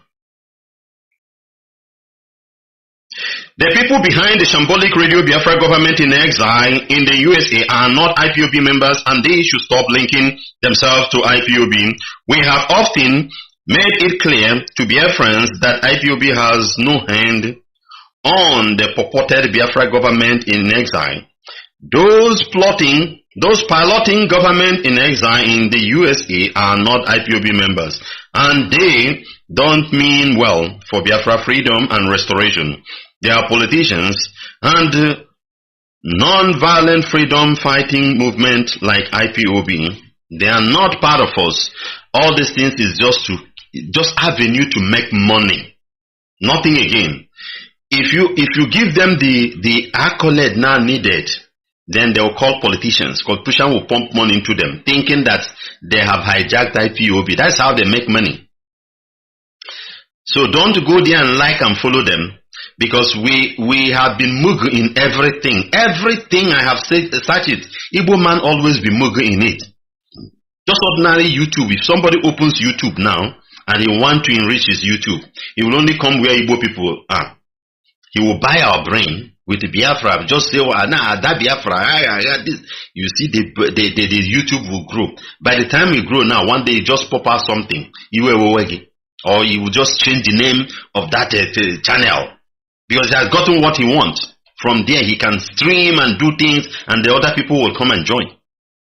Even if you go. So don't go and fall all those victims. Continue to be falling victim. In the church, MFA Yoruba church today now, Igbo Gejiti eri ha gungun. Akowo mena law kite, Igbo Gejiti eri ha gungun. Any place Igbo, abenu gwansa Igbo eri ha. Everywhere anyuma ka na eri. Anything that happened in Nigeria we will bear the pain is because of our foolishness. And that is why we are here letting you know this one is another way, and you will fall for it because of your bad mind. Because you don't like the person that is talking, or the person that is at the helm of affair of things, or this or that. That's the only reason. Not that there is something wrong with that person. It's just our bad mind, which I always preach and telling you to change. Religion cannot change you. Whatever you believe, it's you that will change your heart.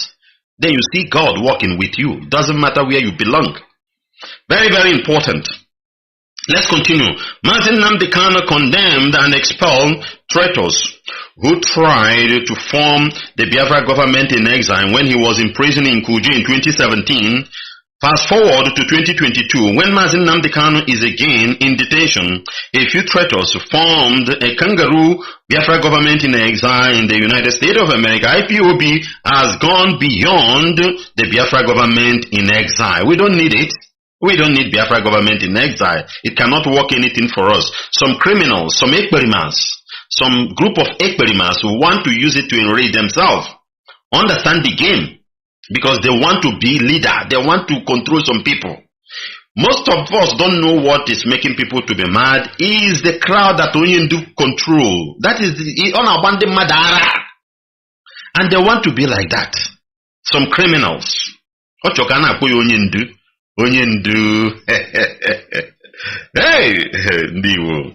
those operating the Kangaroo Radio in the US should stop linking their activities to IPOB because they are neither representing IPOB nor Mazi Nnamdi Kanu in this Biafra movement.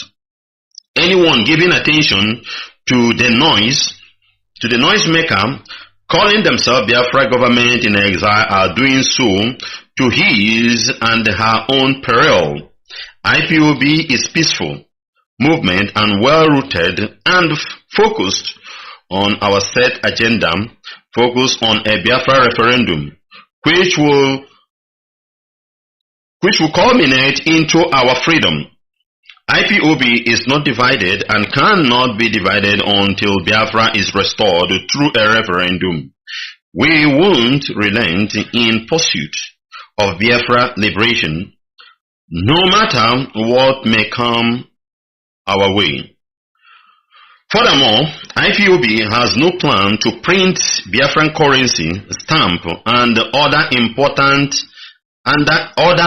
important state documents because we are not yet a sovereign nation. As I said, all those things we obodo na-enwe ma enweta obodo. Ya we was rikeji were egwu landing mmadụ n'iyi na-eprint passport. In a print passport, na achege passport, achege currency, achege. All those days, Ojukwu was controlling the territory, the region of Biafra. So he has the right to print currency and all those things. Is there any local government we are controlling now that will say zoo cannot pass through that area? None. But they are using it to make money from you. Because you don't pay attention. You like, because when your heart is full of evil, you will enjoy lies. Even though you know that it is lie, it's the only thing because it's an antidote to you. It's the only thing that can calm you down. Because your heart is full of evil. That is why somebody will lie all these things. You don't need to go to school to know all these things. It's just a normal thing you're supposed to know. Somebody's printing currency, giving you fake passports and all those things, whereby you know you are not yet sovereign. And nearly gone. Only every tachahun, pateko, you're wagon and nonsense. These are the things. That is why nothing is working in our land. When we make money, instead of us to think how can we invest this money so that it will benefit other people in our region. Rather, na Kanu. Na Kanu. Ulo na Abuja, ulo na Lagos. Etipia na agbapta na etimkpu ewu a na-emegbu ndị Igbo, a na-egbu ndị Igbo, a na-agha ndị Igbo, a na-anka ndị Igbo, and all these things, it will be happening. Because we don't reason, we don't calculate, not that we don't have brain, we don't want to utilize it. We love negative side. And now somebody is telling you Biafra currency, no sovereignty yet. Somebody is telling you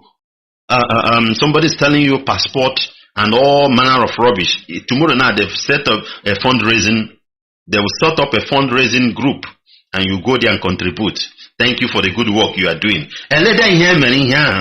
Thank you for the good work you are doing. Thank you for all you are doing. Thank you. In a thank again, what? Let's show me one tangible thing. We must continue. Furthermore, IPOB has no plan to print Biafra currency, stamp, and other important state documents because we are not yet a sovereign nation. Those wild goose chasers talking about the printing of Biafra currency with their faces on the currency are they dreamers? Brother, all this hey, sometimes it's good to laugh. Please pardon me. You're not sure all the mother through all these games, all these gimmicks. Maybe get easy here, there, or go. Ọkwanụ mmadụ na-asịtinye ihe ya n'ego ihe mmadụ rụrụ mgbe ọ dị ndụ ọnwụzie ndị dị ndụ asị onye a meritere ihe a ka eme ihe dị ọta ka ọhụ mgbe ị dị ndụ ịfọsụnye onwe gị there. You're supposed to know somebody's mindset. It is when somebody have done good job or whatever and gone, the people will honor him in putting all those faces in currency and whatever. Talk less of now that we are going digital, cashless. Hey, if we print currency now, where can it be used as a legal tender? Our people we don't check all those things. But you'll be in a meeting, you'll be in a broadcast, and somebody will be bringing it up. In order, college, superstar, super chat, all manner of things. And the person will know, my muggles are there. Because you don't reason. It's just, for example, now we leave other things we're supposed to be doing in IPOB now. We are discussing about Biafra currency, Biafra this, Biafra that, we'll print it tomorrow, all manner of rubbish. Then you know that we don't have what to do again. There is no future in what we are doing. We don't have any plan ahead. We don't have. Because if you print the currency now, even if it is Biafra currency, yes. He print a Biafra currency where be na shop because Biafra does not mean Biafra. I'm not fool. But some of us are sleeping on foolish bed set by our enemies. IPOB won't cajoled into embarking on premature state endeavors.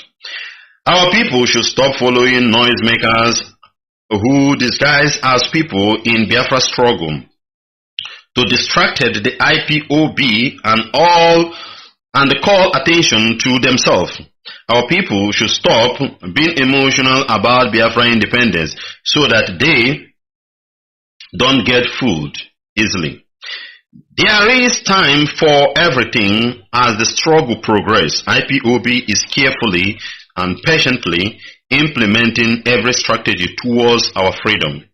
Mazi Nnamdi Kanu and the IPOB leadership represent the interests of all Biafrans IPOB will consult all stakeholders in Biafra land and ensure that every decision taken reflects the character of all Biafrans in all the clans. All we want is the unconditional release of our leader, Mazi Nnamdi Kanu, and a Biafra referendum date. And that we must get as long as Elohim lives. All hail Biafra, Comrade Ima Powerful Media and Publicity Secretary for IPOB. A word is enough for a wise. Our people, stop being fooled. If you don't know what you use your money to do, if you have money and you have the appetite of giving money, what you do, you come to Biafra land. Let me tell you what to do. You come to Biafra land, and when you come to Biafra land, you will see empty land. There are empty land in Biafra land. You can take 1 million naira, 2 million naira. If you don't know what to do with this money, I'm saying, contract people to go and till the soil, cultivate the soil, plant things, plant cassava, maize, yam, cocoyam, all those natural food, plant it in our soil. If you don't know what to do with your money, during harvest, you invite Biafrans, they will come and eat it. It's more better than taking your money, you go and be spending it on useless things that cannot yield a single thing for you. That being platform that been set up by defrauders, by people by criminals. Spending your money on something that won't yield any positive fruit. If you don't know what to do with money, as the season for agriculture in Biafra land is fast approaching right now, take those money, go to the forest, clear soil, clear the land. Use that money to till the soil. Employ some workers. Pay them. During harvest, we know you are rich. When you leave it for other people to go and harvest. God will bless you more than taking your money and be giving some criminals in some platform that they are bringing Biafra for you. The word is enough for a wise if you want to listen. And the only thing that can help you is when you change your mind, take away your mind, your evil mind, and put it a good mind, so that things that are evil will be irritating you. When somebody come and tell you all this bullshit, all you need to know is that this thing is evil. You won't follow it. But when you are so close, attached with bad things, your mind is full of evil. That's when somebody, it will be working as anesthesia in you, calming you down, cooling your temper and all those things, because already you have been afflicted with evil, and you need all those things to calm you down. I tell you the truth. That's why you sit down 1 hour, 2 hours in a broadcast that doesn't make sense, that don't have. People you'll be listening to them, telling you all manner of rubbish, and you believe it. Criminals everywhere.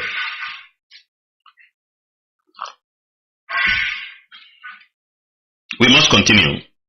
Let's take this news from the Zoological newspaper. Suspected terrorists reportedly kidnapped 56 residents in Niger community, demand 200 million naira ransom. Since after the election, the presidential election, these criminals, these bandits have started their good job. They are doing for their master Nigeria. And the people they kidnapped in Niger State, they are demanding for 200 million. 200 million naira. How will these poor people get it? This is deal.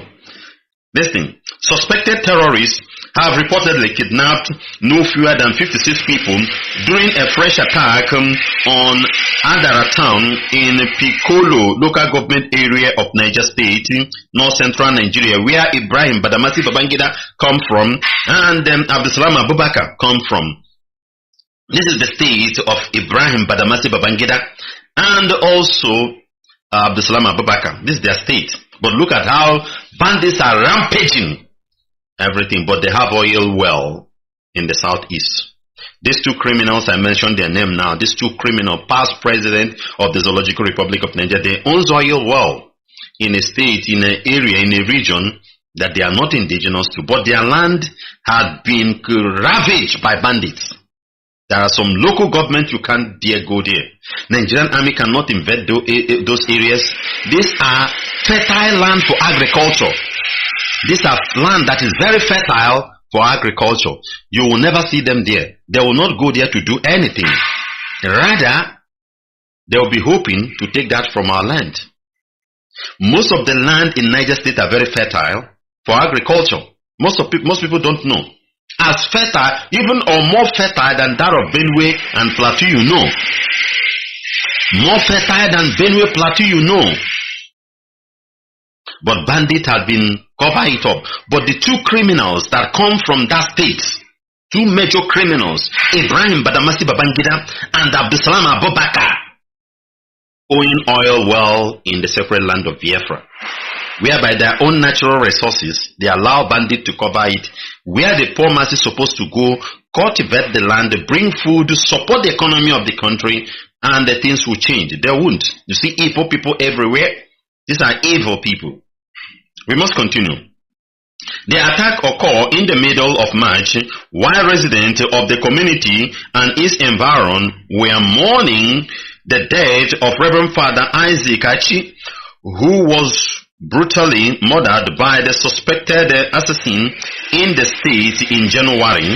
According to the resident of the community who shared the incident on their social media page, the kidnappers have demanded a ransom of 200 million naira in order to release the abducted residents. Where will they get 200 million naira?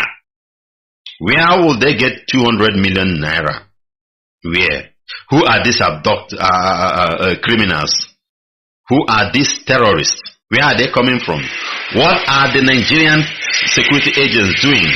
How do they get their weapons? How come Nigerian sovereign, Nigerian land, Nigerian security cannot comb the whole land?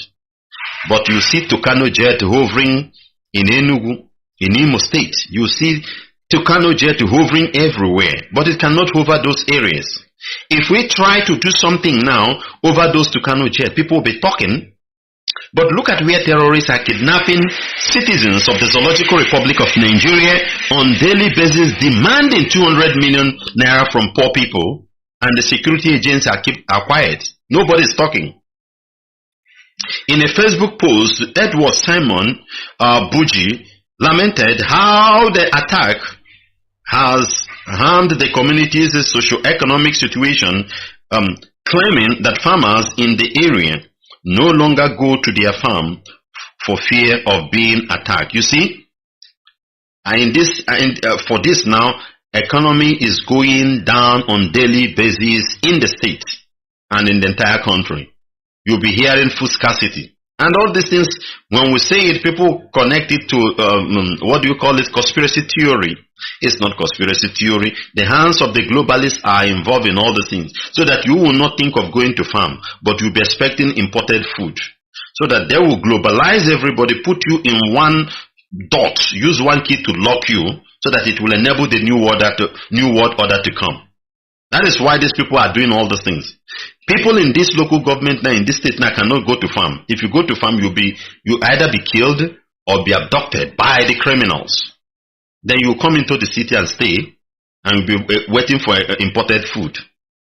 That's it. That is why Ukraine will be sending 30,000 tons of food to Kenya. Last time we read the news and all those things. They will destroy your psyche. Your psychology will be down in terms of thinking, how can I go and till the soil, and you just believe in cash to buy food and all those things. These are the things they are doing. Most of us may not catch this understanding from that angle. Edward went on to say that one of the abducted victims was killed by the gunmen because he refused to follow them to their new location. His post read, Adunu is an Andhra town in Pikoro, local government area of Niger State, where Babangida and Ibrahim Badamasi Babangida and Abdulsalam Abubakar come from. The town is loving peace and unity, has now been invaded by herdsmen who kill and kidnap his citizens in number, but Ibrahim Badamasi Babangida and Abdulsalam Abubakar are quiet. We must be mentioning their name for people to understand. These are the states that these powerful criminals come from. Abdulsalam Abubakar was the chairman of the peace, whatever, for the election. You are signing peace for Nigeria, but there is no peace in your state. What kind of nonsense is that? Yeah? The federal government and the government of Niger State should, as a matter of urgency, come to their aid to save them from these bandits who have been terrorizing community day in, day out. Where is the former governor of Niger State, Aliyu Babangida, right? Aliyu, that man that disturbed Jonathan. During the government of Jonathan, that Aliyu, I think Aliyu Babangida or whatever is the name of that governor. This man was very bad doing to government of Jonathan. Now look at the state. You cannot hear a simple statement from him. And as corrupt as the former president in that state, where that is as corrupt as that particular governor was then. Very corrupt human being. But look at how their state are now. Look at the situation of the state. Even poor man cannot help himself. Poor man cannot help himself. Early this month, about 57 members of this community kidnapped by bandits that invaded the community, numbering about 200 in number. Just this morning, I got a shocking news that my friend, who was also kidnapped by name Adara system, was killed because the bandit wanted to change their location, and he complained that he has